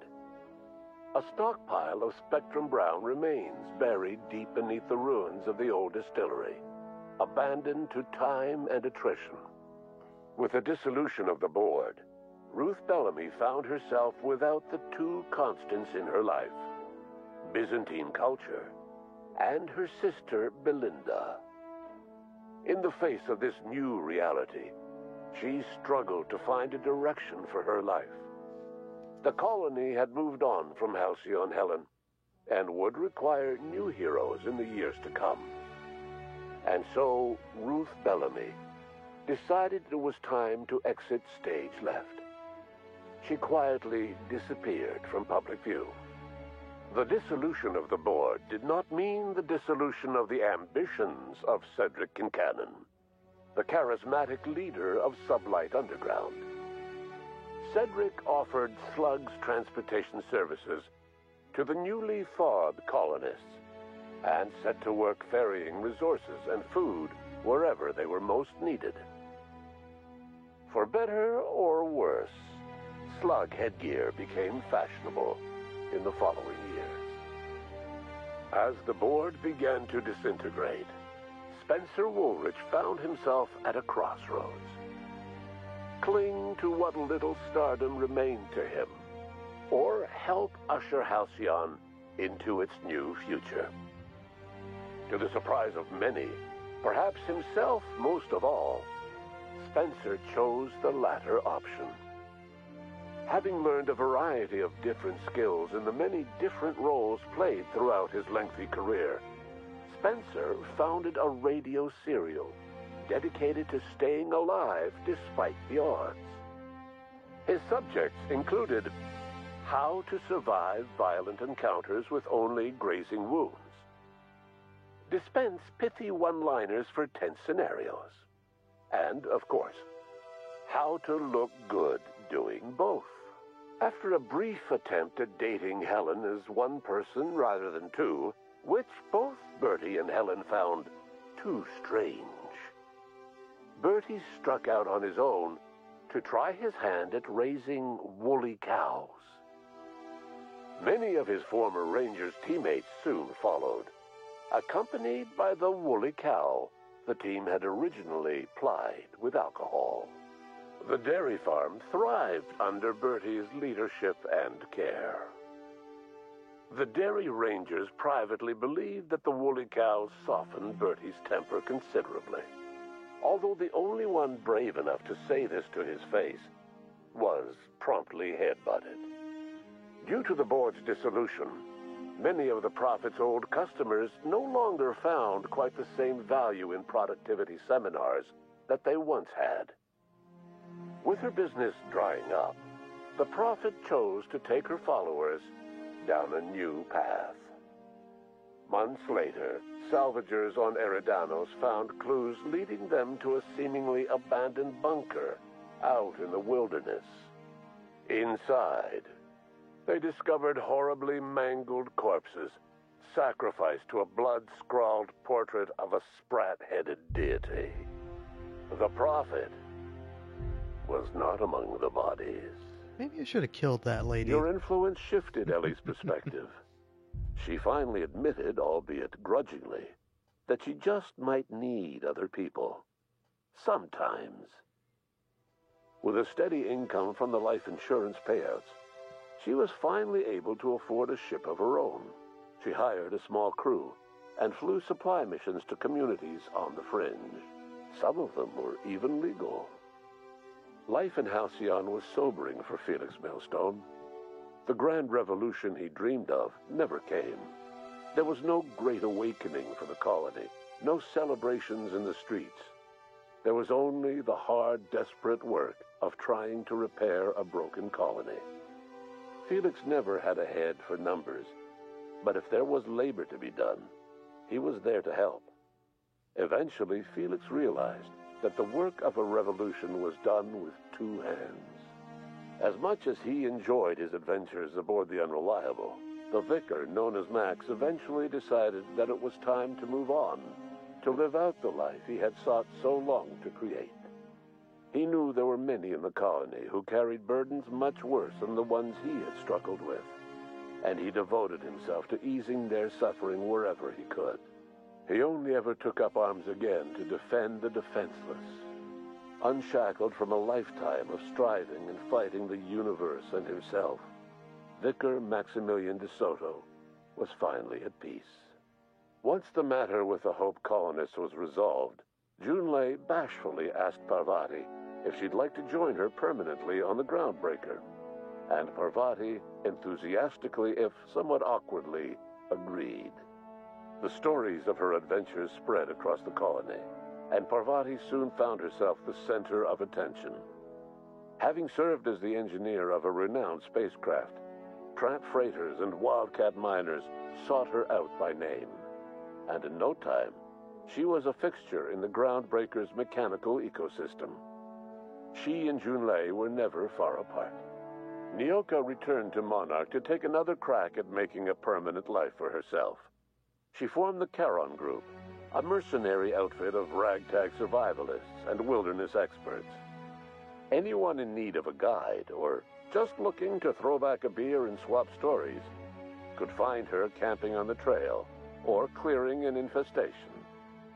The SAM unit that accompanied you spread awareness of the product line's superior sanitation and maintenance capabilities across what was left of the colony.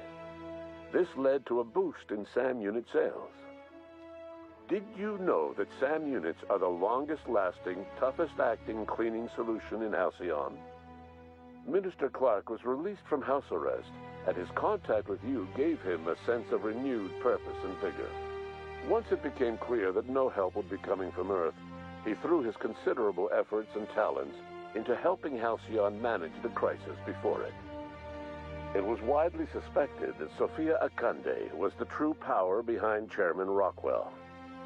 However, after the riots on Tartarus, she was never again seen in the colony. Various theories circulated as to her fate. Some believed she boarded an interstellar ship capable of journeying to a distant colony. Others believe she died trying to escape Tartarus. Some few suggest she fled to Monarch, where she continued to live among a small band of loyalists. There is another theory, which suggests that Sophia's encounter with you changed her, and she deliberately retreated from public view, but continued supporting the colony in secret. When Dr. Wells began reviving the Hope's colonists, he found himself with a sudden windfall of additional supplies and resources, courtesy of an anonymous donor. If Wells knew who his supplier was, he never told a soul.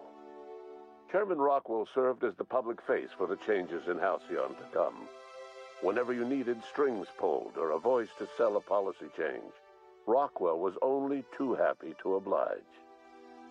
As for Dr. Phineas Wells, he spent his remaining years in his orbital lab. He eventually came to terms with his own past and was able to forgive the mistakes of his younger self by devoting his remaining years to serving the colony. Dr. Wells was able to revive many more scientists and engineers than he first expected, thanks to the additional batch of chemicals you stole from the Ministry. Wells never forgot about the human lives that were lost in acquiring these chemicals. In the end, Dr. Wells was able to save every scientist and engineer aboard the Hope. Over the next decade, nearly all of the Hope's remaining colonists were successfully revived. Halcyon saw a period of rapid technological and scientific advancement. Breakthroughs in dietary supplements saved the colony from starvation. Geoengineering projects and social reforms began to change the structure and character of the colony. Dr. Wells laid the groundwork for the project to save the colony, but he would never live to see the fruits of his labor. He passed away a few years later. His work was carried on by the scientists and engineers he revived. Today, Halcyon has stabilized. The people of the colony work hard to adapt to their new circumstances. Nearby colonies send aid and supplies. Life will never be easy in Halcyon, but for the first time in its history, there exists a sense of real, genuine hope about the future. And what about you? The unplanned variable in the history of Halcyon. Long after Wells passed away, you carried on his work with more energy, determination, and brilliance than he could ever muster. The years that followed were hard, but Halcyon survived by the efforts of the Hope's most promising colonists, the greatest of which was you. No one knows what's happened to Earth, and no one knows what the future has in store for Halcyon. All we know for certain is this: the name of the Unreliable and that of its intrepid captain will remain the subject of countless stories for years to come.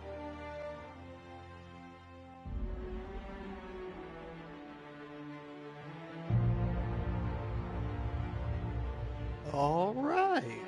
Well.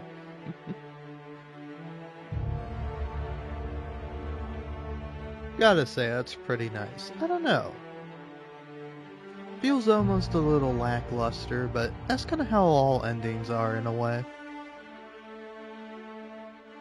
It's very rare that there's an ending that's 100% satisfactory, but sometimes there are. Yeah, I don't know. I like it. I like a nice little message of hope of everyone coming together to work and make a better future. I don't know, it's cute. I'm very curious to see what they'll do with the Outer Worlds too. Like, is it going to take place in the same area in the Halcyon system? Or is it going to, like, expand out beyond that? Or, I don't know.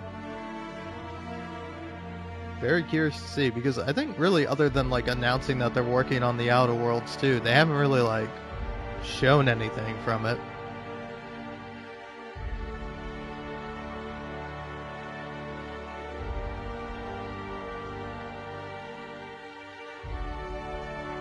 I don't know, I probably won't be able to play it anyway, at least not for a while. Until Xbox decides, hey, we're just gonna put every exclusive game we have on the PlayStation. Which they are doing, and some people are, like, really against it for some reason. You know, I understand if you still have this, like, brain worm of, like, ooh, my console's the good one, ooh, it's bad business practice, yada yada yada. But, like, it's really not, right? You know? So, like, Xbox for a while now has been moving away from the console platform. I mean, they have Windows. Like, that's the primary system that almost every computer uses. I mean, there's, of course, a Linux, and then probably some other stuff, too. But, you know, Windows is, like, the standard. Obsidian University. What's Obsidian University? KT for saying yes. Oh.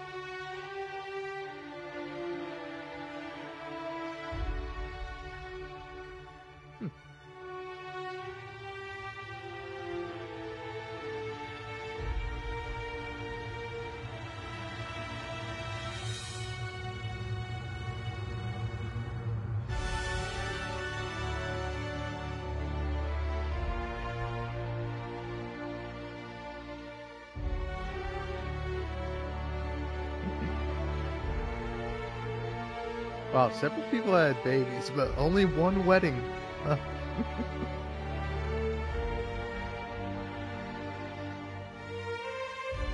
Oh yeah. It's kind of funny that Ashley Birch is like top billed here. I mean, I think she does a fantastic job, and she is a highlight of this game. But it's like, I don't know. It's like I'm pretty surprised with that, because like the first trailers for the game like show Ellie, and like Ellie's kind of like the unofficial face of the game, you know. But then it's like, really, they should have been advertising Parvati. Like, I'm surprised they didn't do that up front.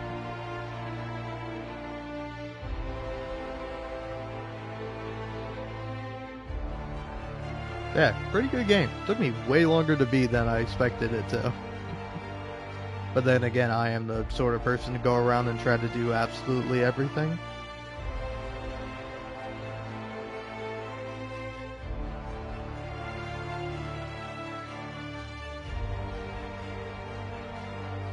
I don't know, should I think of more words to say?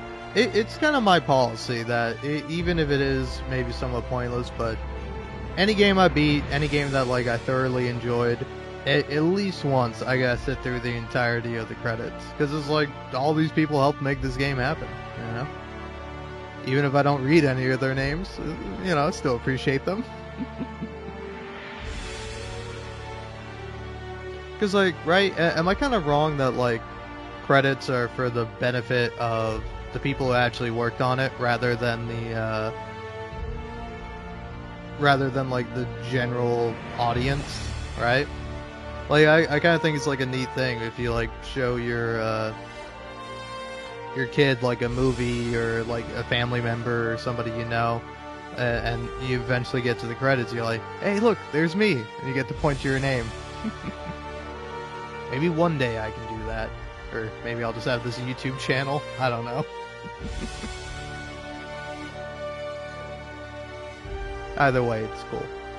And plus, most credits have some music going. Those games got pretty good music.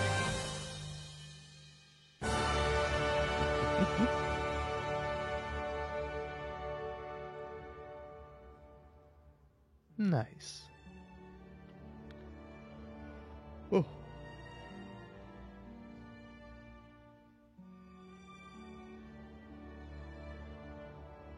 Yeah, I'm very excited to see what Obsidian does next. Well, I mean, I know they just released Avowed, but I don't have an Xbox, nor a really functional PC, so I can't play that.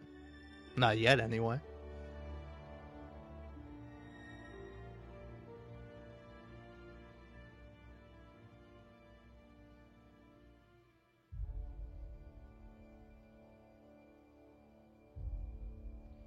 Now, the real question is, what game to play next? I don't know.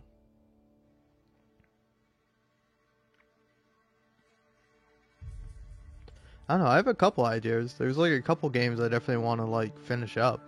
Like, I'm currently working on a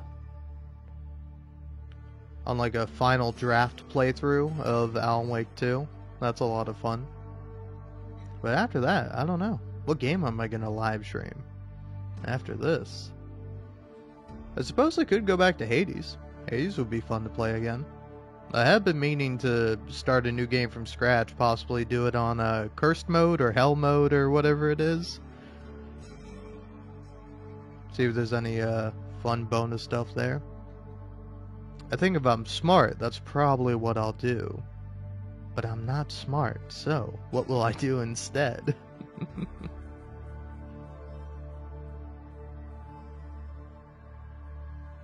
I don't know. All depends, honestly.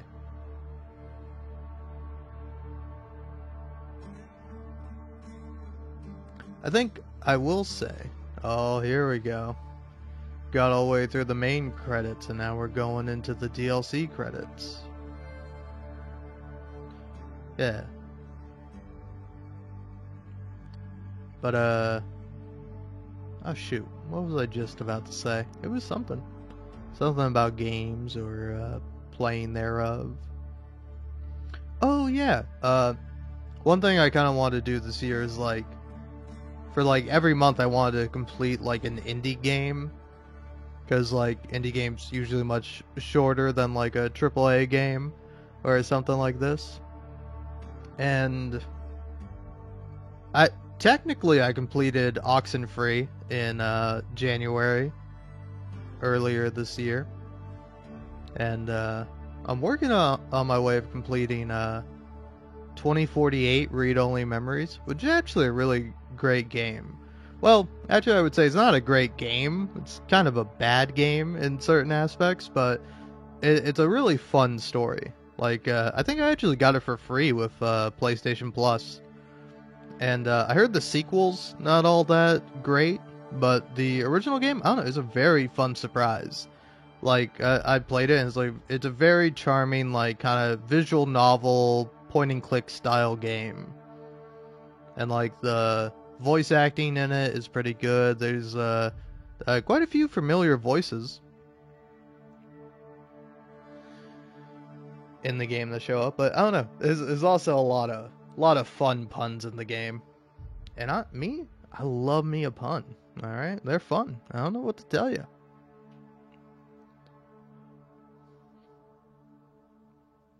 I don't know, it's kind of funny. I think as a teenager, I was like solemnly like against puns, where it's like, oh, puns, they're so lame, such cheap, such easy comedy. And then I'm like, wait, actually cheap and easy is great. It's really fun. And plus, I don't know, that's sort of like the general sentiment. Like, I'm really surprised if like when someone gets so up in arms about a pun. Because it's like, if you don't enjoy it, if you're not like, meh, it's like, you know, you simply don't laugh, or you don't smile or giggle or whatever it is you do when you have that beautiful emotion of joy and humor flow through you. But like to be like, oh my god, a pun, oh it's so terrible, so awful, my ears, they're bleeding, oh my god, you're leading me down death and despair, how could you do wordplay, my goodness. It's like, I don't know, how could you not, man? How could you not? You know, I will say, one thing I do thoroughly appreciate about this game, to the haunted PS1 community, 2020, never forget. But yeah, shoot, what was I just saying? Oh yeah, I feel there's a very like anti-quirk bias in sort of the general discourse, the consensus of folks, of like, I don't know, people, like, I would say, like, people that like seeing someone who's quirked up, they're great, and they're wonderful, and they're people with joy and whimsy in their hearts. And then there's like, you know, a subsection of people that are just like negative and cynical and hate anything and everything. Like, people will see you expressing joy and will go out of their way to be like, hey, how dare you? How dare you have fun? Why can't you be sad and miserable like me? And it's like, I am sad and miserable like you, but I can also have fun, prick. But yeah, I don't know. I have like several video essay ideas that I have and I want to talk about. It's simply gotta write them down and then actually start recording them. And thankfully, now I'm done with this game, I have a bunch of free space, so I might just get to working on that. But yeah, I don't know. I don't know if anyone's listening to me. I don't know if you're going to ever leave a comment, but if you are, I would love to hear about games with like quirky protagonists. Because like, I don't know, I recently read some posts about somebody playing Control for the first time. If you don't know Control, lovely game by Remedy. But in that game you play as Jessie. Jessie Faden, right? Is her name? Played by Courtney Hope. But she's like kind of a fun character where she's like the best way I could describe her is a little bit quirked up, you know? Like she's sort of the stand-in for like the everyman. She's like a sort of average gal, but she's also like not immune to having fun and like making quips and jokes here and there. And like I'm really surprised by people like playing through that game and being like, yeah, the game has some really cool stuff in it, but I hated how quirky Jessie was. And it's like, really? It's like, I don't know, if you don't know Control, I'm not going to spoil a sequence for you, but there is a sequence in it that's amazing that everybody talks about, and that's the ashtray maze. And it's a really good sequence, but after you finish up that sequence, Jessie goes, "That was awesome."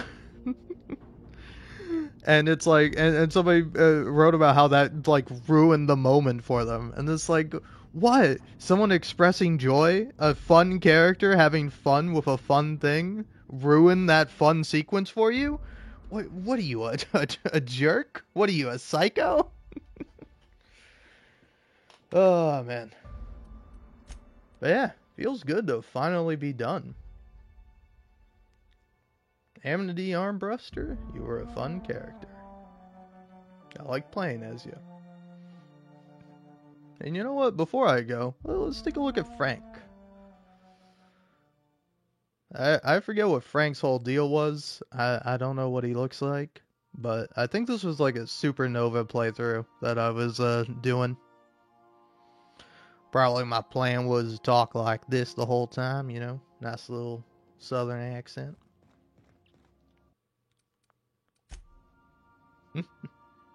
Alright, it's a beautiful mug you got, Frank, but let's see what's under it. I look just like Felix. I look like Felix's older brother. Alright, well, cool.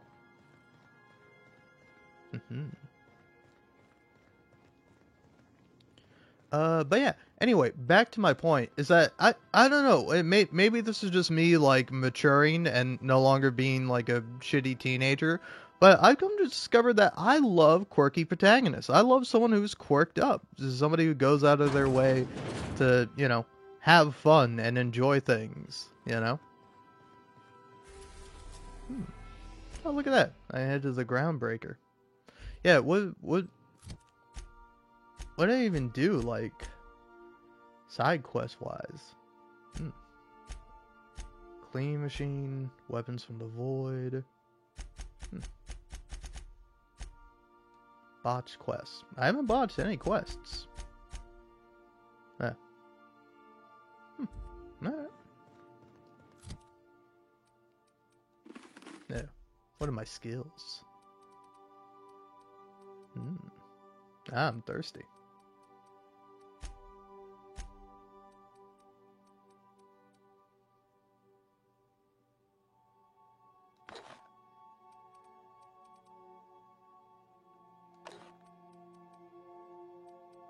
Drink some plain and pure water.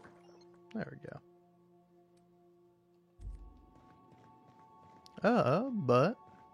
Oh yeah, it's like also replaying through Life is Strange. It's like I realize how much I love Max in that game. Like I don't know, she's such like a fun and adorable character, and it's like initially when I first played the game, I always liked Max. I never disliked Max, but like replaying the game somewhat recently, I'm like, man, I love Max. She's the best. like she's such a fun character, and I feel like, I don't know, I just feel bad for her because her two like romance options in that game are either Warren, who I don't like, or Chloe, who I also don't like, but I like her.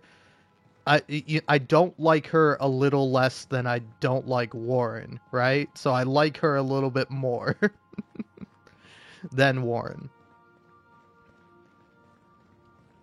Yeah, it's like, it's not a bad game at all by any means. or like they're not bad characters. Actually, funnily enough, Chloe Price voiced by Ashley Birch, whereas like Ashley Birch in this game is giving such like an endearing, wonderful, like sweet performance, where like her character is just this like ball of sunshine and rainbows and is like very fun. And it's like Chloe is like the opposite. Whereas like she has this like appearance of being fun, but really she's like, I don't know. It's like I wish Life is Strange was better written. If it was better written, you can totally make Chloe Price work as like a character. But it's just like it gets to be a bit too much when it's like she's constantly getting angry at Max and blaming Max, and kind of seems like she hates Max, but then also is like, hey, we're best friends. And like maybe possibly girlfriends, but also it's like, listen, all right, I've never played the prequel Life is Strange game that doesn't have Ashley Birch as Chloe Price, so I don't even know why I would want to play it. But that's not true. I know why I don't want to play it. It's because it's not a great game. But like even in the first game, like it's like again, it's like where I play like the first Alan Wake game and like Alan Wake 2, and I see all the inspirations taken from Twin Peaks, where it's like, oh hey, this took like some of the fun stuff from Twin Peaks, you know, where it's like, oh, there's a crazy old lamp lady who is actually writing kind of like a prophet, and then it's like, oh, it's a quirky northwest town, and it's like where Alan Wake takes like the fun and interesting stuff of Twin Peaks and uses it as inspiration and isn't just ripping it off, and actually knows what it's doing with the subject matter. I feel like it's the complete opposite with Life is Strange. Whereas like Life is Strange it takes like ideas from Twin Peaks and then doesn't know how to like effectively use them, you know? Is like, take for example, Rachel, who is Life is Strange's own Laura Dern, right? Is it Laura Dern? I don't know. Been a bit of a minute since I've seen Twin Peaks, but you know, Laura, like the titular character that, well, not titular, but one of the main characters, one of the main driving points in the entire show is her death, and like her presence kind of hangs over the entirety of the town, and like it's really interesting, and like I don't know, it's done very nicely. Like with you know, I haven't seen Firewalk with Me, but I've seen like stuff talking about Firewalk with Me, and as like they do Laura's character like a lot of justice, and like I don't know, it's just like really interesting to see that, where it's like Rachel in Life is Strange just feels like a plot device. And for like for Chloe to be like obsessed with, you know, because it's like if you don't let Chloe make bad decisions and do bad things, then like there's like a little minor consequence in Life is Strange where like whereas like if Max just like completely just to warn you, we like, may have a bedbug infestation. I am investigating non-toxic extermination measures. Non-toxic to you, I mean. Thanks, Ada. I gotta remember not to walk in here because it triggers your voice lines. But yeah, but Rachel is just this like plot device. Like she's not like a real character. She doesn't really have a real character. Like it's like, again, she's like, it's literally Laura Dern without any of the subtext, without any of the nuance, without any of that. It's just like ripping off a Laura Dern and not like actually doing anything interesting or smart or fun or good with that character. And it's like she essentially serves to just be like the best friend and like the love of Chloe's life. And she's almost like a replacement for Max, but like not only is she a replacement, but she's like better than Max. And Chloe likes her more than she likes Max. Like, sometimes she's like, oh, you two would have been great friends. But, like, for the most part, she's like, man, I liked Rachel so much more than you, Max. But now she's dead, and I'm just stuck with you, Max. And it's like, it feels bad. And, like, I get that's maybe part of the plot, but then there's like no real resolution for it. It's like either Max just becomes like, I don't know if subservient is the right word, but like, you know, she's very like non-confrontational. She's very like deferent to Chloe. If you play her that way, where she's just like, okay, Chloe, if you say this is the thing, then that's right. But then if you play Max, kind of how I think she would be, or at least how I played her, where she's like, no, Chloe, we shouldn't steal the money for the handicap fund. Like, no, we shouldn't do that. And Chloe's like, oh, whatever. And it's like, the game does a lot of interesting writing decisions that I don't like and I don't agree with and just are absurd to talk about, you know? Because anyway, with the whole mechanic thing, is that it's like, if you allow Chloe to be like a bad person and don't ever call her out on her shit, then like, she'll change her phone profile picture to Max. But if you don't, then it'll still be Rachel. And like, like after episode 3 or something, Max will pick up Chloe's phone and she'll be like, oh, I was hoping Chloe would change her background image to me, but I guess she didn't. I guess she's still sad about Rachel or whatever. I'm like, Max, you gotta get away from this girl. You gotta leave her behind. You gotta let her have her own character development. Like, you can't fix her. You can't save her, which I think is maybe like the theme of the game. Cause like when I first played the game, I played like all the way up to like episode 4, and then when I got to the end of episode 4, for whatever reason, I just fell off of it. I was just like, I don't want to play episode 5. And so it took me like a month or something before I finally went back to the game and I finished up episode 5. And like, when I finished up episode 5 for the first time, if you don't know about Life is Strange and you're just listening to me ramble about it for some reason, which I appreciate, but at the end of that game, you have to make a choice. And the choice has been so cleverly boiled down to Bay or Bay. And it's like, oh, what are you talking about? This is the same thing. But no. See, Bay is abbreviated to BAE. Ah, see, get it? Which is another abbreviation of, well, yeah, Bay is like an abbreviation of before anything else. The cute, like, pet name or whatever, if you want to call your significant other that and be gross. Oh, you have affection for this person and you give them a fun nickname? I kid.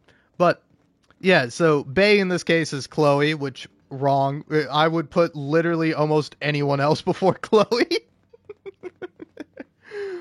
Or you can save Arcadia Bay, a whole entire fucking town full of friends and, like, good people. Like, yeah, there's awful people there, obviously, but there is, like, a lot of good people there who are just living their lives, and it's like, it's like an incredibly fucked up thing to do. Like, I understand that, like, some people love this idea of, like, romance, of, like, I would doom an entire town for you in order to save your life and to be with you.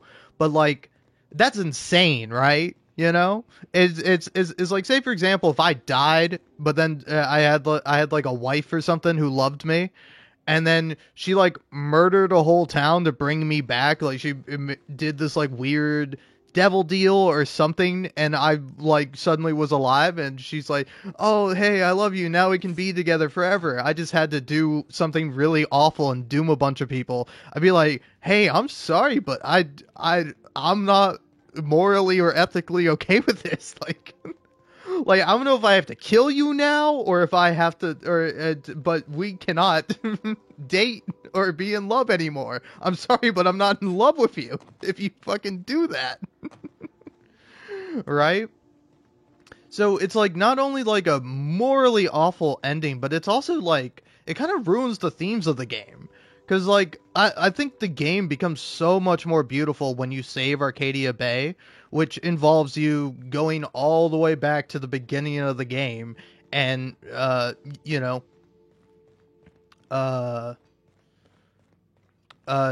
like letting Chloe die. Like you never get to reconnect with her, you never get to apologize to her, you know, you never get to kiss her after she like jokingly says, "Oh, kiss me, Max." It's like all those memories are now gone and they'll never be real, but like it's like I don't know, I think it becomes much more poetic of like oh, here's what could have been, here's how things could have been different, but unfortunately that's just not how it is. That's not how life was meant to go, and it's like I don't, it's like such a better ending, you know. And plus, like when I did recently replay it, it's like the song that plays at the end, Spanish Sahara, is so good. Spanish Sahara is great, and I don't know if that same song plays if you save Chloe instead, but like I don't know, it's a really beautiful ending where it's like Max is like attending Chloe's funeral, and it's like I don't know. It makes the game so much better if you don't save Chloe, and it's like a really poignant, meaningful ending where it's like it's like I don't know, it just feels so much better to me. It's like sad, and like that's what makes it like a slightly better ending, you know? Because it's like it's like it's insane to me that that people are just like so Chloe and Max in favor of it that's like they can't think about anything else. Like I don't know. I don't know. Like I gotta assume these people are in the minority, but like I don't know for sure. I forget what the ending stat was for Life is Strange. Here, let's see if we can look it up, because honestly right now I'm not doing much of anything. I'm just hanging out. Oh yeah, let's see. Life is Strange. Who would have thunk? But yeah. I don't know if you want to. I don't know if you can even hear my own voice playing through the phone. But yeah. Oh yeah, wow. Huh. Interesting.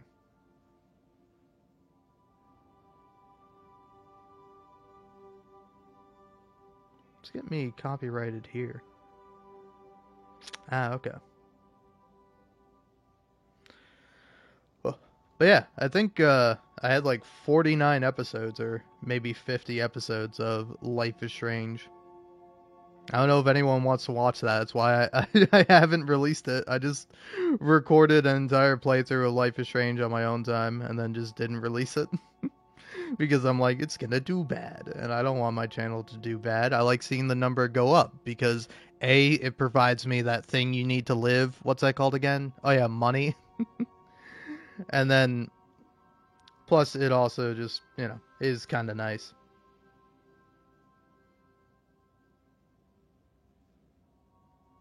But yeah. Oh, come on, phone. Oh yeah, I started watching the documentary after I beat the game. So, okay, yeah, here we go. Here's the stat screen. Let's see what it is. Okay, alright. Now, keep in mind, this is the unremastered PS4 version of Life is Strange. But 48% of people decided to sacrifice Arcadia Bay, and 52% of people decided to sacrifice Chloe. So it's like, it's kind of an even split, man. But it's like, also, to be fair, it's like when I first played the game, I even though I was like, this is the worst ending, I just saved Chloe. It's like, even though I'm like, I don't want to do this, I'm like, I'm doing the thing I don't want to do because I want to see what happens. Because like, I don't know what it was. I don't know what made me like unsatisfied with the game, but I was just like, meh. I'm kind of done with this game. So let's do the wrong thing. Let's make the bad decision. Because like, I don't know, am I wrong in like finding that to be compelling? It's like I think when written well, it can be really interesting. Like, take for example Ellie from The Last of Us Part 2. It's like, I love when like a character does the wrong thing, when a character like does something bad and then like has to like deal with that and suffer the consequences of it, and it's like done in a interesting way. Because it's like, I don't know, I would say that's like also the unfortunate thing is that like Chloe, as much as I'm like I don't like her and she's not great, she is like a victim. Like she does have a lot of awful things happen to her, and she is just like trying her best. It's just the problem is like you never really get to see her have like a character arc. Like her entire character arc happens in like episode 5 or whatever. There's like a little moment where like Chloe's like, "Hey Max, by the way, I've like decided to turn myself around and now I'm gonna be like a good person." It's like, oh really? That's great, Chloe. Unfortunately for you though, you're not gonna make it out. Not in this ending. But yeah, it's like I don't know. Anyway, my ultimate point is that I don't know. I really like Max. Max is like a very compelling, very fun character, and I don't know. I think I'm gonna play that.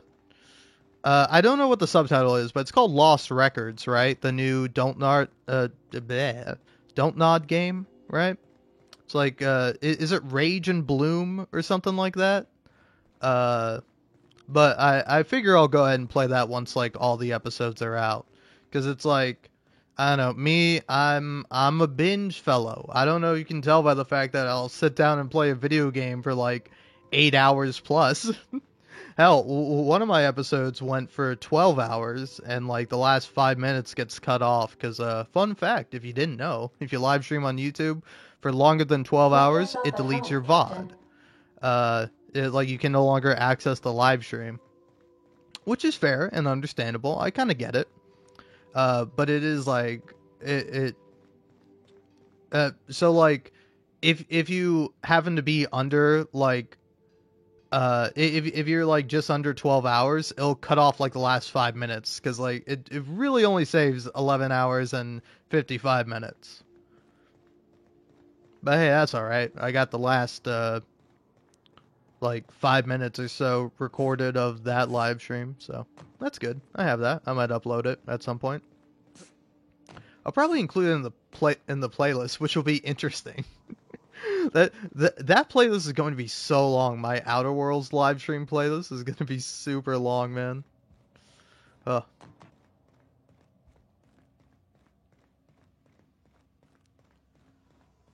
yeah, I don't know. It's like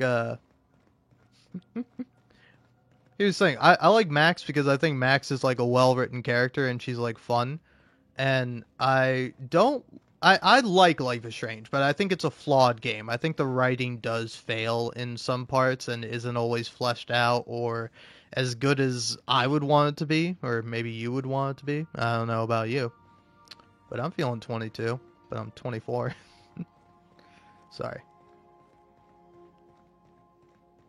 But yeah, I don't know. I want like I would like a good sample size of like quirky characters in games, like particularly protagonists, you know, because it's like I would say off the top of my head, you got Jesse from Control, and you got Max from Life is Strange. Like I don't know, I wonder what other kind of characters out there are like super quirky, because like I don't know, I haven't played Life is Strange Double Exposure. I'll probably play that game when it's like, I don't know, it's got to be like $20 for me to buy it, man. I'll play it in like a couple of years or something. Like I'm not paying $60 for that. Like sorry, Squeenix, but it's like it's just not that good, you know. But I do want to play the game purely for Hannah Tell, right? I don't know, I forget what her last name is, but I think it is Tell, or it's T something, I think. But yeah, but like her performance as Max is like great. Like she is so like endearing and fun as Max Caulfield. Cause like the only like quirky guy protagonist I can think off the top of my mind is like Alan Wake from Alan Wake 2. Cause like I don't know, it's very funny. Whenever Alan Wake isn't like having the most nightmarish, awful things happen to him, and he's dealing with like all these like weird, strange entities that just wish him harm, he like perks right up. Like it's very fun when you like run into like Tim Breaker, and he's just like, "Hey Tim, how's it going?" It's like a nice change of pace from the guy like pacing around in his writer's room, losing his mind because he can't get out. He's forever trapped in the dark place, and he keeps forgetting, and he keeps it being in this eternal loop where like no matter what he writes, it all turns to horror and it's all awful, and he can do nothing to escape. But yet nonetheless, all he can do is write because he has to do something, right? Or he has to not write. But then he forgets that he shouldn't write anymore, and then he starts writing again, and then he's writing and he's writing and he's writing, and then he doesn't want to write anymore, and then he's like, no, I'm writing all bad, I gotta change it, I gotta make it good, and then he's trying to make it all good, and then he runs into himself and finds himself in the writing room, and he's like, hey, you, stop writing, you're Scratch, you're the evil guy who's making everything awful, and then he shoots him in the head, and he's like, wait, shit, I just shot myself, and then that's how he gets taken over by Scratch. You might think I just spoiled the plot for Alan Wake, and I kind of did, but I also didn't. I don't know. Alan Wake 2 is so fun. You gotta play that game, all right? If you're looking for a good-ass game inspired by Twin Peaks, like, honestly, Alan Wake 2, like, this might be controversial, because I really like Baldur's Gate 3. Actually, yeah, that's the game I might play after this, Baldur's Gate 3. Although I'm kind of waiting for patch 8. Like, it's not out yet. Is it out on PlayStation 5? I don't know for sure, but I don't think it is. Because I'd love me a photo mode and some new mods. Because it's always a treat when me, a little peasant console boy, I get to have a mod? Ooh! What fun! But yeah, like, Baldur's Gate 3 came out in 2023. Great game, fantastic, really lovely. I think Alan Wake 2 is a better game. All right, and don't come for me. Don't kill me unless you want to. You know, I'm not gonna stop you. You have free will, I presume. But no, it's like Alan Wake 2. I think is the better game because it's like Baldur's Gate 3 is like good. It is a solid game, and like the characters in it are awesome, and there is like so much going on. The game looks beautiful. The combat is maybe not my favorite thing in the world, but it is good. It is like really interesting, all the stuff you can do. I just don't like it because I'm bad at it. But as soon as I get good at it, I'd like that combat. But yeah, it's like Baldur's Gate 3 has a lot of fun things in it, but it also has quite a number of flaws. And it's like Alan Wake 2, by being a shorter, more focused game, does kind of have less flaws. And also, I think, like, you know, it's like, there is technically a musical in Baldur's Gate 3. I have yet to actually get to it, but I have heard tall tale of the musical part where you fight a devil in Baldur's Gate 3. And I'm very excited to see that. But it's just not going to be topped by Alan Wake 2, right? Like, Alan Wake 2, if you don't know about the Champion of Light and the wonderful musical that he does, because, you know, while you may show him the Champion of Light, in turn you will be shown the Herald of Darkness. And, but yeah, like, the musical part of Alan Wake 2 is so amazing, and it takes you by such surprise. It's like, I don't know, I would say, at least for me, like, Baldur's Gate 3 is better at being an RPG than Alan Wake 2 is at being a horror game. Because, like, for me, Alan Wake 2 isn't scary. Like, I don't get scared playing the game. Like, the game is, like, no offense to the game, but the game is, like, so unscary that it has to, like, throw, like, jump scares in at you at random intervals to be like, ooh, you scared yet? And I'm like, sorry, Alan Wake 2. Kind of like with Dead Space, it's like, if all you got is jump scares, that's not going to actually scare me. If you want to scare me, like, have some horrific shit in there. And there is some horrific stuff in Alan Wake 2. There's, like, some really stuff that, like, really awful stuff that fills you with dread. But, like, I don't know, it's never quite to the extent where it's like, I'm really scared. It's like, I would say, like, this game, like, the Peril and Gorgon DLC has some fucked up shit in it. It has some, like, genuinely, like, horrific stuff in it. And, like, to me, that's, like, more scary, or at least more unsettling than, like, say, oh, this person has been turned into a monster. Oh, look, there they are. There's the real person on the screen in black and white, and they're screaming at you. Ooh, I'm terrified. I'm scared. I'm quaking in my boots. But like, I do also understand that this is a me thing. Is that one day when I was a teenager, I played Bloodborne and I fucking overcame my fear of everything. Like, I don't know. It's like, sometimes I do wish jump scares would get me, but they don't. Jump scares do not get me. If you want to see a game that genuinely terrifies me, you can watch me play Subnautica, which I will not play again because I don't want to have a heart attack. But Subnautica is genuinely the scariest game to me. But that's because it is like a primal like fear I have, you know? It's like, I don't know if I specifically have thalassophobia, because it's like, you know, if you brought me to like a beach or something, I could swim around in the ocean. I probably wouldn't want to, but you know, I could. But like, it's like, I don't know, specifically like there being scary monsters in the water and like danger and like death in the water. That's scary to me, alright? Listen, as someone that saw Jaws when he was way too young as a kid, and then played the Jaws video game on the Xbox, the original Xbox, that shit, like, permanently put this fear in me of, like, the reason why I don't get scared by jump scares anymore is because I know it will not hurt me, and I know that it can, like, not affect me, you know? Because, like, when I was a kid, I was terrified of everything. Like, I still don't like horror to this day. But, like, now it's, like, much different than why I didn't like horror as a kid. It's, like, I didn't like horror as a kid because it scared me, you know? Like, one day when I was in, like, preschool, like, not, like, actual preschool, but, like, a summer camp for, like, preschoolers, I think. It was, like, it was either the year before I went into kindergarten or, like, I think, because, like, the summer of kindergarten, I went to, like, a different thing, I think.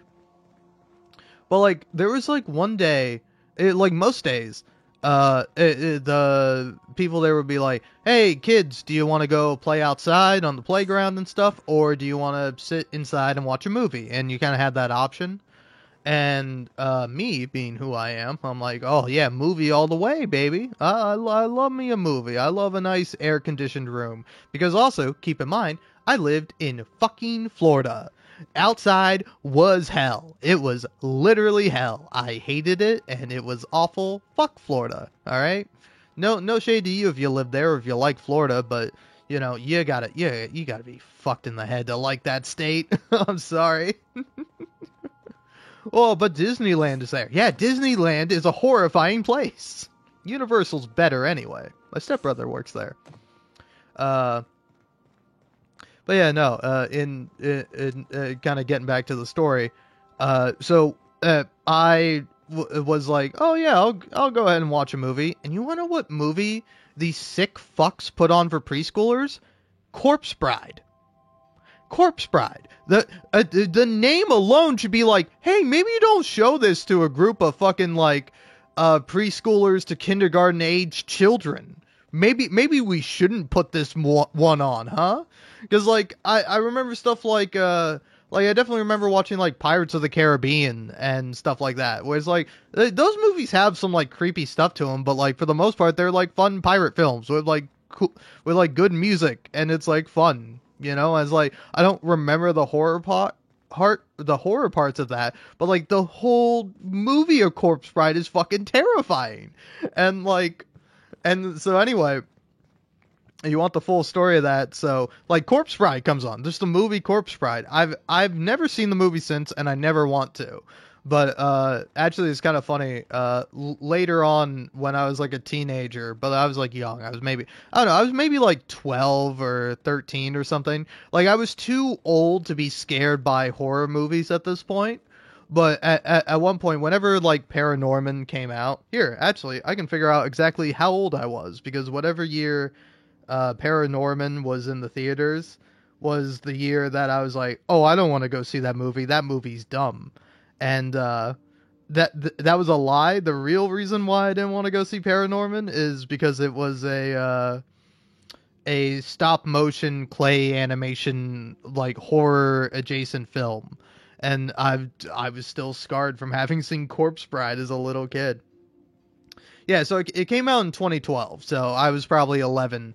I mean, I was definitely 11. If you ever want to know my age, it's the year -1 up until 2001, the year I was born, on January 1st. But yeah, it's so it's like they sat these kids they like, you know, we're sat in this room, and like I remember watching the movie and I'm just like terrified the whole time, and I'm just like crying, and I'm just like sitting there watching it because I'm like I chose to watch a movie, so now I have to sit in here and I have to watch a movie, you know? It's like I'm a kid. I don't realize that it's like, oh, I don't like this movie, I can just go outside. I'd rather do that.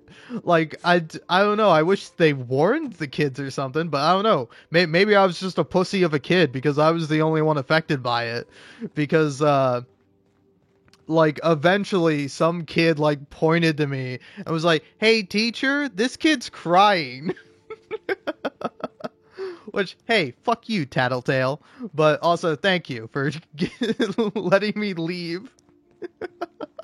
Because that's really what was happening. I was just watching Corpse Bride, and it scared me so much I was just crying. And so, ever since then, I have not liked, like, animated claymation Tim Burton style movies. I've never seen Nightmare Before Christmas. I think I might like that film if I ever see it, but I will never go out of my way to watch that on my own. You know, it's not something that's in the cards for me. But oh yeah, but like I don't know. It's like I've always hated movies like that. There was like an Igor movie I saw at some point. And it's like I didn't like that movie at all. Like that movie scared me. And then like Coraline's the worst, man. All right, like.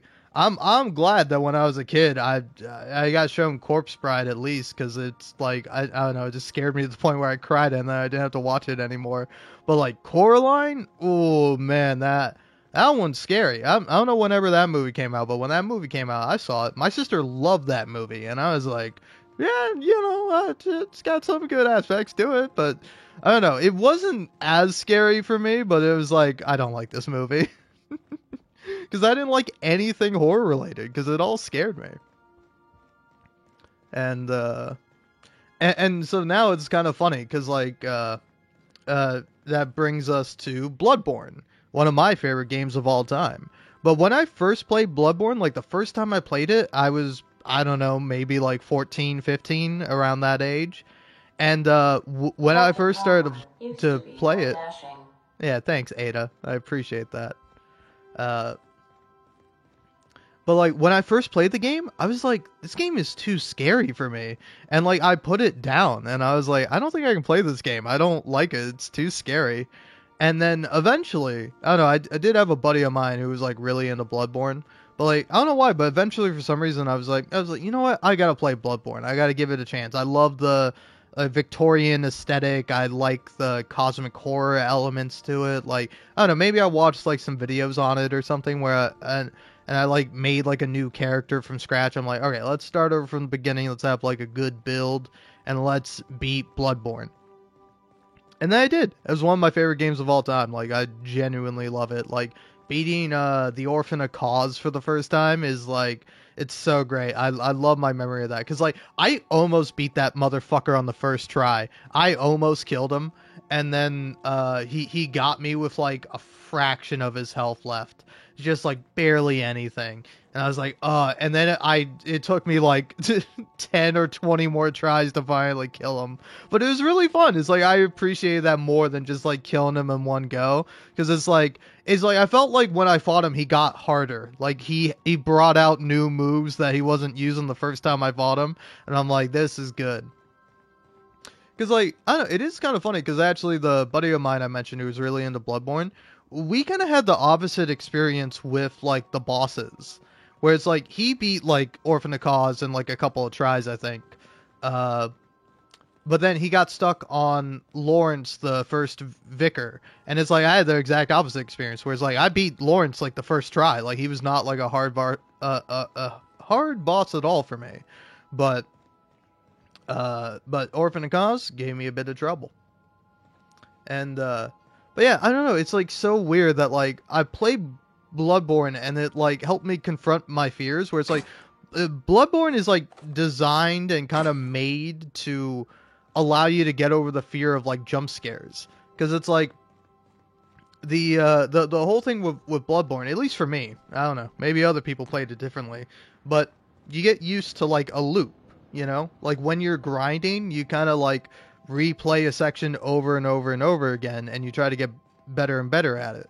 Like when I was first starting out, like one of my favorite things to do is like in like the main Yharnam town is to like try and kill all the enemies, you know, because it's like the first time you get through it, you might run past some of them, you might like you know, barely make it through, and then it's like your goal is like, okay, let's effectively kill every single monster in this town and then get to like the next lamp, and then I can have a bunch of blood echoes and blood vials.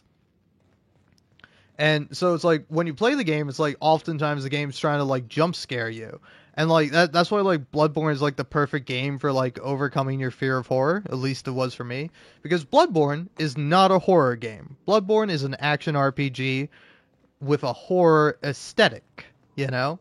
And that's why it's like, you know, I love Bloodborne, I play Bloodborne all the live long day, but you catch me never playing Subnautica. Because it's like, even when I tried to play Outlast at some point, to be fair though, when I played, it was, let's say red-eyed, if you know what I mean, if you catch my drift, you know, if you're high-minded or something of the sort. But like when I played Outlast, it's like I didn't like that game as much, and it scared me a good bit, because like you're powerless, you know, and that's how most horror games are, is that you are like a powerless person or character, and you're not able to do anything about the enemies other than like run away from them. I know in Subnautica you can like stab a Reaper to death, but it's like you're not supposed to do that really.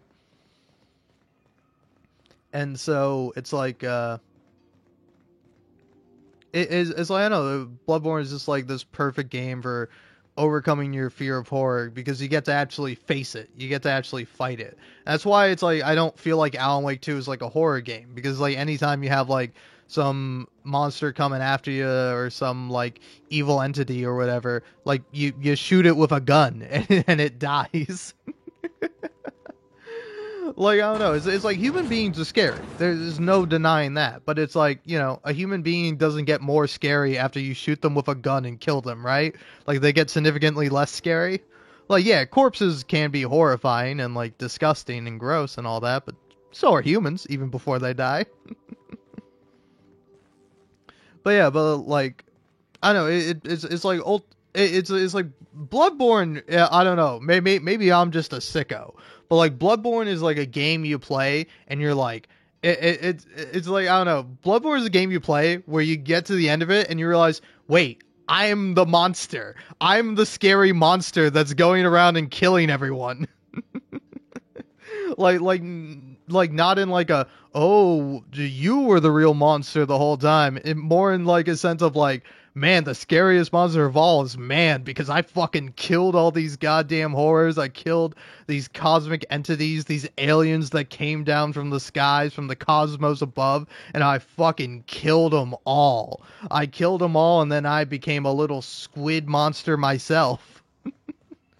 Like, it's such a fun game, man. I love the story of it. I love, like, the lore. I love the aesthetic. I don't know. Bloodborne is just a great game. It's one of my favorites. And plus, it's like, it's so fun.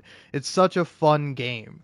And it's like, it's like, I don't know. It's probably why I haven't really beaten any other From Software game, is I've played plenty of them. It's like, I don't know. I definitely want to try to give Sekiro a shot and play that game again.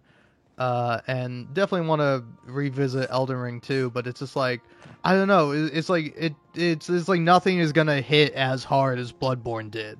Like Bloodborne was just perfect, and plus it's like, you know, you get a gun that you use to parry. All right, forget about a shield, forget about parrying with a sword.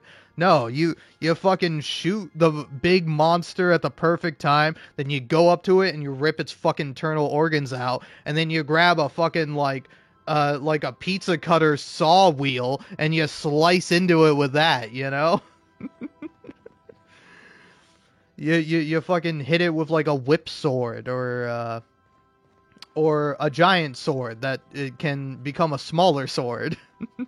That Ludwig's Holy Blade is a little less interesting compared to some of the other weapons, but you know, it's like they're I don't know, I loved like the combination of like the hunter weapons where it's like it's like, I don't know, even the most basic one, like the saw cleaver, it's like a saw cleaver.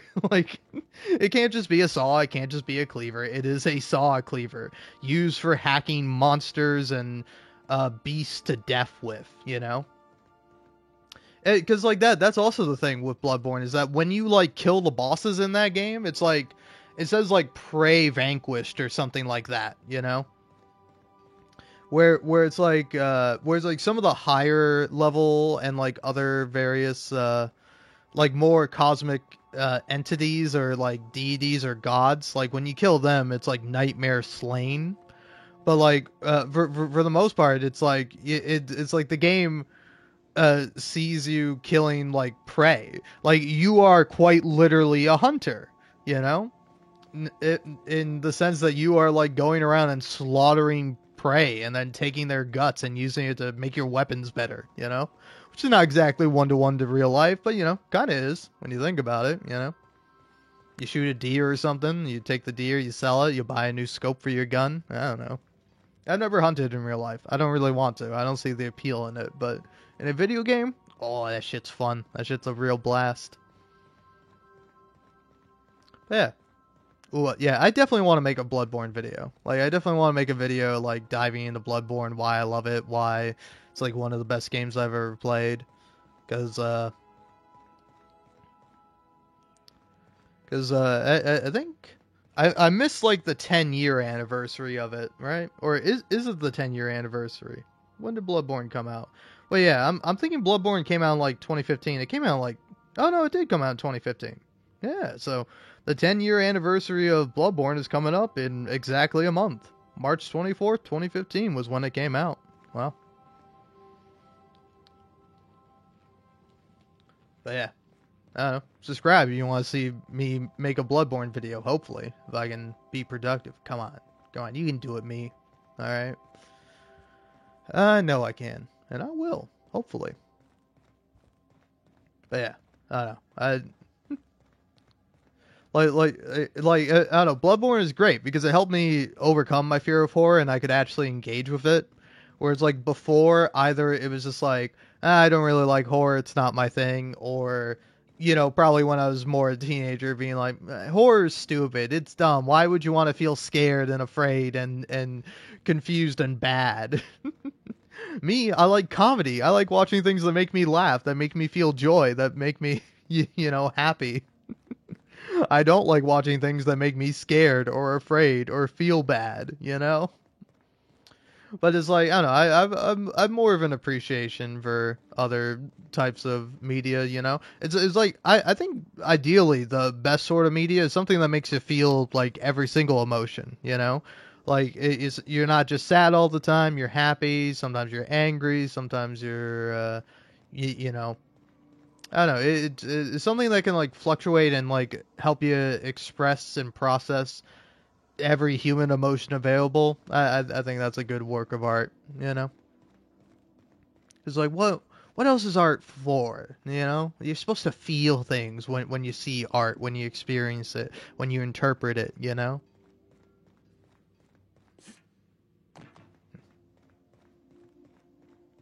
But yeah.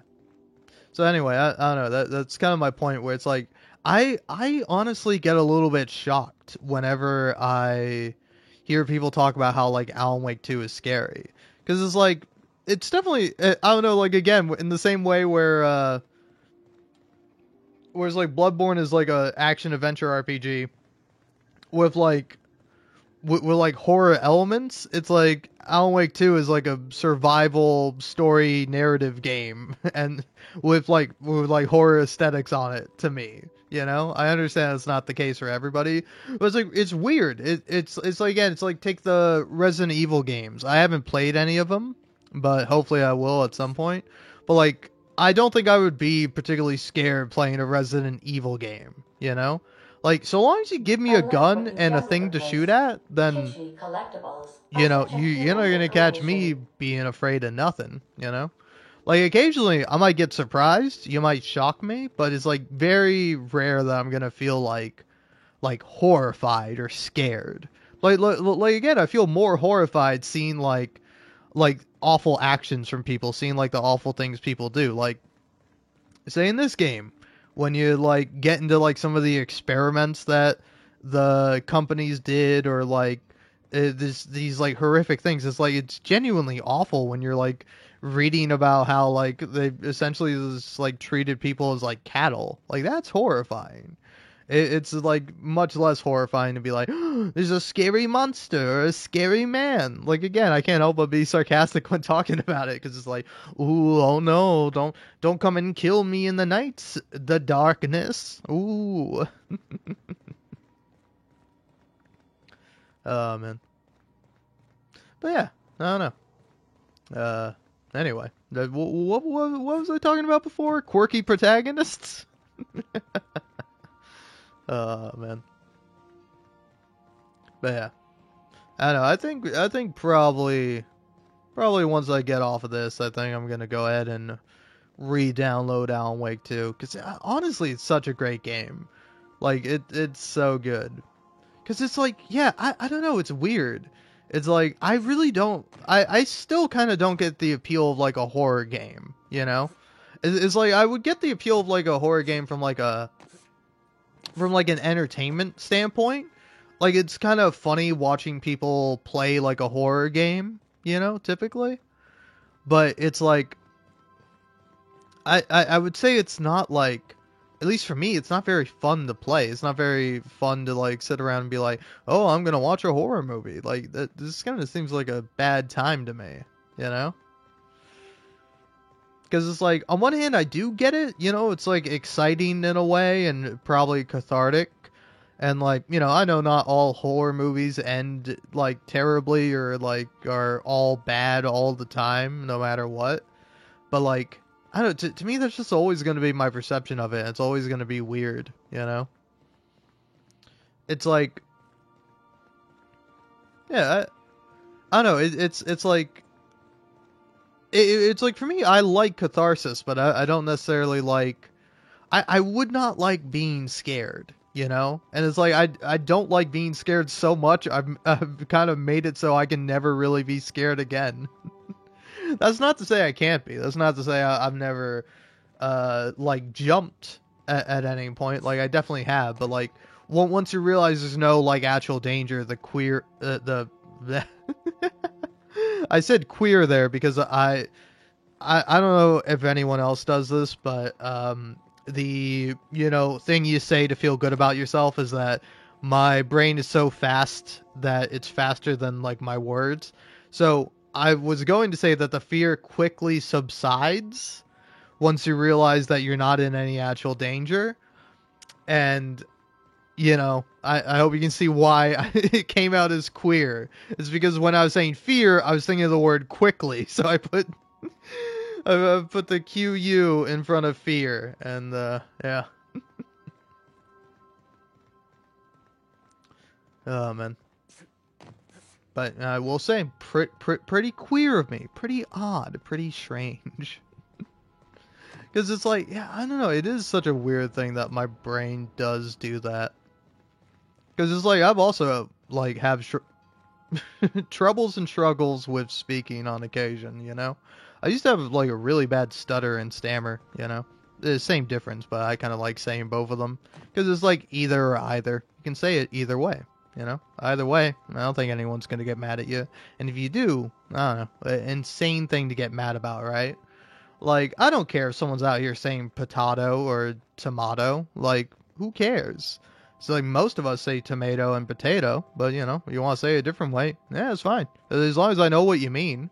It's like, if you don't know what someone means, you can just be like, hey, do you mean this? Or, oh, what do you mean by that? Like, never a wrong thing to ask for clarification, but...